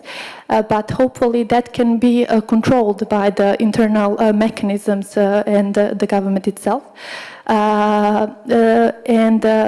We can also reflect on some foreign interference. First one is Russian, which can be through ideology and political parties, but the second one is from China. We have heard about the case of highway in Montenegro. Yes, that loan is mitigated throughout some additional loans to refinance it, but we still have some certain questions that are not addressed in terms of what arbitrary court in Peking would do in case that Montenegro does not comply its obligation towards the Exim Chinese bank. So we still have these new form of enslavement imposed by China and Chinese government in Montenegro that can be easily addressed just by being not so independent on foreign investments, and we can shift towards other sources for the second and third project for this highway. The third panel was about remind me again, sorry. Media. Okay, media. We in Montenegro we did very good homework regarding media. We have had deeply polarized media in Montenegro. Even we at one point at time we have had so many attacks on journalists in Montenegro, and those attacks are still in courts. But since the courts were not fully functional until this year, hopefully in the next period these issues can be resolved. That is my optimistic opinion.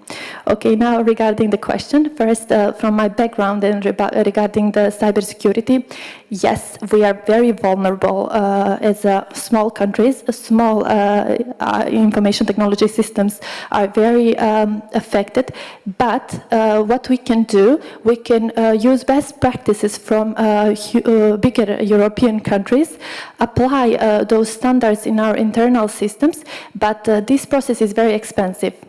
It's important to address the need towards the European Union to create a specific line of a package, financial package towards the Western Balkan countries to address the infrastructural needs for information technology to reduce the vulnerability of our internal systems towards the cyber attacks.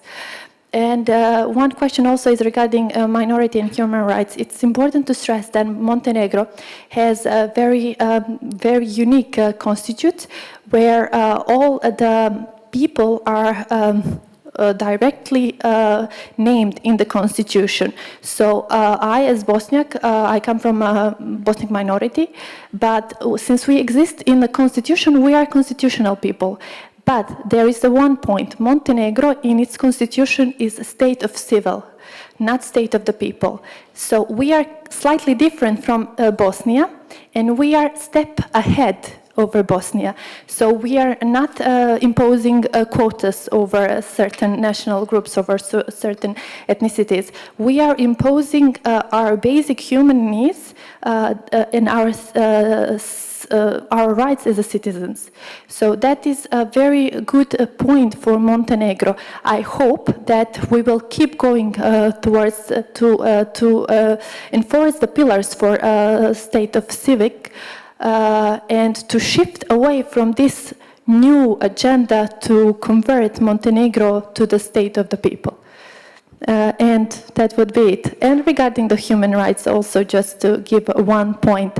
Okay, I'm very pleased with the position of Montenegro in terms of human rights, because we have had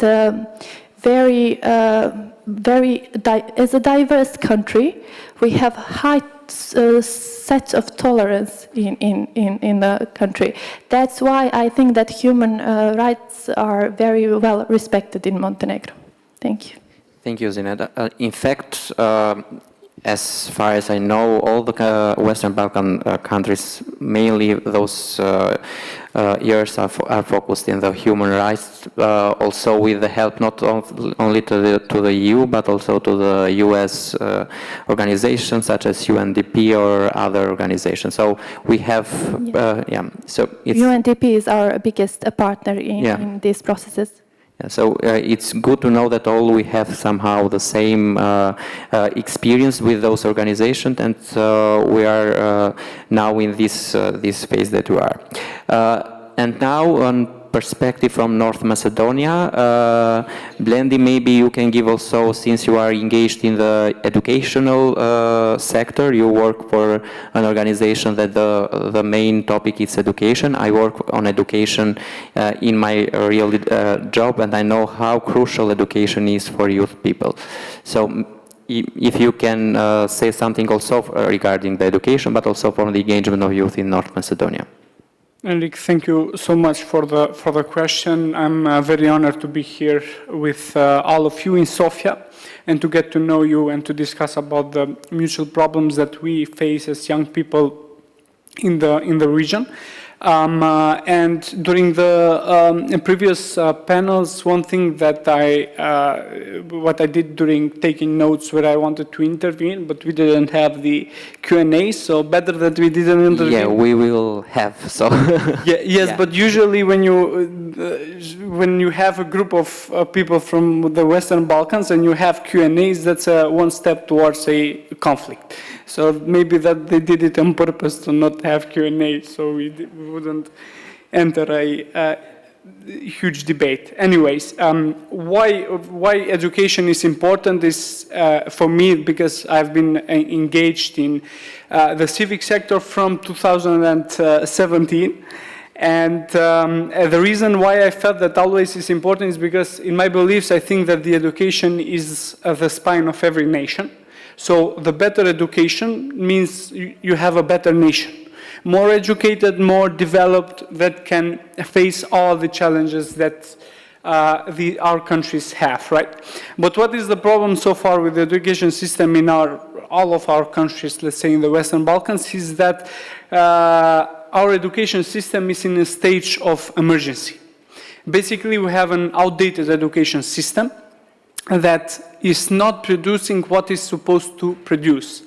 If you make a comparison, if you read desk research, what others have conducted some research to see what are the actual market needs versus what are the skills that we are acquiring in the educational system, there is a very huge gap. Basically, what we learn in school and in university is totally and completely different from what the market today needs. So basically, the education system that we have right now is totally outdated, expired, and it doesn't serve any purpose right now. The other huge problem that is, I will put the education system in the context of the conflicts and in the context of the Western Balkans, because it's a very important part that we should always discuss. The reason why so many countries today are not past of what has happened of the conflicts is because of the education system. Why? Because analyze every education system that you have in the region, including Bulgaria, including Greece, not only Western Balkans 6, you're going to see that you have state-sponsored hatred in the history school textbooks. You learn in the history classes, in primary school, in high school, that some ethnic groups that are our neighbors, they are this, they are that, you don't like them, they are not very good. Forget about them, we need to hate them. So the government, the country, gives money to make textbooks that the new generation are reading, and these textbooks, school history textbooks, are full of hatred for one another. That is one of the problems that why we are still having the conversation of, will we gonna have again a conflict in the Western Balkans? Will we gonna have again war in the Western Balkans? The reason why we are still discussing this is because you have systematic hatred towards different ethnic groups in the school history textbooks in every country. The second thing, because this is not the way forward for us. We cannot move forward if we don't sit and discuss all these differences that we have. So for that, we need to have a, let's say, narrative configuration. The organization that I'm executive director is called Forum for Educational Change in North Macedonia. And what we have started to propose to the European Union institutions is that they should start helping the region by creating a pan-Balkanic academia that will revision the history textbooks in the Western Balkans 6 and will work towards improving the current environment that we already have. And that is basically based in the historical differences that we have based on narratives that we learn in school and through our history books that we have in our respective country. So the whole idea is this for the Pan-Balkanic Academy is that we should always debate for the historical narratives of the events, but we should never debate about the historical values, historical events and dates. You cannot, for example, debate, did something happen in 1943 when we all know that something like that happened. But we should discuss the narratives that 6 or 7 countries have on that topic. Why we think as an organization this is important and why this is something that we are pushing is because through this we can avoid having a scenario of Russia and Ukraine conflict within the Balkans. The moment that we're going to sit, we're going to create a pan-Balkanic academia, but be careful here why I'm saying pan-Balkanic academia. Right now what is happening, speaking of the situation between North Macedonia and Bulgaria, I'm not going to go into the details of it, but what is the main problem here is that the people that are talking about the history of the conflict are not historians, are the politicians. Sit with them, ask about the history of both sides, know nothing. And yet they still continue and they tell to you the differences between the conflicts that we have. So if we want to resolve most of the conflicts that we have within the region, we need to let the historians do the job, not the people that don't know a gram of historical events that has happened in the region. Give them the floor to give us historical lessons that they don't know anything about it. That is a very important thing as well. So in the end, just to conclude, I think that, and I really congratulate the idea of organizing the Western Balkans Summit in Sofia for one important reason, because North Macedonia, Montenegro, Kosovo, Serbia, Bosnia, and all other countries that are aspiring to be member of the European Union, they don't have anyone from whom they can learn what is the process of EU accession talk, what we should do. So I think Bulgaria should change the position of being a mentor to all our countries on the road to the European Union, instead of trying to put veto on the countries through the accession talks. So I think they should, Bulgaria should have a more, let's say, a mentorship role and tell us, okay, 10 years ago when we had the accession talk, we did this, maybe we learned something from this experience, we are telling you, you should do this. And that will be very helpful for the future of the region. And to conclude, I've been in so many trainings regarding the conflict resolution, and there's something very interesting that you learn, is that you can always change your family. You can change your family if, I don't know, if you are a victim of domestic violence. You can just, you have institutions, you just say, I don't think that I want to be a part of this family, right? You can always change your friends, but you can never change your neighbor. The neighbors, you cannot choose the neighbors who are gonna be. We want it or not, we don't want our neighbors. We think sometimes they are very noisy. We want to sleep at 10 p.m. There's nothing you can do. There's no way you can change the neighbor. So that is the quote that I would want to conclude on today's panel. Thank you. Thank you, Blendi. It was very interesting, your point of view regarding the regarding the education, and especially for the history, that how our governance, or let's say institution that having the control of the education system transmit the history. It was an open discussion also in Albania, not only for the history but also for the quality of textbooks that kids are using nowadays. They have changed, they have moderated the textbooks, but the expert of education now, they are very kind of not really liking the idea of what the quality of these textbooks is. So for sure it was a very good perspective, and thank you. And since we have those problems we are facing with a lot of the difficulties in our region, maybe from Serbia and Alexander perspective of how we can be a better region, how youth can contribute to a better region nowadays. Well, thank you for that question, but firstly I just have to correct you what you said in the introduction. The elections in Serbia are not next year, they are in 2 weeks. So,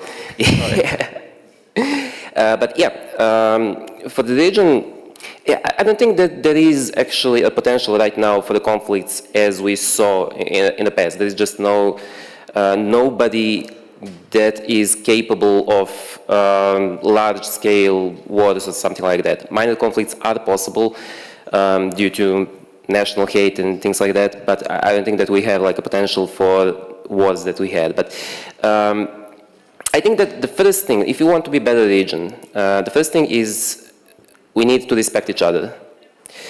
And this is something that we actually talk in this panel.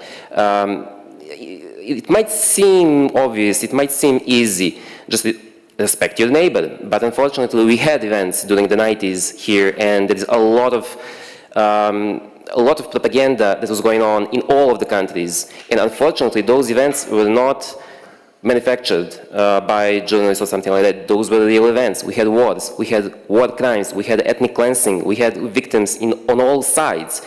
This is something that is painful for all nations. And it is really difficult for everybody to just move on. But the good thing is time passes by. Whether we like it or not, time passes by, and with time, things, and especially emotions, fade away. And that, I believe this is actually a good thing. Now, the bad thing is that we have politicians who are not always responsible.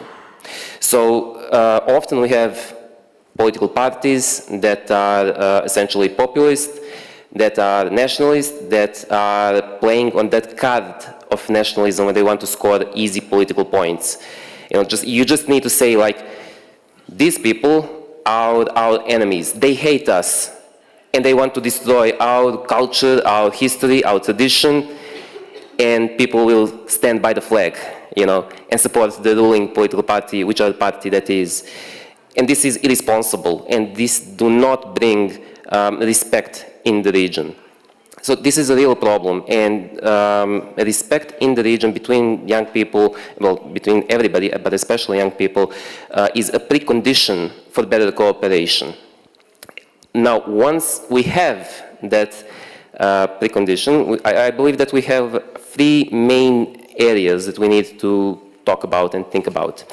And the first one is economic development. So I remember when I was the first year of the faculty of the law, I was doing some job and we had a seminar and we had guests from Croatia. And this was actually the first time I met somebody from Croatia. So they came to us, they were talking about business, they were talking about success stories, things like that. And I was surprised, like, they don't hate us. They want to share knowledge with us. So this is when I realized, when we earn money together, there is no hate. When we earn money together, cooperation is not only possible, but it is natural. So this is the first thing that we need to think about. And I think the current events in the world actually are in our favor. We are in the middle of fourth industrial revolution. One of the characteristics of the fourth industrial revolution is decentralization. And we saw it through the pandemic, that many jobs can actually be done from home. And many jobs can be decentralized. And I think this is the opportunity for the region, because we are already connected. We are close geographically. We have similar language, similar culture. And this is just natural cooperation. I think this is an actual opportunity for, especially my generation. All the generations are still stuck in the mindset that you find a job, work 40 years on that job, and then go to the pension. Our generation and younger generations they have different mindset, and yeah, I think that the economy is something that will just come naturally to us. The second thing that is very important is cultural exchange. As I mentioned, we do have similar cultures, similar languages, but we are still stuck in that myth of the 90s of the enemies. And as a colleague of mine mentioned, like in history books, like this group of people, well, they are not worthy as we are. This is a reality. So we need to travel. We need to meet other cultures, other people, especially in the region. It's not that expensive to travel around the region. And I think it should be done in a large scale. So either as government or NGO programs, this is a way how can we bring young people together. Because once you actually meet people and you talk to them, yeah, we can still agree to disagree on certain topics, but then you can see from first perspective, from your point of view, that those are people just we are. We maybe have some different opinions, but still we can talk to each other. And I'm from Serbia. There is a colleague from Kosovo. Last night we had a discussion, and it was civilized discussion.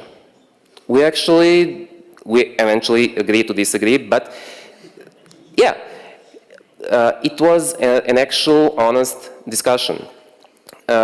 So cultural exchange is the second thing, and maybe the most important thing. I mentioned irresponsible politicians. We need responsible politicians. Now, we have a generation of young people seeing what is wrong with the world. We have general tendency in the world that people have less and less trust in political parties. It's going on here, and it is partially justified. So we need to bring back that trust, and we have to do it in a responsible way. So we need young people who will have the vision of this region. Now, this region will be united. This region will be part of the European Union. This is not a question. The only question is when. And we can either try to stop that process, try to block that process, or we can actually do everything that we can, that is in our power, to make it faster. Right now, unfortunately, we heard several times today that countries should not block other countries, should not set conditions, things like that. But at the same time, the Croatian speaker at the first panel, he said Bosnia will not become a member of the EU while certain conditions are met. I know from some different seminars that Montenegro will have problem with Croatia about one part of the territory called, I believe, Prevlaka. Yeah.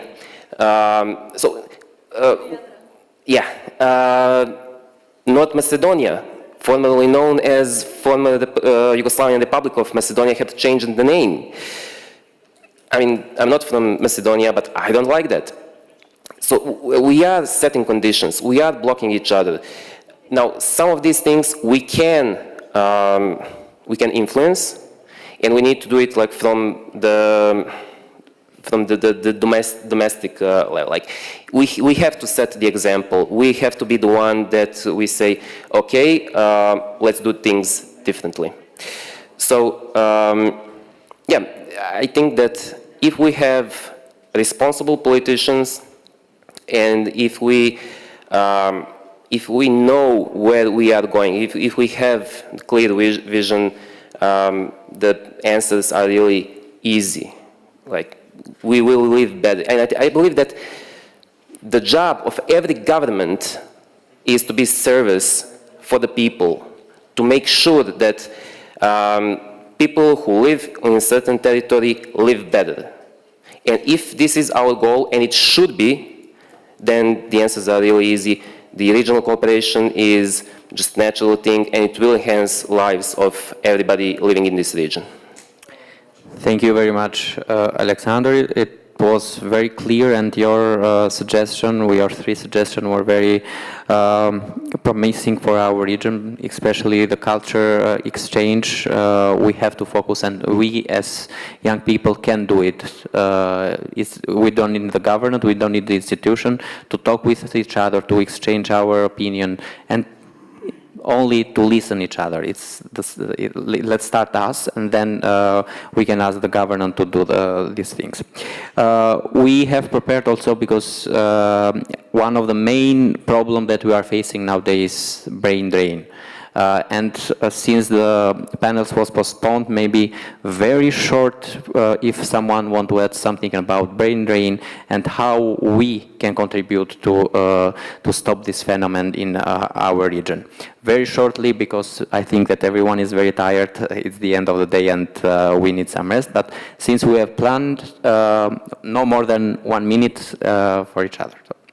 If I can start. Okay. Well, definitely how we can contribute, how we can fight against brain drain is creating the opportunities to have our own people in our own country growing, making businesses, be more progressive. That's the main reason. And before that, we need a huge steps, lots of steps that we need to make. When I said we, I mean the state, the country, the people, the politicians, everyone, because responsibility is on everyone, and there is the create safe environment for the investments, for the opportunities, for the economy growth, and to create a great environment where everyone will be happy, safe, have the having these kinds of making yourself as you really belong to your country and to the region. Yeah. So, yeah. I support my colleague. Also, I'm thinking the same. We should remove the barriers. We should remove the blockade. We have a lot of walls which are between us that we have to remove. For example, Bosnia and Kosovo should remove that part of visa. We need visa to go to each other. Or, for example, to businesses, Serbia should remove that part that you can put Republic of Kosovo there in your documents. So we should remove these walls to have more opportunities and to have more ways how to cooperate with each other. Marsela? Okay, so first of all, I agree with everything, especially that Vedrana said. And one thing, actually, just 2 months ago, I was doing a tour in different cities of Albania and talking about migration. And at the end, we did a session to inform young people for the opportunities they have to get engaged, to work, to start their startup business and everything in Albania. And we actually were surprised that how young people had no idea how many opportunities exist. And when we were showing them through the PowerPoint, every moment they were like, wait, I want to save that, I want to try that. So one other thing is that besides creating all the opportunities and facilities for them, the other step is also to inform them that these opportunities exist and are there for you and motivate them to apply. Yeah, thank you. Zineta? Okay, I would just thank you all for your brief information about your opinion. Okay, regarding the Montenegro, that can also, everything that I say can be reflected on each Western Balkan countries. We have a prior EU accession brain drain that is more likely reflect on the less skilled workers. So that is inevitable. We cannot avoid that because we still haven't created economical standard that can accomplish and meet their existential needs. The second point is at the point when we access European Union, there will be a brain drain for the highly skilled workers. That is also inevitable in first year of the membership. But lately, we can, throughout the economical improvements, create satisfying economical standards for highly skilled workers to keep living in Montenegro. So that will be my point. Thank you. Blendi? Very shortly, so the problem with the brain drain is a huge topic, but shortly, the brain drain is only the tip of the iceberg of other problems.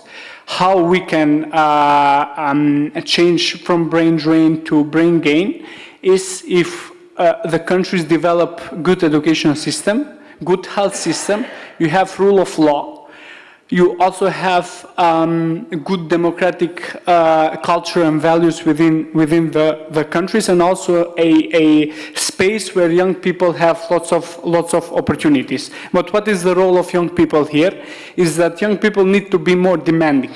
In the Western Balkans, also in Bulgaria. They need to be more demanding for their needs and for their problems, and the young people they must keep accountable all the politicians that they have.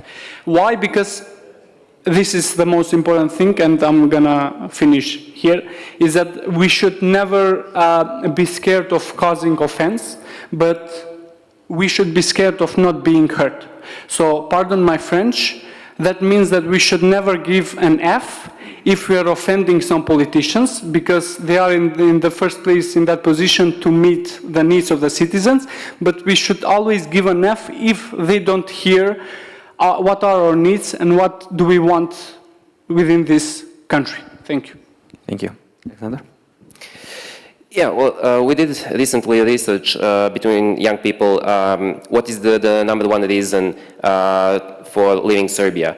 And number one reason is expectedly economical reasons, right? But following closely on the second place is actually rule of law and something that we call partocracy, which is basically that you need a political party membership card in order to get a job, in order to achieve anything. This is really huge problem in Serbia, but yeah, this is solvable.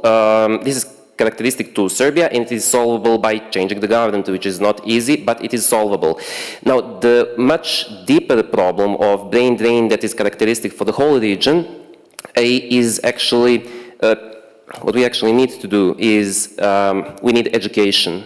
We need education for the 21st century that is flexible, adaptable, not for the present jobs, because we are still stuck in the 20th century. We need to be adaptable for the future jobs, to follow the future job market. This is not easy. We need complete reform, and this is not easy. I mean, this is not even in the developed countries. They are struggling with this, and this is really a huge challenge, but it is number one job if we want to actually keep the people in this region, because we are lucky that people have tendency to stay in a country where they are born. We just need to provide them with opportunities, as panelists before me said. But I think before the economic opportunities, we need educational system. Yeah, thank you very much. I totally agree with education. It's a field that I work and I know better, and we for sure have to change the way how we see the education in Western Balkan, but I think broader than that, because it's traditional one, it's not focused in something new and what the market wants, especially for the future. I want to thank you everyone to give a very short close remark from our panel. EDYN is committed to promote leaders, young leaders, also to create opportunities for trainings, for mentorship programs for young leaders that want to change not only the Balkan but also all the countries that they are represented.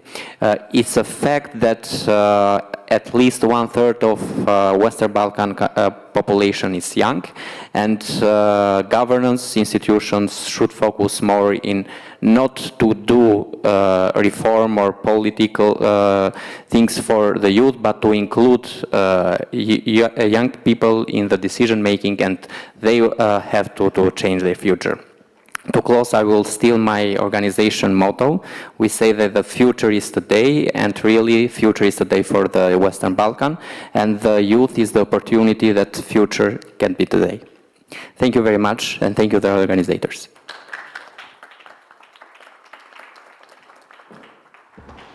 Thank you too, Eric. Once again, this panel has been my favorite. You know, it's at the end of the day, and usually it's a bit more tiresome, but I think that the youth flair that you're bringing, guys, it's great, and I speak on behalf of everyone when I say that we're looking at a panel of future leaders, perhaps in the region, so I hope that this cooperation that you've established today and the connections will continue beyond this conference. And I have to say that this is the end of our 6th Western Balkans Summit. And I certainly hope that I'll see you all next year for the 7th edition with more progress to share and more good practices and good experiences. Thank you. Thank you.